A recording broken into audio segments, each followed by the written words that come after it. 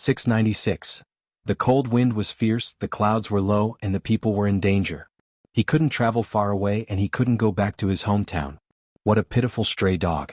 Lu Bai looked at the distant figure on the opposite city wall. She didn't withdraw her gaze until her vision was exhausted. She only hated that her realm was too low, and she couldn't kill the young hidden official with her own hands. Sword Immortal Embryo Lu Bai of the Jia Shenying Sword Immortal clan was a disciple of the world literati Zhou. However, during that battle, the Jia Shenying Sword Immortal clan had 5 Sword Immortal embryos. They had originally placed high hopes on them, but in the end, they had disappointed everyone in the Wildlands. Among them, Lu Bai had suffered the most miserable fate. Her neck had been broken by Qin Pingan. If her soul was gathered back, she would have to use the life lamp afterward. Even if she could rebuild her body and cultivate a new life-flying sword, she would stop at the nascent soul realm. Although Lu Bai's ranking in the moon-supporting mountain had plummeted to the 59th place and she was no longer a great sword fairy, she still had a chance to enter the Jade Realm in the future. Lu Bai chose to cultivate in the position closest to the Dragon King, so every time Li Zhen came to pick a fight with Chen Pingan, Lu Bai saw and heard it. After half of the Great Wall of Sword Qi was taken by the Savage World, the moon-supporting mountain's 100 sword fairies, except for Si Qin, Fei Ran and Zhu Gong, had gone to the vast world. The rest were cultivating their flying swords on the city wall. The Dragon King suddenly said, "If you practice the sword in the future just to be able to kill Qin Pingan with your own hands, to be honest, you absolutely can't do it. Qin Pingan will either be killed by my sword because he can't defend half of the city wall, or he will use some inexplicable method to escape far away. Even if you are lucky enough to catch up, he will just break your neck again. Moreover, it will be easier for him to kill you than last time." Lu Bai's expression was complicated. "Senior Dragon King, is there no third possibility?" The Dragon King shook his head. Lu Bai said, "Then I will watch him die under the sword of Senior Dragon King." The Dragon King said, "Shouldn't you be worried about your situation now? Since he was unable to break through and was unable to grasp a strand of ancient sword intent, what was the point of sitting here? Watch Qin Pingan break through again and again? What I said earlier was not child's play. Those who were lucky enough to climb up the city walls to practice their swordsmanship, if in the end they turned out to be trash who couldn't catch anything, then there was no need for them to go to the vast world and embarrass themselves. When the time comes, I won't be able to protect you, and your husband won't be bothered to protect you, because you're the one who wants to die." Lu Bai stood up and bowed, "Thank you, Senior, for your guidance." Then Lu Bai asked the most curious question, "Senior Dragon Monarch, since he has already fused with half of the Great Wall of Sword Qi, why can't he even grasp a single strand of sword intent? Was it simply impossible? Otherwise, with his temperament, he would only crazily seize the sword intent." The Dragon Monarch smiled and said, "Regarding this matter, I am also a little puzzled. If you have the chance, you can ask that scholarly Mr. Wenhai of yours. If he has an answer that can dispel my doubts, I will guide you in your sword arts." The Dragon King suddenly struck out with his sword, shattering a majestic fist intent that poured down like a waterfall. It was that young recluse who had nothing to do, so he wanted to punch the demon army that was passing through.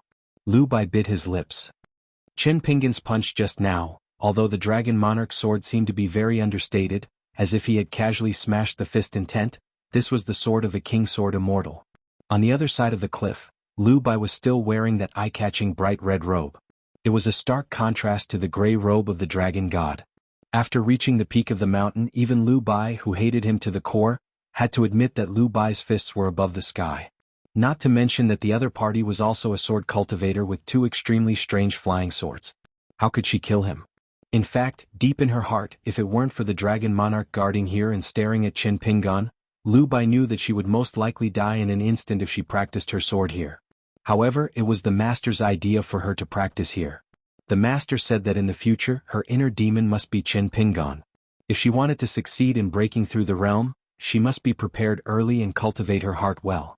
Lu Bai tried to suppress the ripples in her heart and asked, "Dragon Monarch, since his fist and sword are destined to return without success, why does he often come here to travel?" Lu Bai had a deep understanding of the young recluse. He specifically asked the leader of the First Army, Mu Gu, and his senior brother, Si Qin, to ask for a detailed secret file about Qin Pingan. This foreigner from the Great Wall of Sword Qi was extremely meticulous and utilitarian. Especially in the battle, he was best at exchanging injuries for lives. He was definitely not a person who liked to put on airs. The Dragon Monarch smiled and said, Because that mad dog doesn't want to really become a mad dog.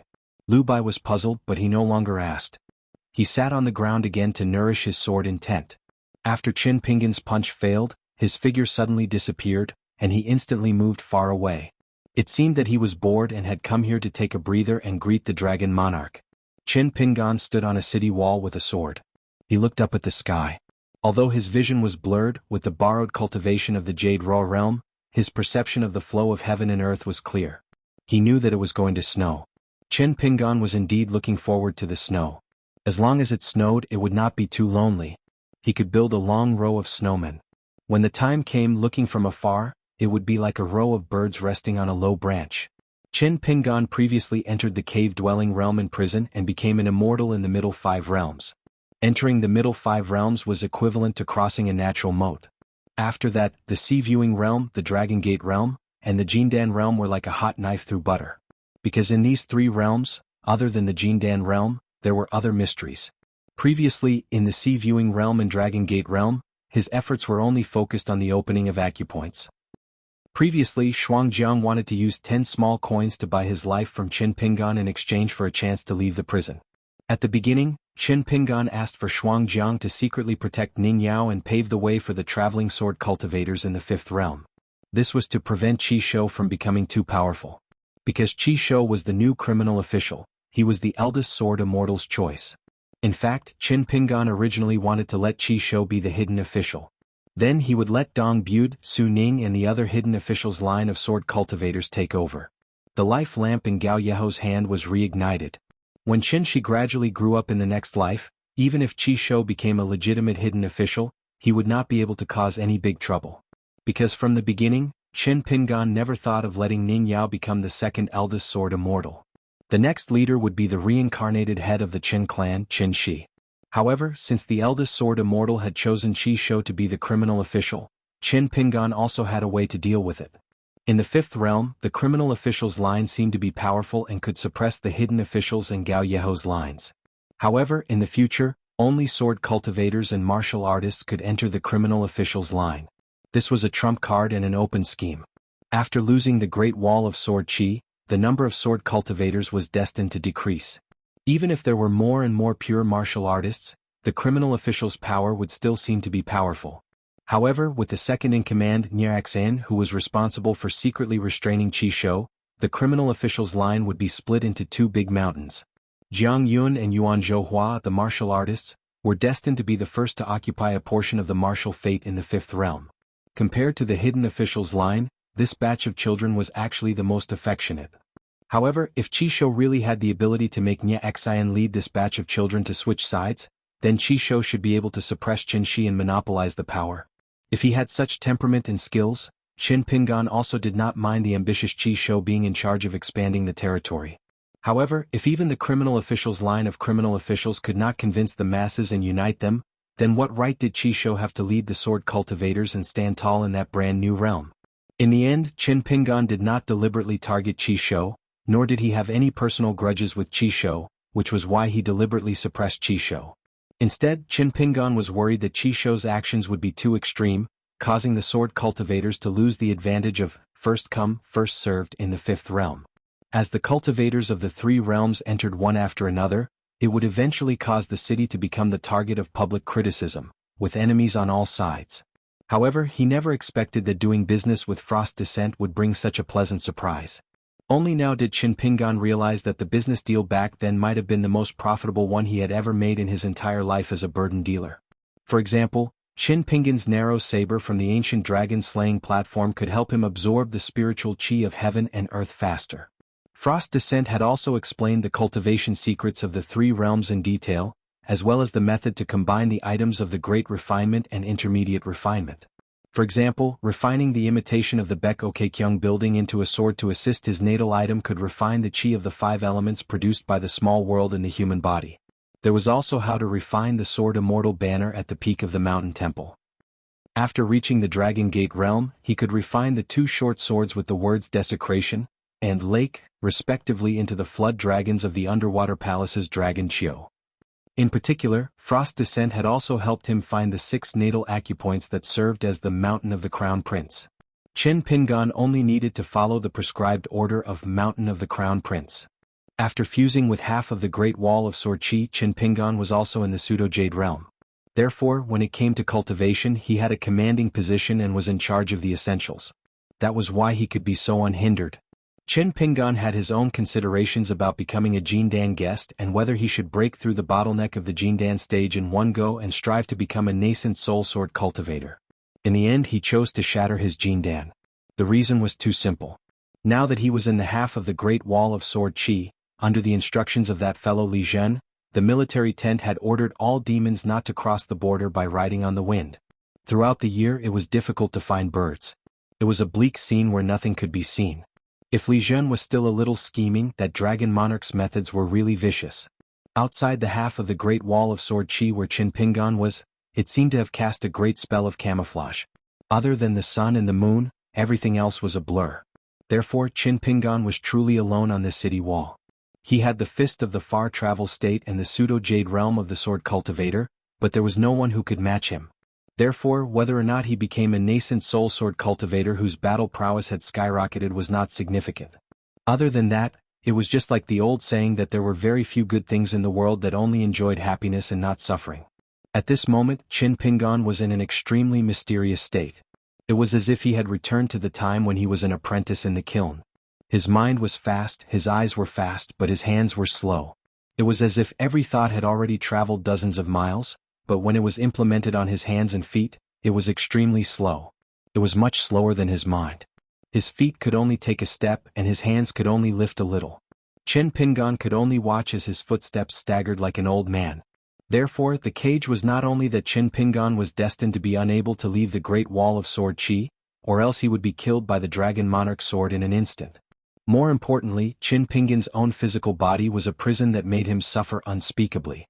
For Qin Pingan, the saying that a day felt like a year was not an exaggeration. There was only one situation that could help Qin Pingan return to normal, and that was when he was on half of the Great Wall of Sword Chi.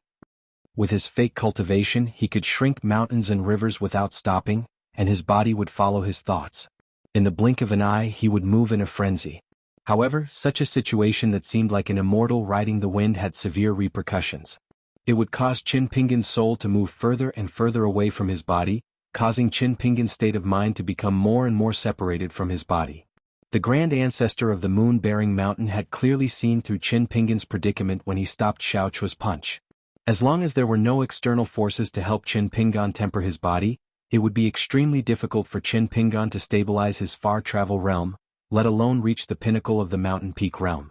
What made Qin Pingan the most helpless was that after the unification of Tao, he had completely lost the ability to calm his mind and forget about his body. Qin Pingan had tried meditating with old monks and Taoists, but it was all to no avail. Even Qin Pingan had used his half-baked white bone temple, and all his methods were to no avail. Even if Qin Pingan wanted to slack off and not cultivate qi, it would be difficult for him to do so. Otherwise he would have nothing to do. Li Zhen was indeed not good at fighting, but he had a good brain.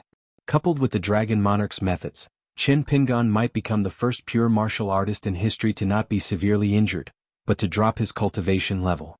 Two blunt knives were cutting flesh. One was cutting the body of a martial artist, while the other was whittling away half of the Great Wall of Sword Chi. The moon-bearing Mountain 100 sword immortals behind the Dragon Monarch were all genius sword cultivators. They nurtured their flying swords, sharpened their sword wills, and constantly gained the recognition of ancient sword wills. Bit by bit they absorbed the fate of the sword. The more they gained, the more Qin Pingan lost. It was another slow torment in his state of mind. It was as if he could only wait for death. Qin Pingan was prepared for such a situation. In his early years in the Summer Palace he began to walk alone and slowly. However, he still underestimated the consequences of fusing with the Great Wall of Sword Chi. He was like a lonely ghost, drifting around half of the Great Wall of Sword Chi. In the end it could not solve the real problem. It would also damage the body of a martial artist bit by bit. However, once he stood or sat down, no matter how much Qin Pingan liked to review things, after more than 30 years, no matter how many mountains and rivers he had traveled, experienced and seen, how many stories he had seen, how could he withstand dozens of repetitive deliberations and pondering over the details? The words that Qin Pingan engraved on the bamboo slips were also repeatedly recited by Qin Pingan. Qin Pingan once tried to take out something close to him to relieve his boredom, such as counting the immortal coins. However, the dragon monarch almost slashed him into pieces. Other than cultivation, he could only cultivate.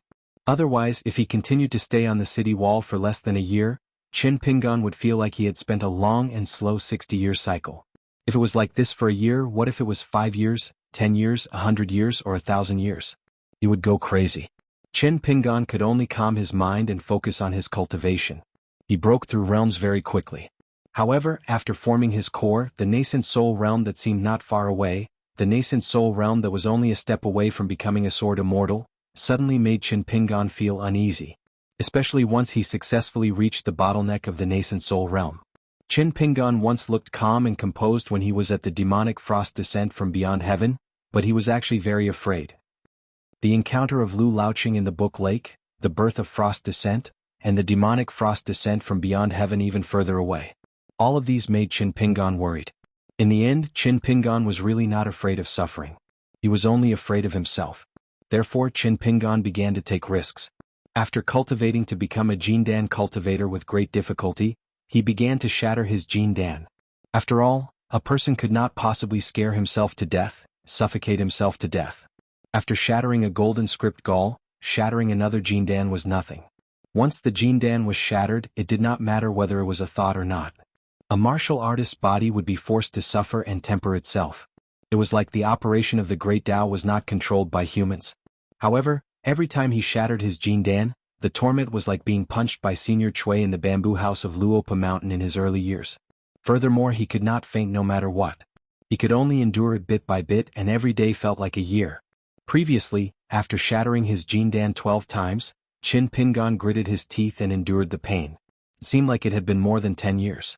However, after successfully reaching the peak of the mountain realm, he felt much better after shattering his Jindan 3 times.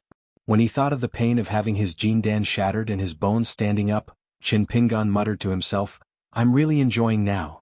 Qin Pingan suddenly cursed. It turned out that the Dragon Monarch's sword had destroyed half of the Great Wall of Sword Qi. This snow was destined not to come. Qin Pingan began to sit down. He opened his palm and raised it high.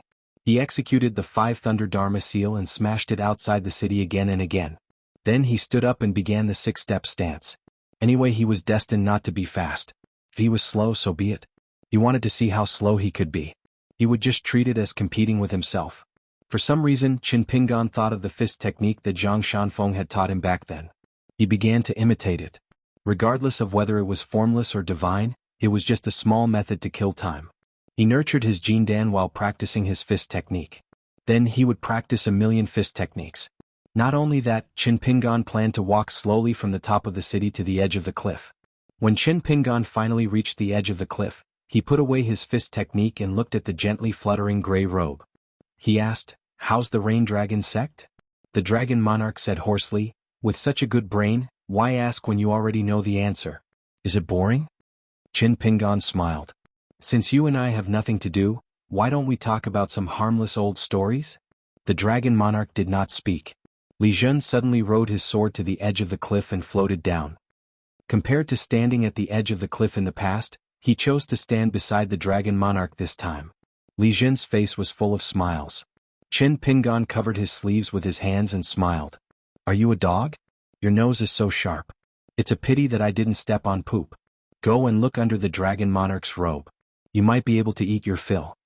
Li Zhen waved his hand and smiled mischievously. "Lord Hidden Official, don't be so quick with your words. I don't care if I lose. I'm here today to tell Lord Hidden Official 3 pieces of good news. Lu Bai obtained a sword intent from Zhou Cheng. You see, obtained a sword intent from Wu Qingpei. I also have some small gains. To be honest, I still feel bad about profiting from a dead person." In fact, Qin Pingan didn't feel any ripples in his heart regarding these opportunities. A sword cultivator was a sword cultivator, a traveler with the purest Tao heart in the world. Li Zhen asked, "Lord Hidden Official, guess which sword immortal I obtained the sword intent from?" "Guess, a few years after his death, it was a great sword immortal." Li Zhen took out his flying sword.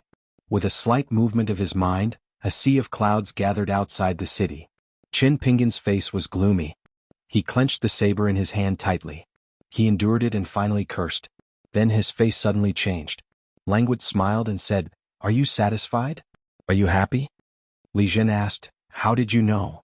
Yao Chongdao's natal flying sword could connect the sea of clouds. Of course, it was Li Zhen who asked the sword immortals on the city wall to help. He deliberately wanted to annoy Qin Pingan. The ranking of the 100 sword immortals of the moon-supporting mountain was not based on their level. There were young sword cultivators of the cave-dwelling realm and also famous great sword immortals like Shurchen. Qin Pingan twitched the corner of his mouth. It's more useful for me to think with my knees than you to think with your brain.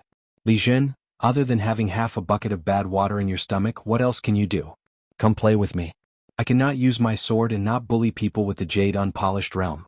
I also have to suppress my realm at the far travel realm. How about that? If you are not sure, it's okay. I'll let you add Lu Bai. Anyway, her bottleneck to enter the upper 5 realms is definitely on me. I can take this opportunity to cut off her heart's devil. According to the landscape travel book, I treat women with tenderness. Last time I accidentally broke her neck. It's my fault. Lu Bai just sat quietly and nurtured his sword. He seemed to turn a deaf ear. The two sides of the Great Wall of Sword Aura were almost two different worlds. Therefore, Qin Pingan might not be able to see through Lu Bai's heart. Li Zhen knew that Lu Bai was not as calm as he looked.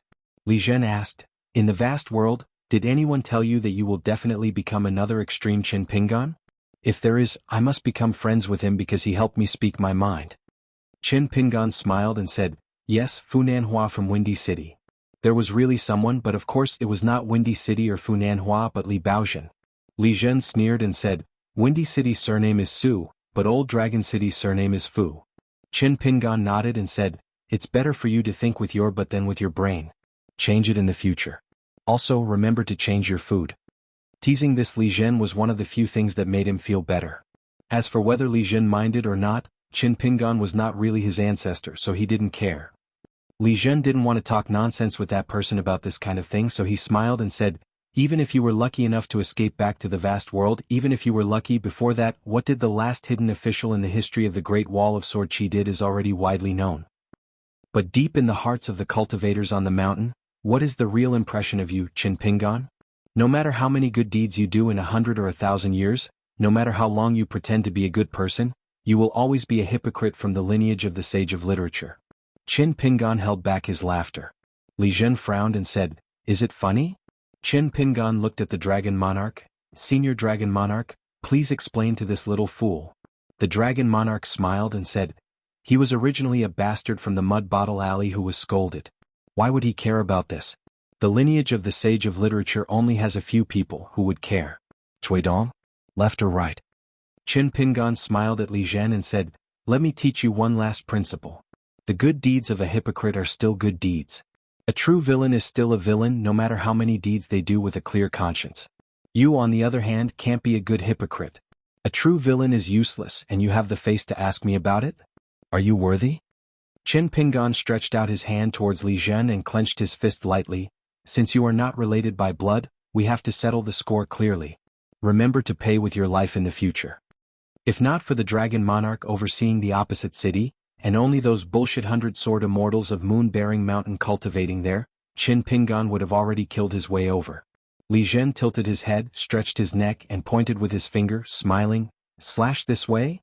Qin Pingan stretched out his hand and grabbed the Zhangkan that was placed on the city wall far away into his hand. He left the scabbard where it was, and drew the narrow saber out of the scabbard, flying over like a rainbow. Qin Pingan slashed with his saber. Li Zhen mistakenly thought that the Dragon Monarch would help block it, so he did not dodge. In the end, he lost a protective treasure on the spot. Li Zhen fell heavily 100 feet away, covered in blood, and sat on the ground. Dragon Monarch. The Dragon Monarch killed Qin Pingan with one slash. Qin Pingan's figure appeared on the spot. The Dragon Monarch's every slash was too accurate, and did not benefit Qin Pingan's physique at all. Li Zhen stood up, shaking off the bloodstains on his robe. His face was pale and his eyes were eerie. He smiled, "Qin Pingan, Luopa Mountain, right? When I break through, I will go to the Aquarius continent. As long as it is someone close to you, I will help you kill your enemies. As for those close to you, I will help you get closer to them." A Yuanying Dharma idol suddenly appeared behind Qin Pingan. "Do I need to wait to break through?" Li Zhen hurriedly retreated, like a bird startled by the twang of a bow. The Dragon Monarch said helplessly, "It's fake. He is now in the unpolished jade realm. Is it difficult to create a Dharma idol?" In fact, Li Zhen was fine. At most, it was a false alarm. However, Liu Bai began to tremble slightly, as if he had seen his inner demon in advance. Qin Pingan turned and left with a laugh. Xiao Yuan Dynasty, Imperial Tutor's residence. The white-robed youth, Lin Junbai, took off his boots and was sitting alone in the corridor playing cards. After returning to his hometown, Lin Junbai began to live in seclusion in the name of seclusion. His teacher even helped him to close the door and refuse guests. Everything after Lin Junbai returned to his hometown was as Mr. Cui and the young hidden official had expected. He was no longer just a disciple of the imperial tutor of the Xiaoyuan dynasty. He was no longer just the #1 genius of the Xiaoyuan dynasty. Instead, he was regarded as a well-deserved scholar by all the academies of the Central Divine Continent. Jiang Guanqing, one of the sword cultivators in the same group, had originally wanted to brag about Lin Junbai's glorious achievements in the Great Wall of Sword Qi in the capital. However, as soon as the banquet ended, he was summoned to the study by his father, whose face was livid and berated to his face. He was asked if he wanted his name to be removed from the ancestral hall's family tree and then expelled from the Hall of Ancestral Masters. His father did not explain the reason in detail. In the end, Jiang Guanqing did not understand where he had gone wrong. He had clearly done a good deed out of goodwill. Why did it seem like he had committed a capital offense? His father only said one sentence, that Yen LV is more of a lackey than you are at Lin Junbai's side. Did you see him say anything more? Today there were guests visiting. It was Jin Jinming and Zhu Mei. Zhu Mei had been saved by Jin Jinming on the battlefield in her hometown. Lin Junbai had also saved her. This was no longer a case of going through thick and thin together. It was a true relationship of life and death. During that trip, Zhu Mei's impression of Lin Junbai changed from good to excellent. Of course, there was no such thing as romantic feelings. However, the more this was the case, the more Zhu Mei's impression of Lin Junbai came from the bottom of her heart. In the eyes of some important figures, some of the rumors about Lin Junbai were even more credible. When Lin Junbai heard the news, he glanced at his boots. However, he did not put them on. He walked barefoot towards the entrance of the courtyard.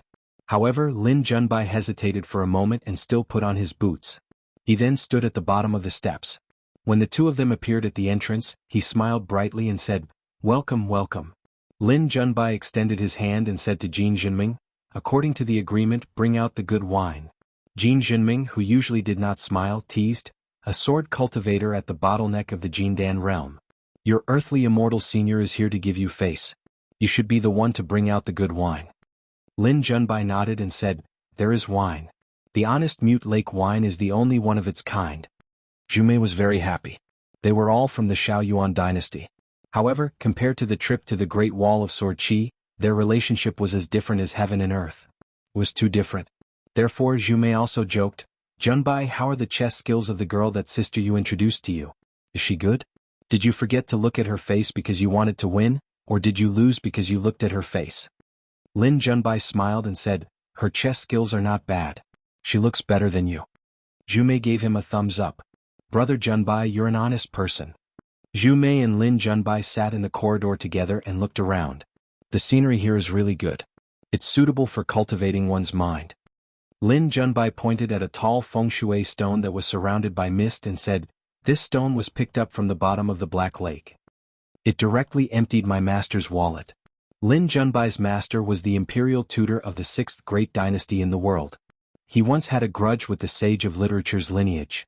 A few scholars from the Xiaoyuan dynasty once traveled a long distance to the Confucian temple and personally smashed the sage of literature's statue that had already been moved out of the temple.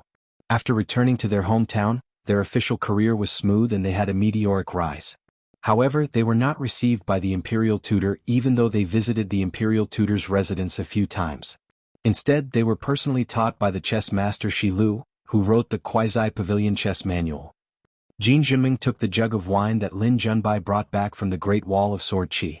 After taking a sip, he said softly, "Even though I've returned to my hometown for so long, I still often feel like it's been a lifetime.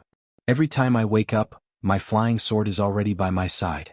As a result, my progress in swordsmanship is extremely slow. It's difficult to break through the bottleneck. I've failed to live up to the ancient sword will that I obtained from the city wall." Not many of the genius sword Xiu from the Xiaoyuan dynasty obtained sword wills from the Great Wall of Sword Qi. Jin Jinming obtained one, Yin Lv also obtained one. Zhu Mei did not have this opportunity. However, Lin Junbai obtained 3 strands. This was because Lin Junbai later entered the Summer Palace as a sword shio of the secluded official's lineage. There were not many opportunities to go out of the city to fight. Otherwise, he might have obtained another strand of pure sword will. Zhu was a little embarrassed. I'm fine. I just occasionally have nightmares and wake up in fright. Later on, my family bought me some scented water scents to calm the mind. I rarely have nightmares anymore. Lin Junbai took a sip of wine and said, the reason why I pretended to be in seclusion here is just a method to gain fame. It's rather boring. However, I really don't dare to go to the Great Wall of Sword Chi to fight again. Jin Jinming heaved a sigh of relief. Today's trip was not in vain. Lin Junbai was still the same Lin Junbai in his heart. He felt much better after drinking the wine. Jin Jinming tilted his head back and gulped down a mouthful of wine. He wiped his mouth and laughed heartily. It's a pity that you Zhuanfu went to the Fuyao continent. Otherwise we would have come to visit you together. Zhu Mei whispered, that Hui Qian who likes to smile all day seems to have followed my Zaishi to a place called the Mountain Cave in the Fuyao continent. Lin Junbai was the first sword shio from outside the Summer Palace to leave the Summer Palace. Deng Liang, Chao Gun and Xianxin left the Great Wall of Sword Chi later than him. However, it was unknown if they had left the inverted mountain with their fellow sword immortal seniors when they returned home. Did they bring 1 or 2 sword immortal embryos from the Great Wall of Sword Chi with them? Unfortunately, every sword immortal from outside the Great Wall of Sword Chi did not do anything or say anything after returning to the Great Wall of Sword Chi. They were similar to Lin Junbai. They chose not to mention anything about the battle at the Great Wall of Sword Chi. Lin Junbai dispelled his thoughts and purposely imitated Zhu Mei and whispered, that famous Hui Qian, how does he look like? Do you have feelings for him? Zhu Mei shook the wine flask and giggled, after seeing Lin Junbai so many times, other men are just average looking. Lin Junbai smiled, say that after you have seen Chao Ci. Zhu Mei was not careless. She said regretfully, it's a pity that I haven't seen him. In the future, I must drag Zaishi to the Great Duan dynasty to see that white-robed Chao Ci and then martial god Pei. Jin Jinming suddenly felt embarrassed. After hesitating for a long time, she could not help but ask telepathically, Junbai, do you know where Situ Weiran went? Is it the 5th world? If you can tell me, just tell me. However, if it involves the secrets of the Summer Palace, just pretend I didn't ask. Lin Junbai shook his head, I'm not too sure about Situ Weiran's whereabouts. However, I can try to ask around for you. Mr. mentioned something not long ago. Qin Sanqiu and Tai Zhang are currently in the Central Divine Continent. They just visited the Liji Knowledge Palace. Jin Jinming raised her wine pot and thanked Lin Junbai. Zhu Mei said, Junbai, where is that hidden official? Previously, the martial arts phenomenon caused a huge commotion. Everyone said that it went to the old site of the inverted hanging mountain. Therefore there are many rumors now. Some say that the 2 worlds are now intertwined. It's even harder for martial artists to break through to the next realm. Isn't Qin Pingan a pure martial artist? Could it be him? But it doesn't make sense. The Great Wall of Sword Chi has been breached. Lin Junbai was silent for a long time. Then he shook his head and said, I don't know. In the sky above the central part of the Tongyi continent, a nascent soul realm consecrator of the Jiang family sat on a priceless treasure boat. He was accompanied by 2 extremely beautiful women. On the other side of the treasure boat, there was a middle-aged man in black robes. His name was Chao Jun. It was said that he had been a cultivator following the Dali army for many years. The 2 women were Sui Yuyu, who came from the Book Lake True Realm sect to the Tongyi continent. She was holding a small oil paper umbrella with a parasol handle. There was also Ye, who had been Jiang Shangzhen's servant for many years. This was the entrance to a lotus root blessed land. The parasol umbrella was handed to Sui Yuyu by Cui Dongshan. There was also a secret letter for Sui Yuyu to pass to Jiang Shangzhen. Beside Sui Yuyu was the woman beside Ding Ying of the lotus root blessed land. Her name was Ye. She had ascended with Zhou Fei and left the blessed land. Back then Zhou Shi of the Spring Tide Palace and the sword immortal Lu Feng of the Bird's Eye Peak hurriedly left the capital of the Nanyuan Kingdom as soon as the heavenly drum sounded, in order to avoid being hunted down by Qin Pingan, who was a banished immortal. However, for some reason the Spring Tide Palace and Bird's Eye Peak were still there. Zhou Shi and Lu Feng were no longer in the blessed land. Ye had returned to the old place several times. However, due to her duties, she had to leave often to follow the Jiang family consecrator and Sui Yuyu to open the restriction of the blessed land and take in the refugees. There was another person who returned to the lotus root blessed land with her. It was the founding emperor of the Nanyuan kingdom, Wei Xian. He was in the capital now and had never left. There were also two people from the Great Spring dynasty of the Tongyi continent.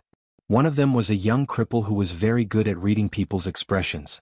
The other was a stubborn old hunchback who was nicknamed Third Master. There was also that sloppy sword cultivator with two swords hanging from his waist. He had a pair of very feminine peach blossom eyes. From Yu's point of view, this guy called Chao Jun had a pretty good appearance, but his mouth was a little cheap. He came from the South Whirlpool continent, but his hometown was the Pearl Grotto heaven of the Aquarius continent. He kept saying that his ancestral home was in the Mud Bottle Alley. Yair did not understand what was so special about being from the Mud Bottle Alley. She only heard that Marshall Mountain's Ma Kushuan came from the Pearl Grotto heaven's Apricot Flower Alley. She had privately mustered up the courage to ask Wei Xian, but to no avail. To Yair, Wei Xian and Sui Yuyu were true ancients. They were also the most powerful people in the history of the Lotus Root Blessed Land. Therefore, even though she had followed Jiang Shangzhen for many years, she still could not help but be in awe of the two. When they first came to the Lotus Root Blessed Land, they followed Wei Xian to the capital of the Nanyuan Kingdom. One could imagine how strange the atmosphere was at that time. An emperor who had been dead for God knows how many years went directly to the main hall.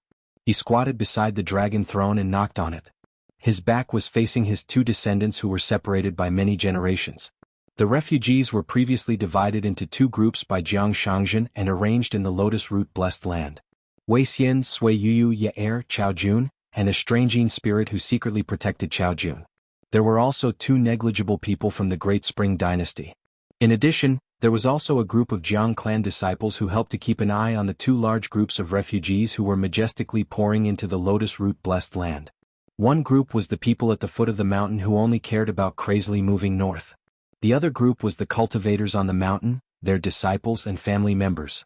The former group did not need to spend a single copper coin to seek refuge in the blessed land. The latter group was miserable. If they did not need to rush and cross continents to reach the Aquarius continent and accidentally died on the way, they just had to pay a large sum of money. According to the number of people and then according to the realm, cultivators in the lower 5 realms all had to pay a small sum of money. Immortals in the middle 5 realms all had to pay a grain of money. If they did not have money, they could borrow from others. If they did not have money, they could scram. If they dared to barge into the blessed land, they would first be beaten half to death by the Jade Gui sect and Jiang clan's consecrators before being thrown far away. According to Jiang Shangzhen's instructions, this sum of money was the money to buy one's life. How could a cultivating immortal on the mountain not be worth a small sum of money? However, as long as it was a nascent soul cultivator, no matter how much money they gave, the blessed land would not accept it. In addition, if the officials of the secular dynasties wanted to seek refuge in the blessed land and had their own status, they had to pay money. The price was calculated according to the rank of the officials. If they did not have immortal money, they would ask their immortal money. If they could not borrow it from their immortal friends on the mountain, then they would use their worldly possessions to exchange for it. Among the disciples of the Jiang family, there was a person who was in charge of the eyes. Antiques, treasures, ancestral paintings, and the secret treasures of the palace were all money. If it was too much to hide one's identity, for example, if one was obviously a descendant of the dragon, a descendant of the heavenly emperor, but insisted on saying that he was a well-to-do family in the marketplace, then once he was found out, he would be directly thrown out of the blessed land. Of course, half of his wealth would be left behind, allowing him to tour the blessed land and see the beautiful rivers and mountains. Would he not have to pay money? In 2 secluded areas in the wilderness of the Lotus Root Blessed Land, Jiang Shangzhen had long drawn out 2 large territories. The distance between each territory was far away.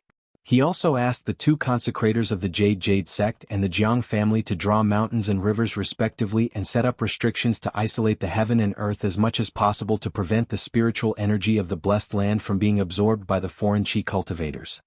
He also tried his best to prevent the commoners who entered the blessed land from being contaminated by the blessed land's fate energy. Although it could not completely block the flow of fate energy and spiritual energy, with the mountain and river restrictions, it was at least much better than the worst-case scenario that Wei Pai and Miyu were worried about. Among them, the Nanyuan Kingdom secretly mobilized an elite cavalry of more than 10,000 people to patrol the borders. Wei Xian personally led the troops, but his public identity was only a newly appointed military general. It was not that there were no qi cultivators who knew that the ants at the foot of the mountain did not have to pay at all when they entered the blessed land. They then started to cause trouble. The most chilling thing about Jiang Shangzhen was that he did not mention the rules in advance after receiving the money.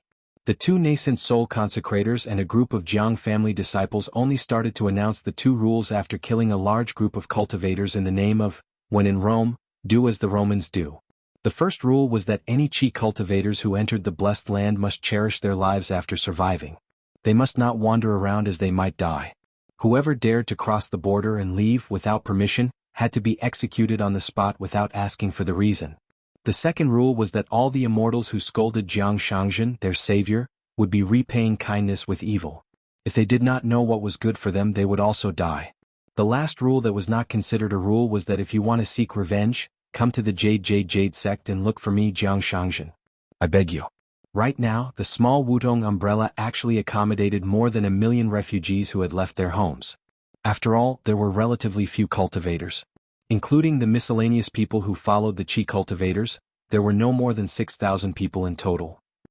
During this process, how to choose between human lives and divine money, how to distinguish between friends and strangers, and all kinds of dark secrets of the human heart could be seen at a glance. No matter what, Jiang Shangzhen's action had saved the people. It was 300,000 more than Cui Dongshan's expectation in the secret letter. Not only that, Jiang Shangzhen also relied on the money to buy passage for killing the rich to help the poor to prevent the lotus root blessed land, a middle-class blessed land, from falling to a low-class blessed land. When the batch of divine money was refined, even if business was business, excluding the cost of the Jiang family's construction of the mountain and river restriction, the spiritual energy in the blessed land could still increase by 10%. Besides, Jiang Shangzhen did not think that business was business. Having too much money was troublesome. The only fun was to make money. As for the many worldly nobles who hid their heads and tails and hid beside the cultivators on the mountain, after moving they were really rich. Many of the wealthy families at the foot of the mountain were not inferior to the money bags of a certain Jindan Earth immortal. Besides, Jiang Shangzhen was really good at making money. There were too many ways in all kinds of things. After settling down in the lotus root blessed land, did they want to continue living a life of luxury? Did they want to stay in the immortal mansion? If they did not have some delicacies every day, would they be worthy of their noble status? And a few talisman beauties who were good at singing and dancing to relieve their boredom? Therefore, this was the main source of income for the lotus root blessed land. This group of people was even willing to give money. On the Drifting Clouds treasure boat, said, Sister Sui, we just need to go to the northern ferry and you can take the Wudong umbrella back to the Aquarius continent. Sui Yu nodded. Chao Jun came from the back of the boat and said, Anyway, the matter is almost done. I'm not going to the ferry, you don't have to worry about me. Sui Yu said, As you wish. Chao Jun stepped out of the Drifting Clouds treasure boat and flew away. Looking at the general direction, it seemed like he was going to the Tong Yi sect. The reason why Chao Jun did not directly return to the Aquarius continent and instead chose to part ways with Wei Xian and Sui Yu and go to the Tong Yi sect alone was to find the culprit that destroyed his sword heart. If not for that person, Chao Jun, as the #1 sword immortal in the South Saw continent, would not have been stuck at the Aura's core bottleneck. Chao Jun's heart lake was originally filled with the wonders of the universe. After his sword heart was destroyed, Chao Jun quickly became the laughingstock of the continent. Chao Jun became depressed and did not care about anything. He changed his name and wandered the Jianghu. There was once a sword cultivator of the same age who laughed and said, That person is indeed a scholar. He even knows how to listen to the rain. These words were said to Chao Jun face to face. When Chao Jun heard this, he smiled and nodded in agreement. Beside the Tong Yi sect's thatched cottage, Chao Jun saw the man who was said to have just returned from the sea. It was said that the entire northwest coast was destroyed by Left Hand and an unknown young lady.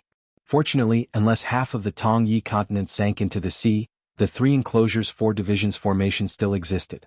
Chao Jun looked at the man and smiled, Great sword immortal Left Hand, nice to meet you. Left Hand asked, You are? Chao Jun was speechless. King destroyed my sword heart and then forgot who I was? Chao Jun said, South Saw continent sword cultivator. Chao Jun Left Hand thought for a while and remembered, What's the matter? Chao Jun said in a deep voice, Left Hand, don't die. I still want to practice swords with you in the future. Left Hand glanced at Chao Jun and asked 2 questions. Do you dare to stay here? Do you want to return to the South Saw continent as a sword immortal? Chao Jun hesitated for a moment and nodded with a smile. Why not? Why not? Left Hand nodded, then stay. You finally look like a sword cultivator. Chao Jun gritted his teeth and could not bear it for a long time. He said angrily, Left Hand. Don't always look so carefree and relaxed. I was screwed over by you. Left Hand and Left Hand asked again, you want to practice swords with me just because you are not injured? If I stand still and you don't stop attacking, who will die first? Chao Jun turned and walked away. Out of sight, out of mind. Wang Shixi and Yu Xian happened to be here on their swords.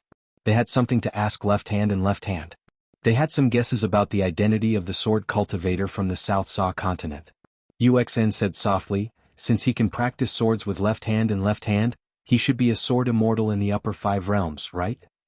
Wang Shixi nodded. Logically speaking, that should be the case. However, it doesn't seem like it. Maybe that senior has restrained his sword immortal aura.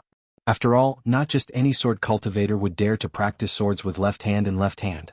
Generally speaking, those in the Jade Realm would not dare to do so. At the Great Wall of Sword Aura, even the Great Sword Immortals who are at the pinnacle of the 10 Great Sword Immortals would not dare to use their swords. Chao Jun had made some progress in his cultivation over the years. It was not easy for him not to be angered to death by Left Hand and Left Hand, but he was almost angered to death by those two bastards. However, when Chao Jun turned to look at those two people, he still smiled. Sword Immortals, you bastards. After Chao Jun left, Wang Shixi told Left Hand and Left Hand about the matter.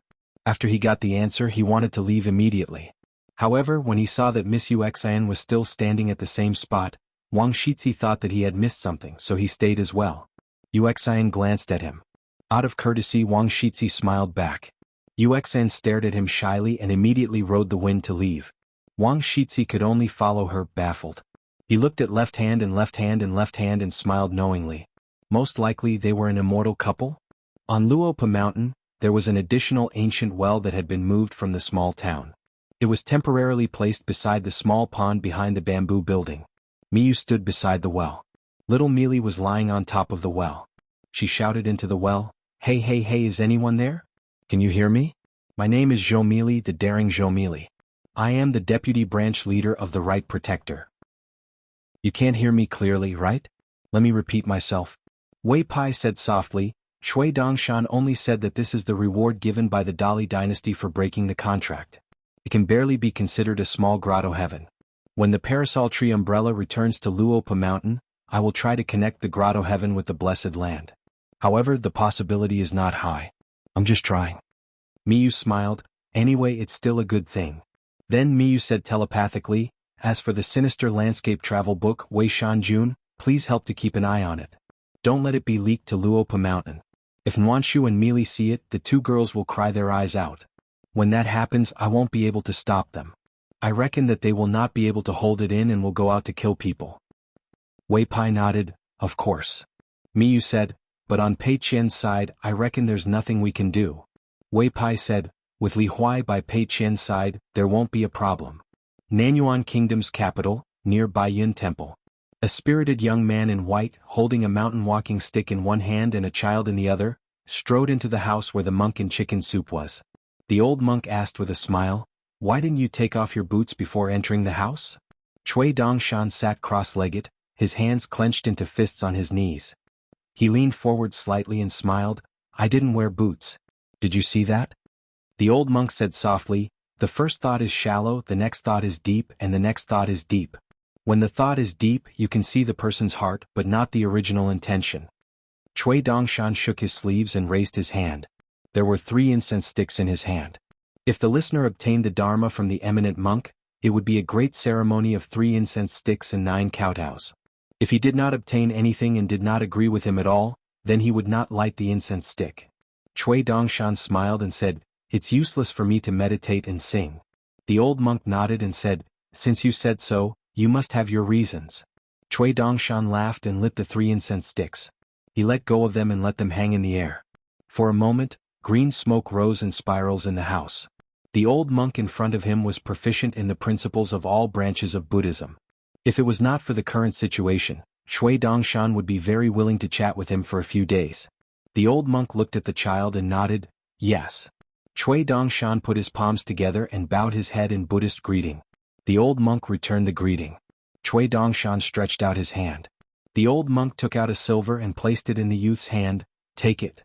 After strolling through the Helplessness Pass Bazaar outside the Ghost Valley, Pei Qian and Li Huai continued their journey, accompanied by a silent female Jindan immortal, Wei Taizhen. Jinduo Temple, Mute Lake, Huaihuang Country, Baoxiang Country. There were many places to visit and many people to visit along the way. Wei Taizhen did not understand why they insisted on traveling on foot. It was not close to Spring Dew Garden from Skeleton Beach. But she did not dare to say a word. On this day they left the official road and followed a small path into a deep mountain forest. Finally they followed a small path with obvious scratches on the ground and quickly climbed up the mountain. Pei Qian gently waved his walking stick. Mountain Lord Tiger suddenly appeared and did not block my path. The wind is high and the moon is dark and gloomy. All the people in the wilderness turned back. What should we do? Li Huai answered, run away quickly. Oh, it's quite a rhyme. You flatter me. Pei Qian suddenly stopped talking and lightly jumped onto a high branch. He looked up at the road above and floated down to the ground. There are people ahead, but they look like a group of scholars. Judging from their footsteps, they don't seem to be martial artists, nor are they mountain spirits or ghosts. Li Huai said, then they are like us. They don't have money and can't afford to take the immortal ferry. Pei Qian stopped again and listened carefully. Wei Taizhen was puzzled and then shocked. This Pei Qian had heard about the movement on the mountain earlier than her? Although Wei Taizhen did not take his Golden Core realm seriously and always felt that he was just an unorthodox fox charm, the keen perception of a Golden Core realm was not something an ordinary martial artist could compare with. Therefore it did not make sense. However, when Wei Taizhen thought about it again, it seemed that what made sense was what made sense. She had been with Pei Qian and Li Huai for a long time. It would be strange if she did not find it strange.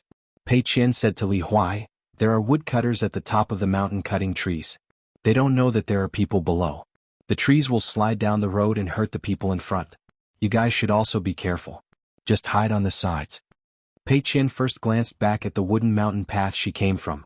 After confirming that there was no one, she bent down slightly and tapped the ground with the tip of her foot. Her figure was as fast as lightning, but she did not make a sound. She quickly arrived a dozen steps away from the group of scholars. Pei Qian stood sideways. Facing a tree trunk that was rapidly sliding down the mountain, she stretched out her foot and lifted the tree trunk high up into the air. It landed on the small path behind the group of scholars. At the same time, she gently shook her wrist so that the tree trunk would not crash into the ground and knock down too much. She used her fist intent to lift the tree trunk a little and gently landed on the ground. Afterwards, there were tree trunks that continuously slid down the mountain. They were all lifted up by Pei Qian one by one and gently landed on the ground. When the last tree trunk came to Pei Qian's side, she lifted it up with the tip of her foot. She leaned back and stood on the tree trunk. Together with it, she landed on the mountain path and disappeared in the blink of an eye. The group of scholars that seemed to have taken a trip around the gates of hell were all dumbfounded. They looked at each other in dismay. After surviving a calamity, they rejoiced. Then they felt confused. Why did that girl fly away? She did not even give them a chance to say thank you. Pei Qian stood on the tree trunk and slid all the way to Li Huai and Wei Taizhen. She gently stepped on the tree trunk and stopped it from falling. Seeing Li Huai and Wei Taizhen in a daze, she asked, let's continue on our way. Pei Qian jumped down from the tree trunk and silently said, let's go. She gently pushed the tree trunk with her walking stick. The tree trunk continued to slide down the mountain path. Then Pei Qian led them to another mountain path. She did not want to meet the group of scholars face to face. Li Huai had always done whatever Pei Qian said. He walked beside Pei Qian. Wei Taizhen could not help but ask, Miss Pei, what realm are you in as a martial artist? Pei Qian turned her head and smiled. I am thousands of miles away from my master. Now I am only in the 6th realm. On top of the Great Wall of Sword Qi, Chen Pingan continued to walk the 6-step stance. His steps were extremely slow and his punches were extremely slow. He suddenly thought of something and smiled a little. He wondered if his first disciple was in the 5th realm. 697. Chen Pingan stopped his stance and turned to look outside the city wall. More than 1,000 feet away, there was an unexpected visitor hovering in the air on his sword. The number 1 of Moon-Bearing Mountain's 100 sword deities, alias Fei Ran, liked to show himself as a green-robed swordsman. Fei Ran smiled and said, good fist. Chen Pingan nodded and said, don't steal it, don't be shameless. This Fei Ran was the same as that official. He didn't have the slightest demeanor of a sword cultivator. Fei Ran shook his head and said, I really can't learn it. Previously, he followed the great monster Qie Yun to Howren Heaven and used his military merits to exchange for Luhua Island from Moon-Bearing Mountain. Fei Ran's choice was a bit surprising. Otherwise, with his status, it wouldn't be difficult for him to occupy half of the old site of Rain Dragon sect. Therefore, many military tents guessed that Fei Ran had taken a fancy to the Cave of Fortune on Luhua Island. Most likely, there was another cave that wasn't discovered by passers-by, and then Fei Ran took advantage of it.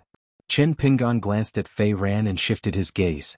Dozens of miles away from the city wall, there was a huge snowstorm. It was especially magnificent. Unfortunately, it was blocked by the Dragon King and couldn't land on the city wall. Fei Ran followed the young hidden official's gaze and turned to look at the snow. He turned back and said with a smile, "When I was young I studied under Mr. Zhou. I liked to flip through the beautiful poems from Howren Heaven. My imagination was magnificent. Unfortunately, Mr. Zhou's standards were high. When he compiled poems, he usually only used exquisite words and deleted those that didn't meet his eyes. Among them there was a poem that praised the snow. 5 Ding defeated the clouds with a sword, 300,000 jade dragons died in battle." Fei Ran spoke to the young hidden official with his skillful Howren Heaven. Chen Pingan smiled and said, "The full poem goes, 5 Ding defeated the clouds with a sword, straight to the imperial capital under the Milky Way. 300,000 jade dragons died in battle, defeated by the wind. Your old fox Tong Tian only took half. It's not a big problem. His standards may not be high, but it's not low." Fei Ran nodded and said, "I see, I've learned something." Earlier on the battlefield, Chen Pingan and Fei Ran fought once. They had a bit of fighting spirit and strength, but there was no clear winner. Moreover, the two sides were not really fighting each other. At that time, both sides still had too many tricks up their sleeves. In Chen Pingan's mind, the likes of Firen and Shurchen had the greatest potential to deal with the vast world. They were not just proficient in killing on the battlefield. After experiencing this huge battle, Chen Pingan truly understood a principle. Sword immortals were indeed extremely lethal. Great demons' dharma spells were naturally extremely powerful. However, under the vast and mighty forces, they appeared insignificant. As long as Firen and her subordinates were willing to work hard, they would be able to help the demon sovereigns in the wildlands. In fact, they might even be able to change the customs of the people. In some ways, they would be able to change the lands that had been taken over by the demon sovereigns. Now, what Chen Pingan was most worried about was that the various demon sovereigns were studying and figuring out the detailed steps of the Dali steel cavalry of the Aquarius continent. He wanted to know exactly how they were going to mend the broken mountains and rivers and win over the hearts of the people. Then they would turn around and use it on the Tongyi continent or Fuyao continent. Just like the Jia Shintent, the young man who was not a sword cultivator. But compared to Li Zhen, Lu Bai and the other sword immortal embryos added together, Chen Pingan wanted to kill him more. Wooden Clog, who was not of a high realm, had climbed up the city wall and stood beside the dragon sovereign. He wanted to review the battle situation with Master Hidden Official. He humbly asked for advice and bowed as a junior. But Chen Pingan ignored him.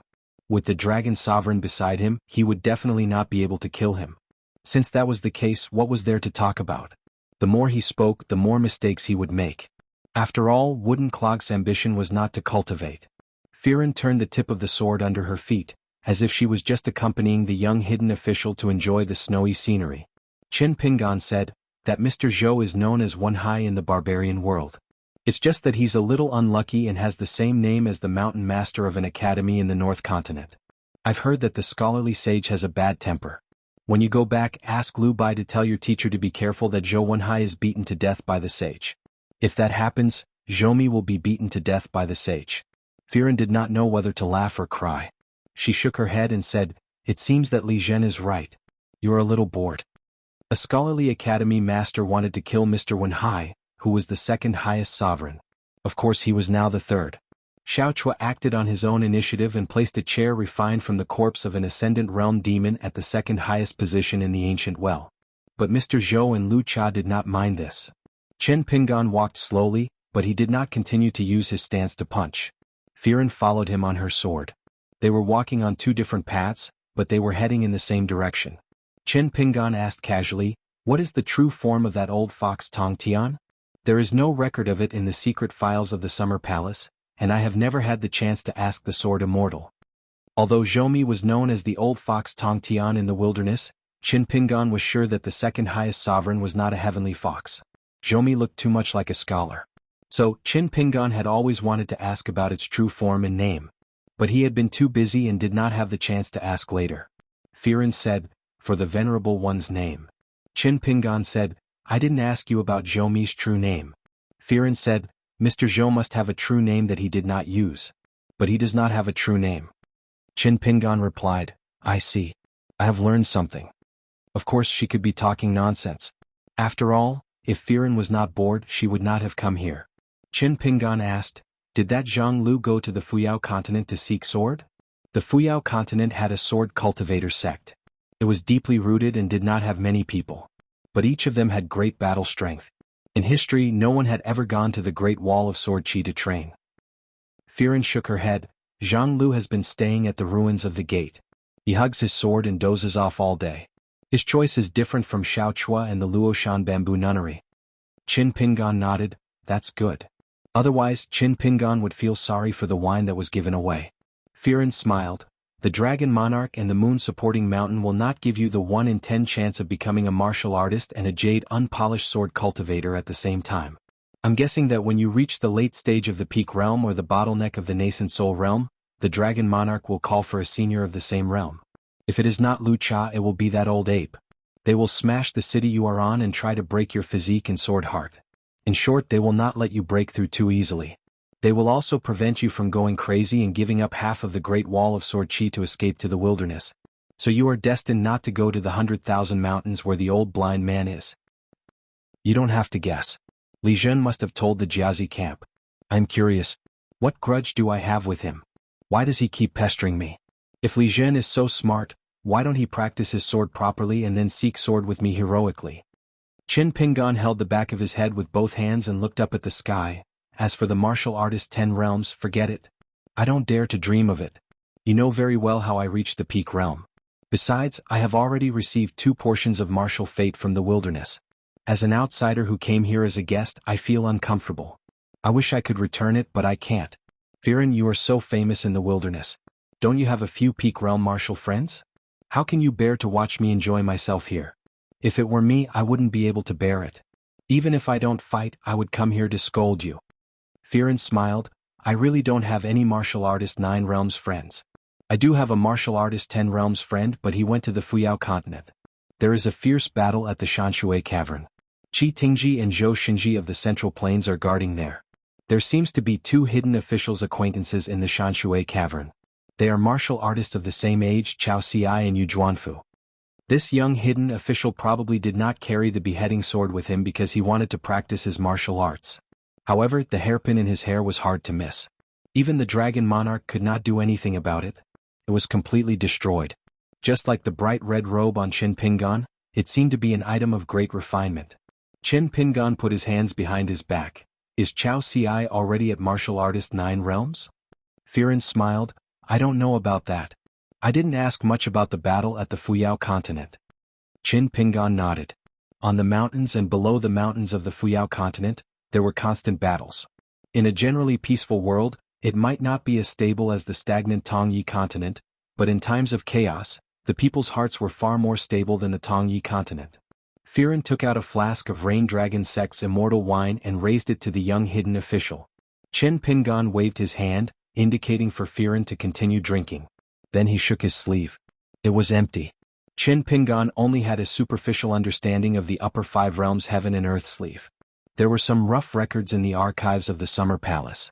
Since Qin Pingan had nothing to do, and the long river flowed too slowly on his body, he studied it carefully and barely managed to form a prototype.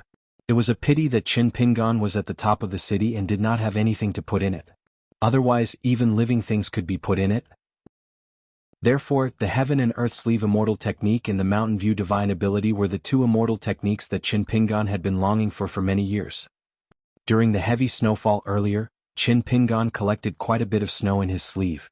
It was like eating dumplings during the new year and he was a little happy. However, when Qin Pingan finished building a row of snowmen, he did not expect that because he was not far enough away from the dragon god, the gray-robed sword light shattered them all. It did not come earlier or later. When Qin Pingan finished building the snowman, the dragon god sword arrived. This old bastard, please don't fall into my hands. Otherwise I'll refine his soul and give it to Shiro to wear so that she can keep Du Mao's shed skin company. Qin Pingan raised his palm and the 5 lightning gathered in his palm.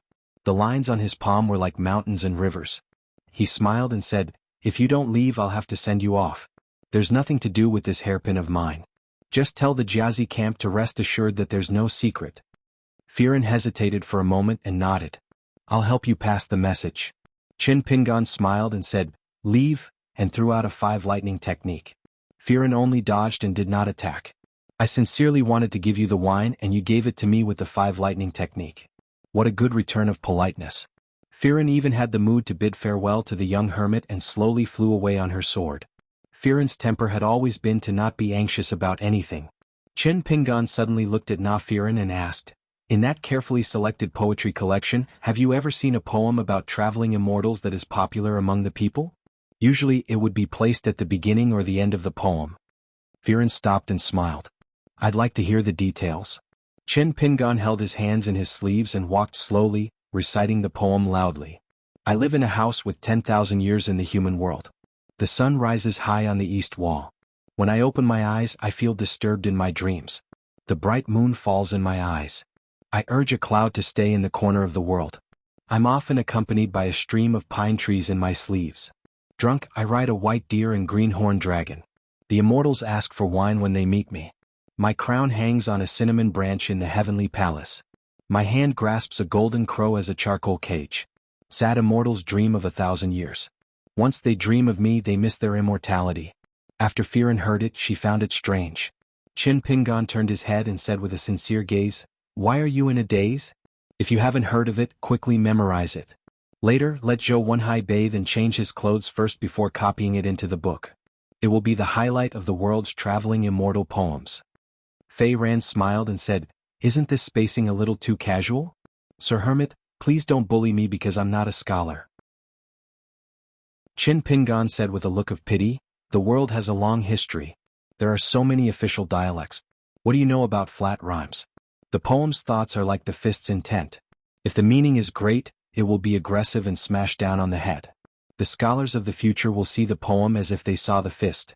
It will be like being hit in the face. Firen smiled. Chin Pingon nodded.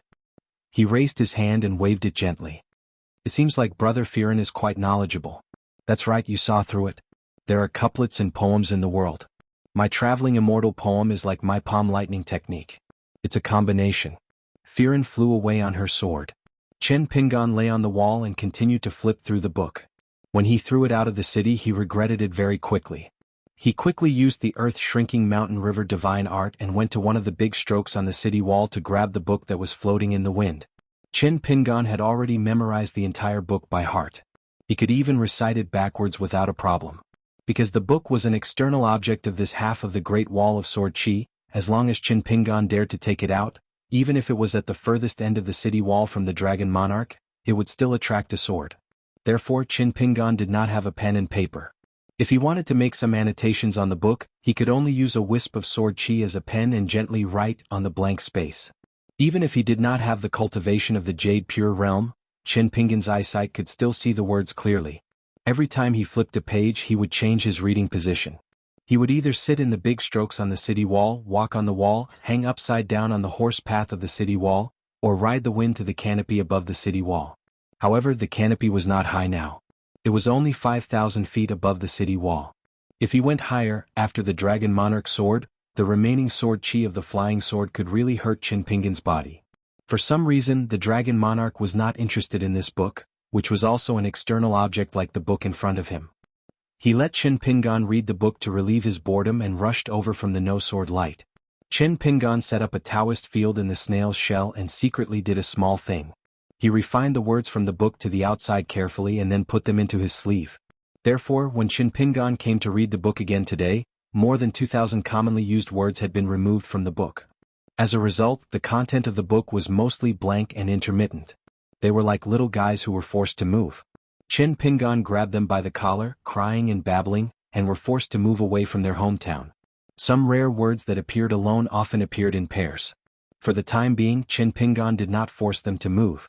It was a pity that they could not form a book of 100 family names, nor could they form a 1,000-character classic. Of course, such small refined words were of no practical use.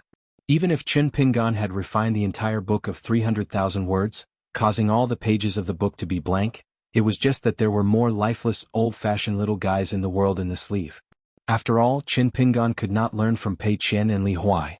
What could he say about having 300,000 troops under his command? However, if he was really bored, Qin Pingan would also arrange the words that he had refined into soldiers. He would shake them out of his sleeve and land them on the city wall, dividing them into two camps. The number of words was not large and the number of soldiers was small. At most, there would be 20 to 30 words. Moreover, they were all commonly used words that appeared in many places in the travel notes. This was to prevent the dragon monarch from being stupid and killing them all at once with his sword. Qin Pingan would let those little guys dressed in black land on the city wall. Their bodies swayed back and forth and their footsteps were slow.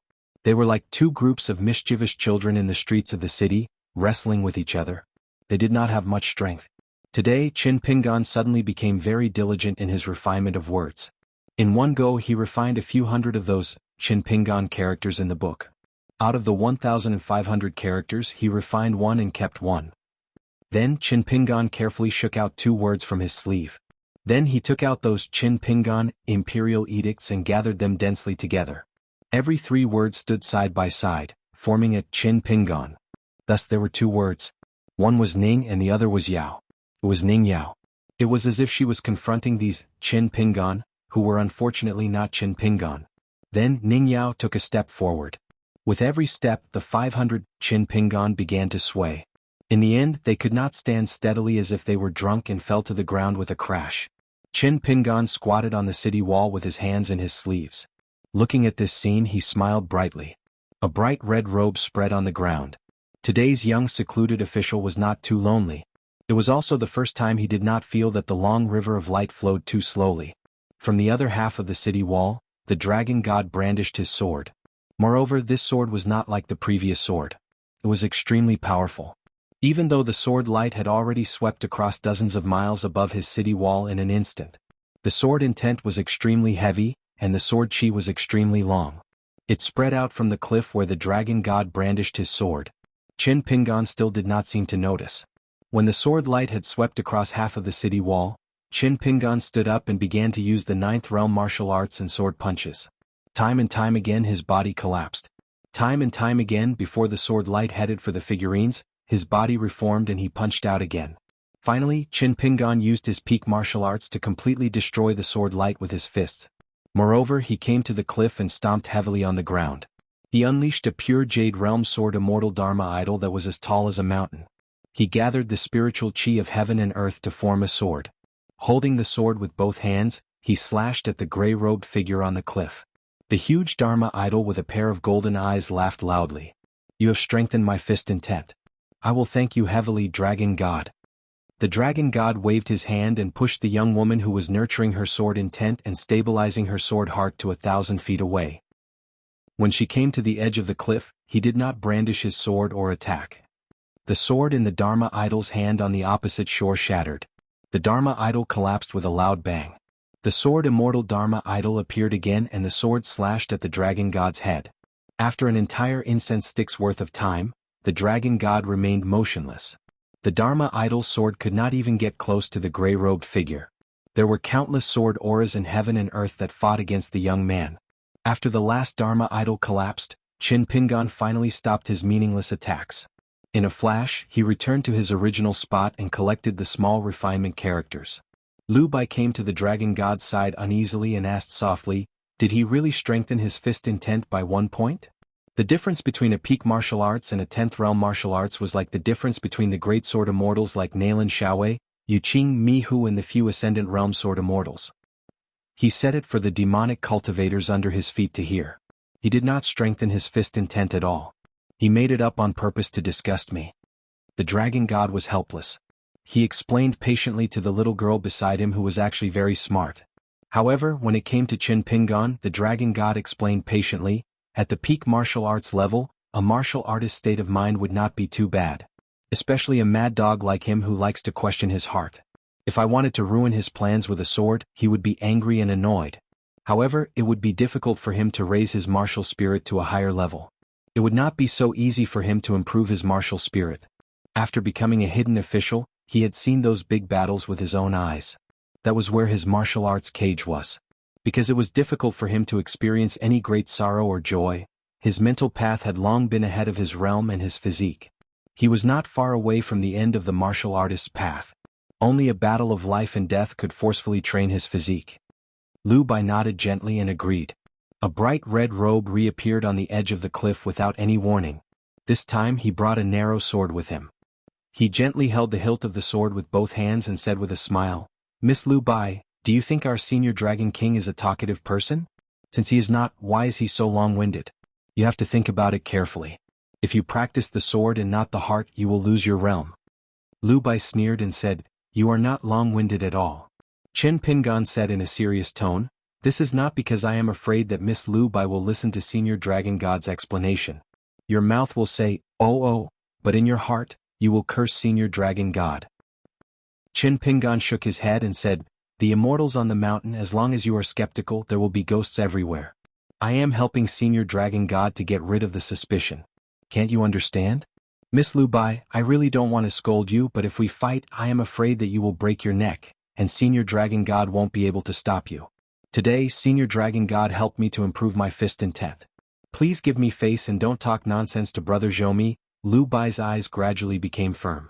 She took a step forward and crossed the gray robe. Then she smiled and said, "No matter what you say or do, I don't care about what you say or do. I don't care about what you say or what you do. You don't need to thank Senior Dragon God for helping me improve my fist intent. It doesn't matter if you sincerely thank me, but I want to thank you for helping me repair my sword heart. Sincerely." Senior Dragon God nodded his head gently. Chen Pingan was silent for a moment. In fact, Lu Bai's heart was right. But is it useful? It may not be useful to her, but it is useful to Chen Pingan. Chen Pingan smiled and said, "Then do you know that the heart demon has already been created because of me, and the sword heart has been mended a little by me? This is a new heart demon and it has even fewer flaws. Believe it or not, it is up to you to ask Senior Dragon God." Senior Dragon God sighed, "Lu Bai, go practice your sword in another place. He is using you to comprehend the heart demon." No wonder this person didn't see Lu Bai as an opponent at all, but deliberately came here again and again to leave some traces in her heart. Chen Pingan glanced at the gray robe. There were so many king-level monsters, but the Senior Dragon God was left on the city wall.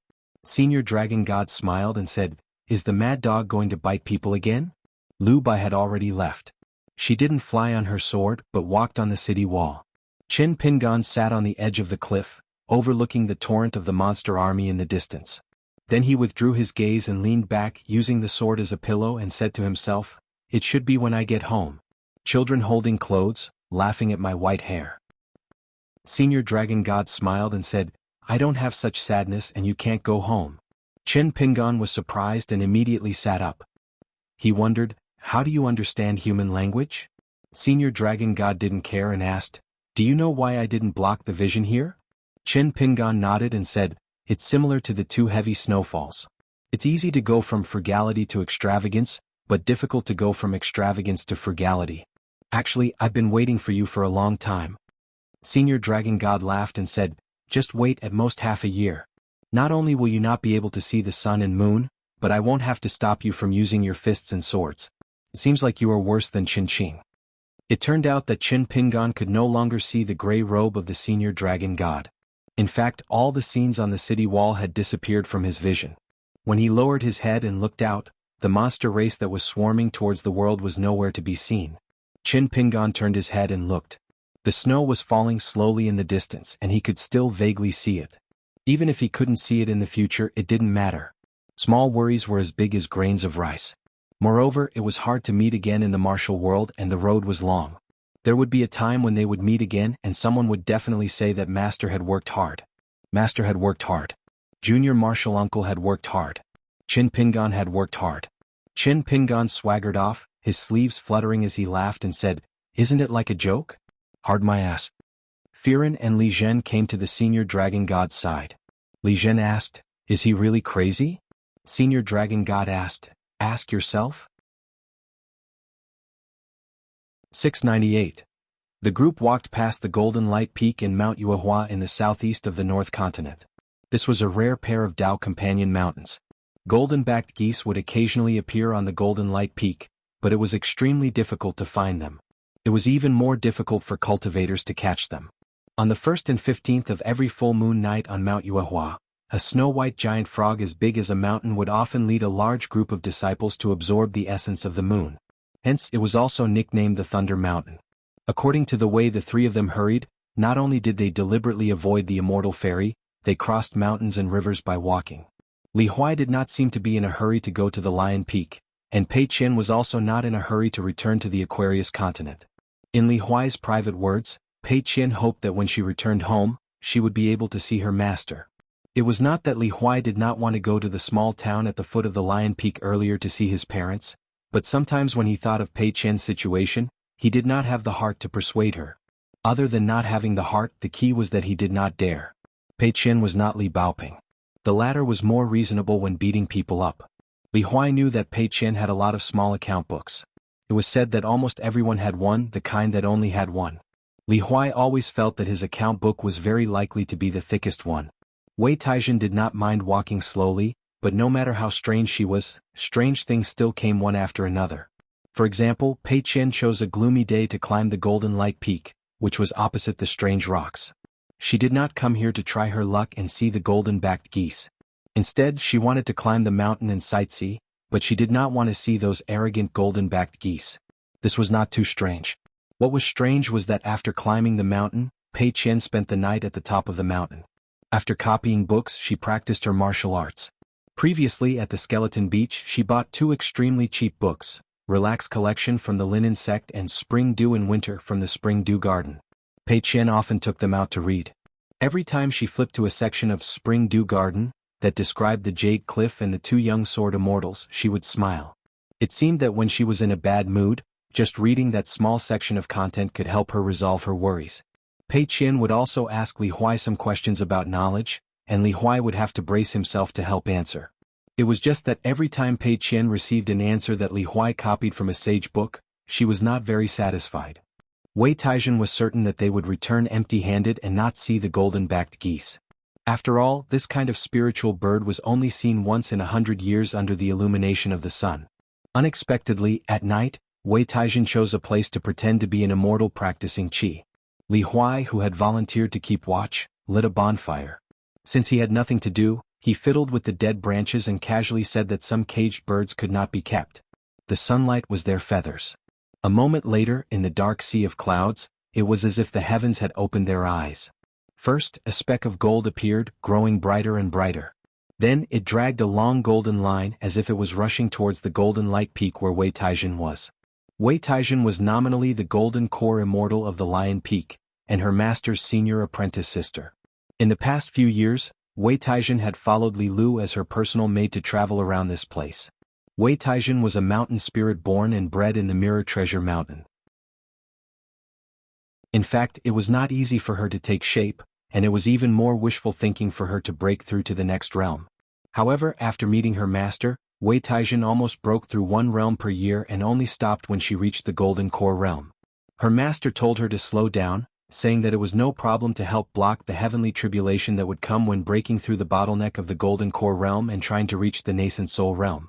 However, after Wei Taizhen gained 8 tails, her appearance and temperament became more natural, and it was inevitable that she was a little too foxy. As a maid who served tea, it was easy for her to distract her brother from his studies. She had followed her master Li Lu and seen too much of the world. She only knew that the fishing immortal at the Dragon Resting Stone was a jade-level, Imperial Palace official, and there was also the Ascendant Realm Great Demon guarding the Lushui Pit. The things that she had painstakingly refined were just a summer retreat for her master in the past, but in the end they became the same status as Wei Taizhen. The woman in palace attire and Wei Taizhen, a mere golden core cultivator, even had a hint of flattery in their smiles. There was also the city lord of the White Emperor City of the Central Divine Continent. Therefore, Wei Taizhen was not afraid of a golden-backed goose whose realm was not high. Before her master appeared at the Skeleton Beach, he had already given Wei Taizhen an offensive and defensive treasure. In her master's words, as long as she used them properly, Wei Taizhen could casually exchange her life with any nascent soul cultivator other than a sword cultivator. It's just that her master's younger brother's mouth was too. The immortal masters on the other mountains had waited for years and decades for their hard work, but Li Huai's inexplicable and boring words could summon a golden-backed goose. Pei Qian suddenly woke up from his sleep and noticed the anomaly earlier than Wei Taizhen. He quickly carried the bamboo box and held the mountain walking stick in his hand.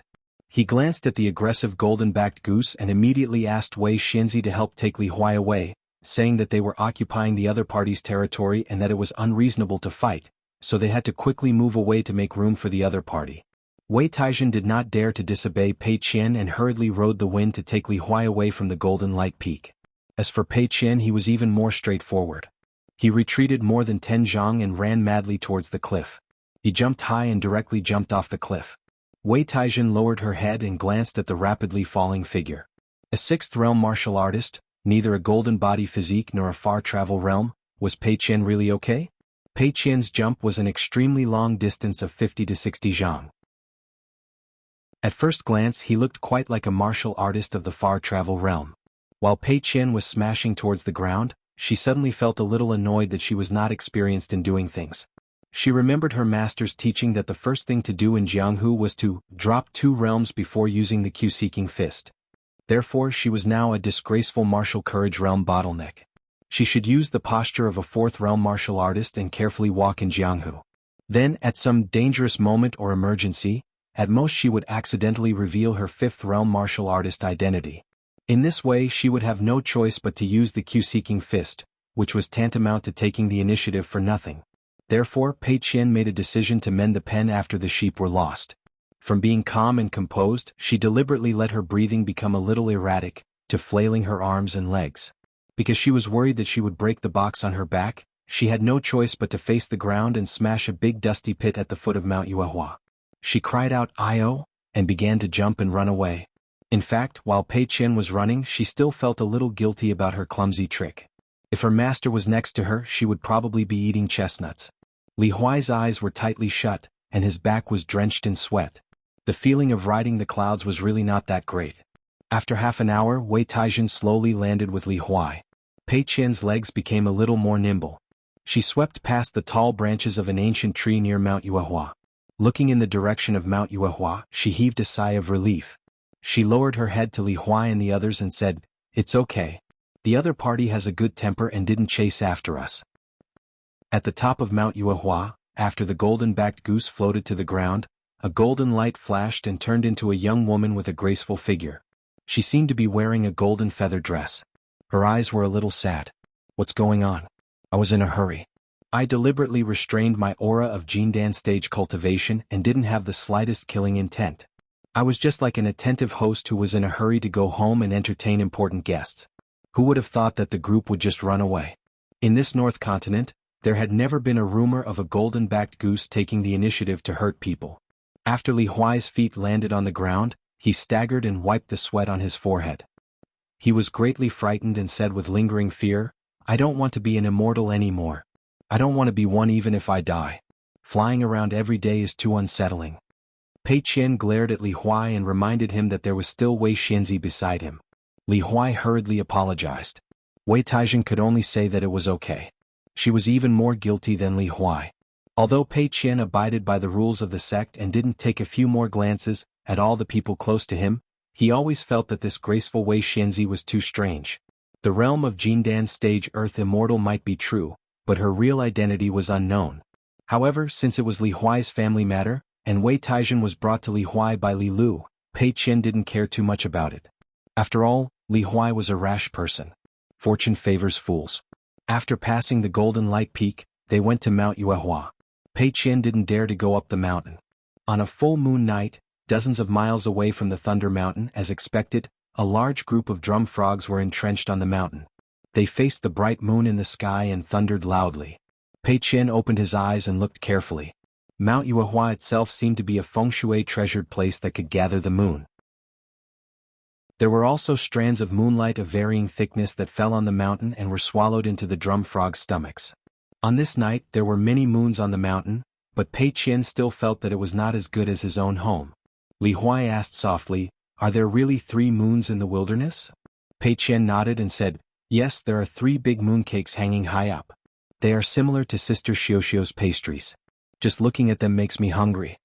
Pei Qian took out a book and circled the column, Mount Yuehua Drum Frogs. At the front was the golden-backed goose of the Golden Light Peak.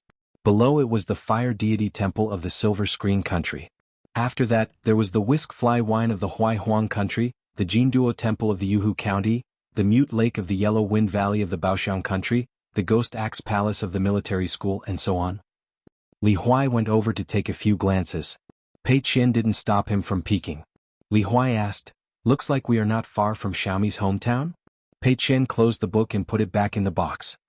He nodded and said, "Yes, we are not far." Li Huai asked, "Is the Whisk Fly wine brewed by immortals? Do you want to buy a pot to bring back or give it as a gift?" Pei Qian smiled and said, "It's not some immortal's wine. Back then, my master met an expert and had a drink at a marketplace restaurant. It's not expensive, I can buy a few pots." His master once said that the expert's long-term plan made him understand a little more about the human world's merit. At the entrance of an immortal's cave on the Mount Yuehua, a fat young man in snow-white clothes asked with a smile, "Sister Jean Feng, are these the guys who don't know what's good for them? One of them seems to be at the same level as us. Her breath is very well restrained. She looks like a fox, but her breath is very positive. She doesn't look like an ordinary fox that worships the moon at the foot of the mountain. Could she be a fox immortal that has achieved enlightenment?" The woman from the Golden Light Peak said impatiently, "Taoist friend Yu Lu, if you are interested in that fox immortal, why don't you go out of the mountain and test it out?" The fat young man who was called Yu Lu by the woman shook his head and said, "The refiners on the mountain have many tricks up their sleeves. They might be trying to lure me out of the mountain to cut off my connection with the mountain. They might be waiting for an opportunity to move Mount Yuehua away and let it be their backyard. I'm not like Sister Jean Feng who doesn't have many worries. The children and grandchildren on the mountain need me to take care of them. Otherwise, it would be too tragic to become a fox country in the Aquarius continent." The woman was hesitant. The fat young man whose real body was the old ancestor of the drum frog smiled and said, "Sister Jean Feng, are you interested in Hong Yuan?" The woman frowned and said, "Previously, there was a ripple in my Tao heart. I always felt that the opportunity had arrived. Somehow I seem to have grasped a chance to break through, but I'm not sure. I'm worried that fortune and misfortune are interdependent. I'm similar to you, I'm really afraid of the temperament of the people on the mountain." The fat young man said seriously, "Jean Feng, then I'll protect you for a while? The Golden Light Peak and Mount Yuehua are each other's Tao companion mountains. You and I are both here to achieve enlightenment. The foundation of the Tao is one. If you can break through, remember to protect me once. There's no need to swear an oath. I don't believe in that. The two of us don't need it. The temperament of both sides is the most obvious." The young woman clenched her teeth and said, "All right, let's take a gamble." The young man was suddenly stunned. Then he felt guilty and went back on his words, "Sister Jean Feng, forget it. I won't dare to leave the mountain even if I'm beaten to death." Jean Feng asked, "What's wrong?" Yu Lu pointed at her eyes and tapped her ears with her fingers. She smiled bitterly and said, "The place where the three of them are at is still my Mount Yuehua's territory. I let the two frogs that aren't part of the land lie in the crevices of the rocks and eavesdrop on their movements. I didn't expect the young lady to glance at them 3 times. The first time can be considered an accident, the second time can be considered a warning, the third time can be considered a threat, right? That Jean Dan woman didn't even notice, but was discovered by a pure martial artist? Isn't that too strange? Can I afford to offend her?" Jean Feng knew that Yu Lu was cautious and did not make things difficult for her. She nodded and said, "I'll give up on the shortcut and cultivate in peace." However, Yu Lu changed her words again, "Maybe I can give it a try." Jean Feng said helplessly, "Yu Lu, what's wrong with you?" The young man rubbed his cheeks with both hands, "Sister Jean Feng, trust me this time." Pei Qian cupped his fists in a certain direction and continued on his way. Li Huai asked curiously, "This is?" Pei Qian said softly, "Enter the temple and burn 3 incense sticks. Enter the mountain and worship the mountain. This is the rule." Li Huai also wanted to learn from Pei Qian and worship. In the end he was hit by Pei Qian's staff and scolded, "If your heart isn't sincere, then don't do anything. Don't you know that it's easier to invite a god than to send him away?" Li Huai said, "Oh," and felt that it was indeed reasonable. Then the group went around the Yun Lake in the Silver Screen country. In recent years, it had begun to cultivate and recuperate. Yun Lake's Lake Lord, Marquiin, was the head of a country's water god. He had jurisdiction over a lake, 3 rivers and 2 canals. According to the local people who burned incense, the various ancestral temples had changed many river gods and water immortals for some reason. Li Huai asked Pei Qian why he didn't go to the various water god temples to burn incense. Pei Qian didn't give a reason, only saying that he would go to the city where Lord Xing Wang had changed. They entered the county city before the night ban. Pei Qian asked for directions and went straight to the fire god temple that had been rebuilt and repaired for not too many years. In the night, just as the temple attendant was about to close the door, a man walked out of the golden statue and came to the door, letting the old temple attendant busy himself. At the entrance of the temple, the man looked at the man and woman carrying the mountain staff and a bamboo chest. He went straight to the point and asked with a smile, "I'm the little god of incense here. Do you know Chen Pingan?" Li Huai was stunned and admired him in his heart. He was really an immortal who could foresee the future. Pei Qian cupped his fists and said with a smile, "I'm Master's eldest disciple. My surname is Pei and my name is Qian. Greetings to the Master of the Fire God Temple." The man nodded and smiled. "Can you drink?" Pei Qian blushed and shook his head. "Master doesn't allow me to drink." The man smiled. "No matter, I'll let the temple attendant prepare a table of food. You can stay here tonight. Thanks to your master, the small temple isn't small anymore. The big pilgrims are really big. They've built many rooms for guests. You can stay here." Pei Qian cupped his fists again and said, "Then I'll have to trouble the old master of the fire god temple." Li Huai copied Pei Qian and cupped his fists. Wei Taijin gave him a salute. Since he was Pei Qian's master's friend, Wei Taijin didn't dare to treat him lightly. On the way, Pei Qian and Li Huai kept arguing. Pei Qian said that he was already Realm 6, so his master must be Realm 11 now. He couldn't run away. Li Huai said that friendship was friendship, but his master must only be Realm 10 now. "If you lose, I'll let my sister change her surname to Pei Qian." Wei Taijin was shaken to the core when he heard this. At least Realm 11, definitely Realm 10, to let the master change his surname. The man, the young scholar, and the woman in the hedgerow returned their greetings. Although the woman in the hedgerow had an extremely high realm and had the aura of an earth immortal, he didn't care at all. Anyway, they were all Qin Pingan's friends. If they came from the upper 5 realms, they were friends. If they came from the lower 5 realms, they were still friends. The man then looked at Pei Qian and joked, "You're more reserved than that brother Lingjun. Qin Lingjun, you dare to be so casual when you're outside. You even dare to call your master's friend brother." Pei Qian silently made a note of Qin Lingjun in his heart. However, Pei Qian still asked softly, "Is Qin Lingjun all right?" The man nodded. "He's very good. He said he's going to Spring Dew Garden after leaving here." That night, Lord Hu of Blue Cloud Lake specially came to drink with him. "Your master still has a lot of face. However, brother Lingjun still knows his limits. Don't worry." Pei Qian grunted. "Qin Lingjun is more magnanimous. He might not care too much about the red tape. Fire Deity Temple's old master, please bear with him." At the dining table, Pei Qian asked about the mountains and rivers of the nearby immortals. The man spoke frankly. He said that after her master left, the territories of the dozen or so countries had changed drastically. Spiritual chi had surged in, and in the Ghost Hatchet Palace, the Treasure Cave and many other immortal mountains, several young cultivation geniuses had broken through to the next level. Yan Qing, for example, had gone into seclusion again. However, for some reason the castellan of Huangyu City, Yiyu, along with He Lu, had completely disappeared without a trace. He Lu and Yan Qing were originally the famous golden couple on the mountain. There were also many mountain spirits and ghosts that began to wander from afar. However, they didn't cause any major trouble. Lord Hu Yinho had his own means. With the protection of many monks from the Treasure Minister Kingdom, the world was still considered peaceful. As for this escort city that had once attracted a heavenly tribulation, no ghosts or evil spirits dared to cause trouble here. At this point, the man drank a big bowl of wine. Then he asked Pei Qian why his master didn't come.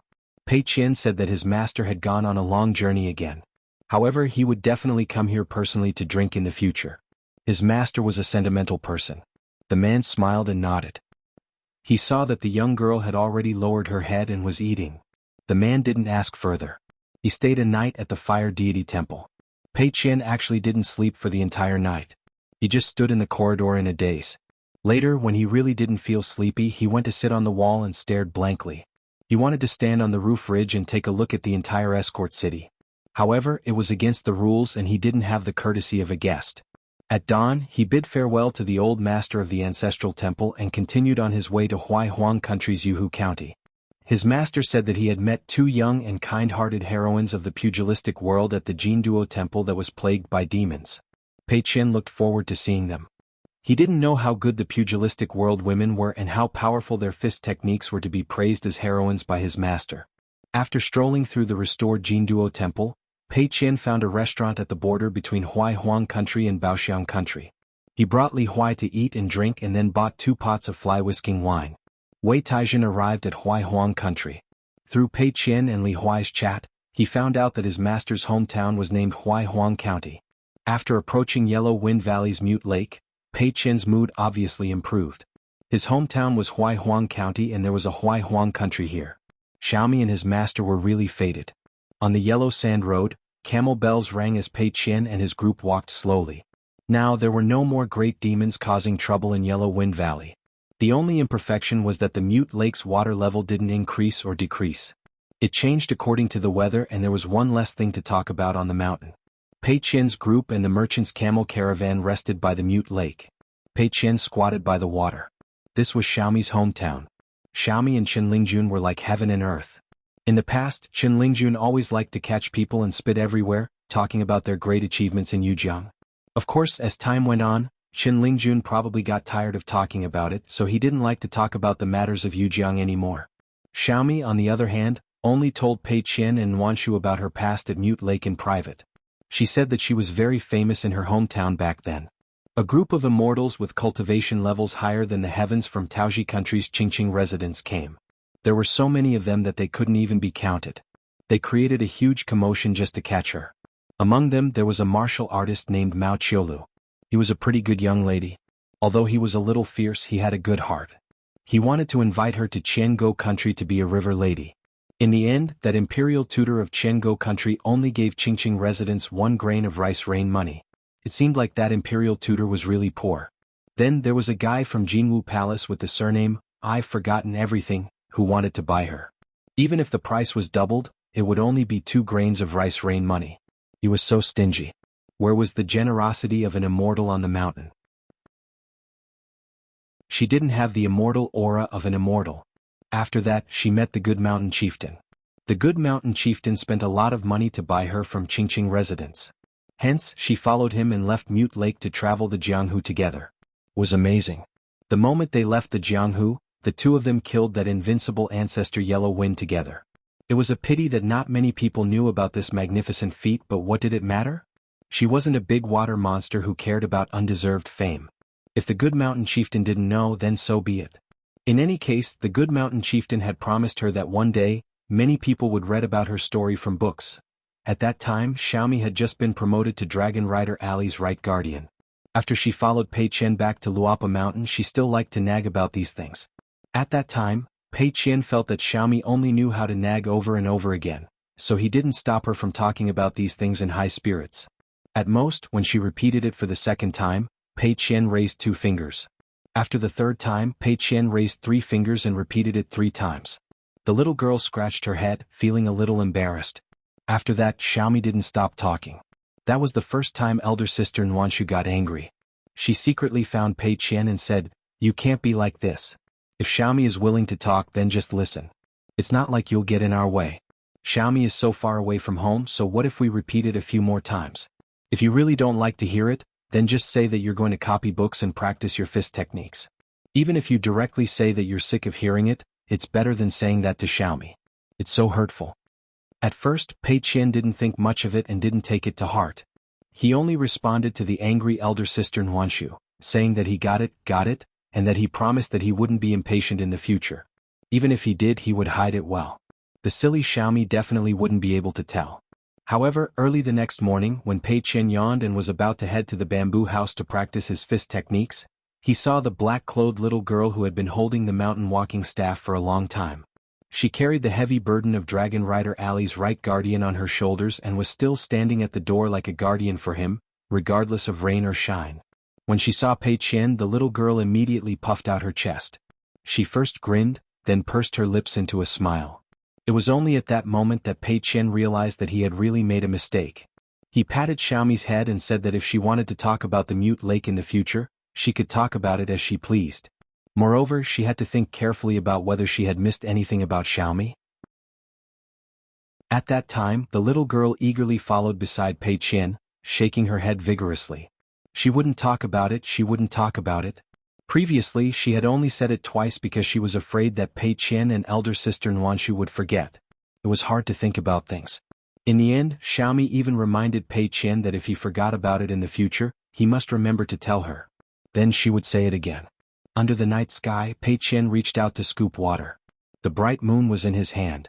On Luapa Mountain, the three of them liked to hide under the blankets and whisper to each other. The blankets made the three of them look like small mountain tops. Li Huai sat beside a bonfire not far away. Wei Taizhen asked softly, "Young Master Li, why didn't you urge Miss Pei to hurry up?" In the end, she was Li Huai's maidservant. She still had to consider this young Master Li. Li Huai couldn't stand being called young Master Li, but Fairy Wei insisted. After several failed attempts to persuade him, he could only reluctantly accept it. He just treated the Lion Peak as an immortal mountain with pure feng shui like the small town in his hometown. Li Huai was somewhat happy for his sister. Cultivating in this kind of place, she probably wouldn't be bullied. His sister's temper was too good, and her appearance was too delicate. After staying in their hometown for so many years, she couldn't even learn how to quarrel. She was a bit stupid, but she took after their father. Unlike himself, whose temper was like his mother's, it wasn't easy for him to be bullied outside. After hearing this question, Li Huai smiled and said, "There's no need to rush. Zhengzheng has already seen elder sister, and Lion Peak doesn't have legs. Besides, Pei Qian promised me that she would stay at Lion Peak for a while." Wei Taizhen, who had previously passed by Limitless Pass Town without entering, nodded lightly. He couldn't not answer the previous question, but he also couldn't say too much, otherwise he would be suspected of stirring up trouble. After leaving Mute Lake, Pei Qian took Li Huai and the others to the Ghost Hatchet Palace. He heard from his master that there was a guy called Diyu there, and that he had the good habit of letting his opponent have a move first. Unfortunately, Diyu wasn't at the Ghost Hatchet Palace, which was both his sect and home. According to the sect's cultivators, young Master Du was always traveling outside. The Ghost Hatchet Palace cultivator wasn't sure of the three's realms and family background. He only thought that since he was familiar with young Master Du, he should at least report to the Dao companions of Du Yu's parents. He didn't expect that the girl had already left, saying that she would visit again in the future. After that, at the Golden Crow Palace, which had a large patch of thunderclouds, Pei Qian met Lu Jiqing, who had just become a nascent soul sword cultivator. Sword Immortal Lu was the young martial uncle of the Golden Crow Palace master. His seniority was high and his cultivation was even higher. Even in the North Continent, where sword cultivators were as common as clouds, Lu Jiqing was indeed worthy of being called a Sword Immortal, for such a young nascent soul sword cultivator. It was said that Sword Immortal Lu had been meditating at the top of the mountain for many years. Lu Jiqing shook off the moonlight from his body and broke through to the next realm on a snowy night. Lu Jiqing was known for his cold personality, but towards Pei Qian, Qin Pingan's first disciple, he was more cheerful. Pei Qian and the others didn't feel anything, but the Golden Crow Palace cultivators all looked as if they had seen a ghost. Lu Jiqing dismissed some of the maids and personally brewed tea for the guests. After Pei Qian and the others were seated, Lu Jiqing took out a tea set and drew several talismans with his fingers. He used an immortal spell to draw the clear spring water from the mountain, and then used the true Samadhi fire talisman to slowly boil the water. Lu Jiqing asked about Pei Qian's travels. Pei Qian answered one by one. Naturally, the conversation went on. Lu Jiqing was like an elder who had gone out to become an official, and Pei Qian was like a junior who had gone out to study. Lu Jiqing didn't think that his actions were superfluous, and Pei Qian didn't think that Sword Immortal Lu was meddling in other people's business. Lu Jiqing had been using his heart to cleanse his sword, and had benefited a lot from the Great Tao. Not only did he successfully enter the nascent soul realm, he also felt that the bottleneck in the future would not be too big. This was all thanks to Qin Pingan's suggestion at the Jade Cliff years ago. Therefore, Lu Jiqing, who had never had any direct disciples, treated Pei Qian, the first disciple of his good friend, as if she was half a direct disciple. If Pei Qian dared to be impatient, Lu Jiqing, who hated trouble the most, might even reprimand her. Fortunately, Lu Jiqing was very satisfied with Pei Qian's performance, except for one thing. Pei Qian was a martial artist, not a sword cultivator. Although Wei Taizhen had seen many powerful people at the top of the mountain, he was still afraid and respectful when facing a nascent soul sword cultivator. On one hand, Sword Immortal Lu was too young, and on the other hand Mr. Lu, who had a good relationship with Pei Qian's master, was too good-looking. Lu Jiqing used his flying sword to send a message to the ancestral hall of the Golden Crow Palace, and quickly brought back some rare books from the Golden Crow Palace. They were all written by the saints of the Academy in the history of the North Continent. Lu Jiqing gave them to Li Huai, the young scholar from the Cliff Academy in the Aquarius continent. Li Huai glanced at Pei Qian and Pei Qian nodded. Li Huai smiled and accepted them. During the tea break, Lu Jiqing personally checked the contents of Pei Qian's transcription, and said that his handwriting was better than his master's. Pei Qian scratched his head anxiously. Wei Taizhen was more and more curious about the young hill master of the Luapa mountain. Who was he? Lu Jiqing treated him like an outsider. Wei Taizhen still didn't know that she had actually met that person a long time ago, and it was at her hometown's Ghost Valley's Treasure Mirror Mountain. The other party had even mistakenly injured her. He was the scholar that her father had called the most crooked intestines, the most short-sighted and the most petty. This was because Qin Pingan did not talk too much with Pei Qian about the trip to the Ghost Valley. He avoided talking about Gao Cheng, He Xiaoyang, and the brothers Yang Ningxin and Yang Ningxing. Finally, Lu Jiqing left the Golden Crow Palace for the first time after the breakthrough. He personally escorted Pei Qian to the Spring Dew Garden. The Golden Crow Palace had an ancestral fairy that had been refined from thunderclouds and carved with 81 thunder talismans. Therefore, this was the first time Pei Qian took an immortal fairy instead of walking after arriving in the North Continent. Pei Qian did not want Senior Lu to accompany them at the foot of the mountain. The palace master of the Golden Crow Palace personally sent his youngest uncle off. His only son Jin Lu was also part of the team. Lu Jiqing said that he would travel for many years and visit the Fuping Sword Lake, the Taihui Sword Sect and other sword cultivation sects, either to seek Dao or to learn about swords. However, the mother of Jin Li's daughter did not show up. The main reason was that the woman was well aware that she did not get along well with Lu Jiqing. She would only be asking for a snub if she came. When Lu Jiqing was at the bottleneck of the Jindan realm, she could still rely on her father's power to do whatever she wanted in the Jinwu Palace. However, she had become much more restrained in recent years. She was afraid that Lu Jiqing's temper would not cause her trouble. Instead, he would go directly to the Great Zhuan dynasty to reason with her father. Therefore, she was the happiest when Lu Jiqing left the Golden Crow Palace. Pei Qian was calm and composed. Li Huai could not help but look at the sword cultivator Jin Lu. He heard from Pei Qian that Qin Pingan had some grudges with Jin Lu because of Xiaomi. However, they were more or less even. Before Lu Jiqing left, he issued a few new mountain rules to his martial nephew and palace master. He said that if anyone dared to violate them, he would immediately rush back to the Golden Crow Palace and punish them in the Hall of Patriarchs. Jin Lu listened with trepidation. His youngest uncle almost never interfered in the sect's affairs. In the end, Lu Jiqing said to his nephew telepathically, "In the future, with the help of my sword, Jinwu Palace may have a chance to be promoted to the top of the sect. You know very well that I'm not interested in these things, but you're different as the palace master. Therefore, you'd better remember that being promoted to the top of the sect is not always a good thing. It's both good and bad. The good thing is that you'll revitalize your sect and become the greatest Renaissance hero in the history of Jinwu Palace's ancestral master hall. The bad thing is that I'll settle accounts with you in the future." Lu Jiqing patted the martial nephew's shoulder. "I'm telling you this because I know you will listen. Do it well and don't distract me from these mundane matters.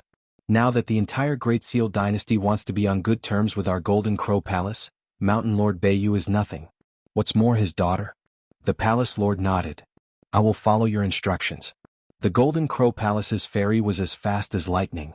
Along the way, it encountered a large cloud of lightning and thunder. As the ferry passed through, Lu Jiqing drew a lightning summoning talisman with a hand seal and summoned many thunderbolts with shocking momentum. Then he fused them into the ferry, causing the talisman to shine even more brightly. The most amazing thing about the Golden Crow Palace's ferry was that it could be used as an offensive magic treasure. However, this scene scared the fox demon Wei Taizhen so much that her face turned pale. Demons and ghosts in the world were innately afraid of thunder and lightning. Otherwise, with Wei Taizhen's Jindan cultivation, she would not have changed her appearance because of the thunder and lightning. Only then did Lu Jiqing remember the origin of Lion Peak's fairy Wei. After apologizing to her, he immediately steered the ferry away from the clouds. After leaving the clouds and clearing the sky, Lu Jiqing casually said to Pei Qian, "Although Sect Master Qi of the Taihui Sword Sect is a sword immortal, he is actually proficient in the talisman. I have admired him for a long time. Pei Qian whispered, Uncle Lu, my master and Mr. Lu are good friends. All right, Mr. Lu is sect master Qi. There was a world of difference between having and not having the word, also. Li Huai admired Pei Qian's attentiveness. Wei Taijin, on the other hand, was surprised that the young mountain master had a wide range of friends. She now knew Pei Qian's temper very well. The young girl would not boast to her own people. Therefore the words good friends were absolutely true. First there was Lu Jiqing, then Qi Jinglong. They were all young people in the North Continent who had attained the Tao and seemed to have already condensed providence in their bodies. Lu Jiqing smiled and nodded. That's for the best. Pei Qian then said seriously, Uncle Lu, Mr. Qi likes to drink, but he can't bring himself to drink with people he is not familiar with. Uncle Lu, even if you have never met Mr. Qi, of course you are not a stranger. Therefore remember to bring good wine. Bring more. Lu Jiqing thought for a moment. Actually, he did not like to drink, but he could drink a little. His alcohol tolerance was passable. Since he was going to the Taihui sword sect as a guest, he still had to show some etiquette by comparing swordsmanship with the sect master and asking about talisman knowledge. It was just a few jars of immortal wine. Lu Jiqing nodded. When we reach the Spring Dew Garden, I can buy more wine. Pei Qian said again, Mr. Lu only has one direct disciple at the moment. His name is Whitehead. I'll have to trouble Uncle Lu to pass on a message for me. Tell him that the next time I go back to my hometown, I will pass by the Taihui sword sect. At that time I will go to the Pianran Peak to find him. After Pei Qian finished speaking, she chuckled to herself. Lu Jiqing agreed. The ferry arrived at the bustling Fu Water crossing in the Spring Dew Garden. Pei Qian led Li Huai and the others straight to the Bayan shop on Laohuai Street. This was his shop.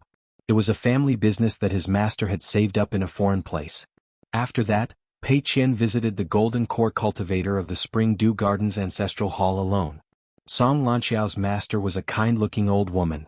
She was one of the few ancestral masters of the bamboo generation in the Spring Dew Garden. However, Song Lanqiao and the other ancestral masters of the Spring Dew Garden's Lan generation followed the rules of the genealogy. The ancestral masters of the bamboo generation did not pay attention to this. When the Spring Dew Garden was first established, each of them used their real names in the early days of the mountain. For example, the hill master was called Tan Ling. The old woman named Lin Aoao was very happy to see Pei Qian, who came to her door to give her gifts. Therefore she returned the gifts with great value. Now that she had formed an alliance with her disciples Song Lanqiao and Tang Shi, as well as a relationship with the Skeleton Beach's Zhuang sect, the old woman had more and more authority in the Spring Dew Garden's ancestral hall. She even collected immortal coins from the ancestral hall every day. Her wealth was rolling in. Therefore the old woman, who was no longer on the path of cultivation, could not wait for the young girl to take away a mountain of gold and silver from her home. Especially when she heard that Pei Qian had reached the 6th realm of martial man, she was pleasantly surprised. Apart from returning the gifts, she had her confidant maidservant quickly go to the ancestral hall to buy a golden crow armor.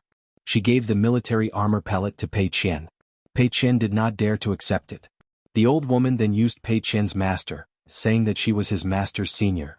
Whether it was the young sword immortal Chen Pingan or his first disciple Pei Qian, every time they visited the Spring Dew Garden, they did not go to see the mountain lord Tan Ling. Instead, they took the initiative to visit her before going to the Night Shine cottage. This made the old woman very happy. The master and disciple were both respectful. Therefore, the old woman had a very good impression of the Aquarius continent's Luopa mountain. The old woman often told her disciple Song Lanqiao that if she wanted to travel to other continents, she would definitely go to Luopa mountain as a guest. Therefore the old woman, who was known for her eccentric temper and harsh words in the Spring Dew Garden, was naturally very kind to Pei Qian. She held the young girl's hand and chatted with her, unwilling to let Pei Qian leave so early. When Pei Qian was finally able to go down the mountain, he was a little stunned. The old woman was really too kind and warm. The old woman walked him all the way to the foot of the mountain. She held the young girl's hand and gently patted the back of her hand. She reminded Pei Qian to come back often to visit this lonely old woman. She also said that she would prepare gifts for Pei Qian when he reached the golden body in far travel realm. It would be best if he could break through quickly and not let the old woman wait for too long. Pei Qian was a little embarrassed and said that it would take at least 2 or 3 years to break through. The old woman couldn't stop smiling and said that it would be good. The young girl didn't know the weight of her words of treating people with sincerity. The old woman was both shocked and happy. Pei Qian went to the night illumination cottage, but Immortal Master Tang Shi wasn't there. He had gone to the Great Guan Dynasty to attend a banquet and a night tour. This was because the Night Illumination Cottage and the Great Guan Dynasty's Wei clan had formed a marriage alliance. The Spring Dew Garden's god of wealth, Tang Shi's daughter, Tang Qingqing, had become a Dao couple with the Wei clan's young master. Even the emperor himself attended the wedding. With the tacit approval of the Spring Dew Garden's mountain lord, Tang Shi's business with the Great Guan Dynasty became more and more frequent. Only then did Pei Qian return to Laohui Street. Lu Jiqing stayed in Lu Jiqing's shop alone and flipped through the account books. The current Lu Jianxian didn't mind the mundane affairs. The shop's substitute shopkeeper knew of the relationship between Lu Jianxian and shopkeeper Chen, so he didn't feel that it was against the rules. After all, the two young sword immortals drinking tea at the Jade Cliff was a story that the cultivators of the nearby dozens of countries in the Spring Dew Garden had been talking about for the past 10 years. The temporary shopkeeper of the shop was a young cultivator from the Night Illumination Cottage. Her name was Wang Tingfang and she now had a young assistant. She had done a small business with Sword Immortal Chen in the past, and she had been roped in by Wang Tingfang later on. After all, Wang Tingfang had encountered a bottleneck in her cultivation, and she couldn't possibly stay at the shop all year round. She would occasionally have to return to the Night Illumination Cottage to cultivate. The two treasures of the shop, a jade bracelet with a palindromic poem engraved on it and a fire in the water phenomenon, and an ancient mirror created by the Gong family, had been sold by Wang Tingfang at a high premium. The shop wasn't big but business was good. There weren't many customers but it made a lot of money. After hearing that Sword Immortal Lu had returned to the Spring Dew Garden, business immediately improved. In less than an hour the shop was packed with people. Most of them were women and they were all extravagant with their money. If they weren't satisfied after taking a look at Sword Immortal Lu, then they would buy another item from the mountain and take a few more looks at the unreasonably handsome Sword Immortal Lu. They weren't expensive anyway so the price was reasonable. There were so many shops on Laohui Street so spending money anywhere was the same. Moreover, Baian's shop had many items from the mountain, and they were all exquisitely made. They were very friendly to female cultivators on the mountain. Could it be that only men were allowed to admire beauties, but women weren't allowed to take a few more looks at Sword Immortal Lu? It wasn't like they were looking at him for nothing. Every time Lu Jiqing came to Baian's shop, he regretted it afterwards. Today was no exception. Li Huai, who had been left behind by Pei Qian, went to look at the 10,000-year scholar tree. Wei Taizhen naturally escorted him. Lu Jiqing suddenly stood up in the shop and disappeared in a flash. When he arrived at the old scholar tree, Lu Jiqing appeared behind a young woman and a chubby youth. He asked directly, "Why didn't you cultivate at Golden Light Peak in Mount Yuehua? Instead, you wandered around Golden Crow Palace's territory, and then followed me all the way to the Spring Dew Garden. What's the matter?" These two monsters were a bit far from Li Huai and Wei Taizhen, as if they didn't dare to get too close. When Jin Feng and Yu Lu turned around and saw Lu Jiqing, they had to admit that with Lu Jiqing's immortal demeanor, they could guess his name just from his appearance. Moreover, the women in the old scholar tree were whispering that Sword Immortal Lu of Golden Crow Palace had returned to the Spring Dew Garden. Therefore, when they recognized Sword Immortal Lu, Jin Feng hurriedly curtsied. Yu Lu lowered her head and cupped her fists, not daring to wipe the sweat off her forehead. The sword cultivators of Golden Crow Palace were famous for their ruthless methods of exterminating demons and devils. This was especially so for Lu Jiqing. When he was in the Oris Core stage he had already won himself a great reputation. Yu Lu quickly mustered up her courage and explained to Sword Immortal Lu telepathically. Jin Feng saw this foreign scholar who was traveling around the mountain, and she sensed a sliver of enlightenment. By the time she returned to the Golden Light Peak, he had already left, so she decided to follow him. I hope Sword Immortal Lu doesn't think of us as people with ulterior motives. Otherwise, when the scholar entered Golden Crow Palace, we should have retreated. No matter how good the opportunity of the Great Tao is, it's still not more precious than our lives. Lu Jiqing nodded and said, I've heard of your cultivation practices. You've always been patient and tolerant. Although it's your way of life and self-preservation, I can still see your general temperament. If not for this, you wouldn't have seen me but would have met my sword first. Jin Feng and Yu Lu hurriedly expressed their thanks. Lu Jiqing's words were equivalent to giving them a Sword Immortal's decree. It was actually an invisible protective talisman. As long as Sword Immortal Lu showed up today and didn't drive them away, then anyone who coveted Golden Light Peak and Mount Yuehua would have to carefully consider the strength of Sword Immortal Lu's sword before making a move. They heard that it wasn't that Lu Jiqing of Golden Crow Palace was difficult to talk to, but that he almost never exchanged pleasantries with cultivators outside the mountain and only used his sword. Therefore it was rare for Sword Immortal Lu to say so much today. This made the two feel lucky, nervous, and a little ashamed of their inferiority. Lu Jiqing said, "You don't have to be too reserved. Don't belittle yourselves because of your background. As for the opportunity of the great Tao, just follow your fate. I won't stop you, nor will I help you." After learning the truth, Lu Jiqing once again condensed into sword radiance and shrank the mountains and rivers. He didn't go to the noisy buy and shop, but went to the jade cliff that he had already sold to Qin Pingan.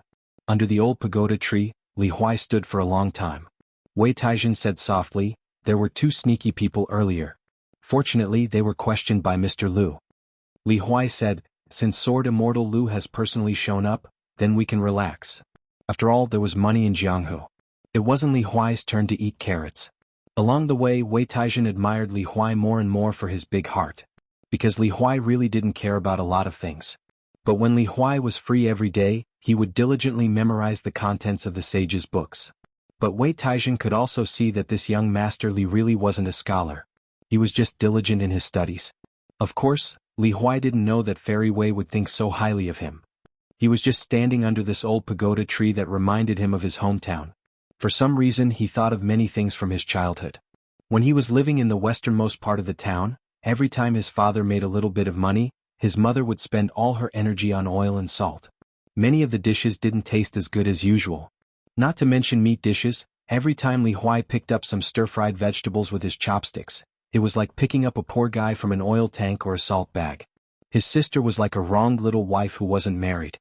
Every time Li Huai asked her if it was salty, she would only say it was okay. Okay, my ass. Li Huai didn't want to be wronged. Every time he stood on the bench and rebelled, his mother didn't dare to speak harshly to him, so she would complain that her son didn't know how to enjoy life.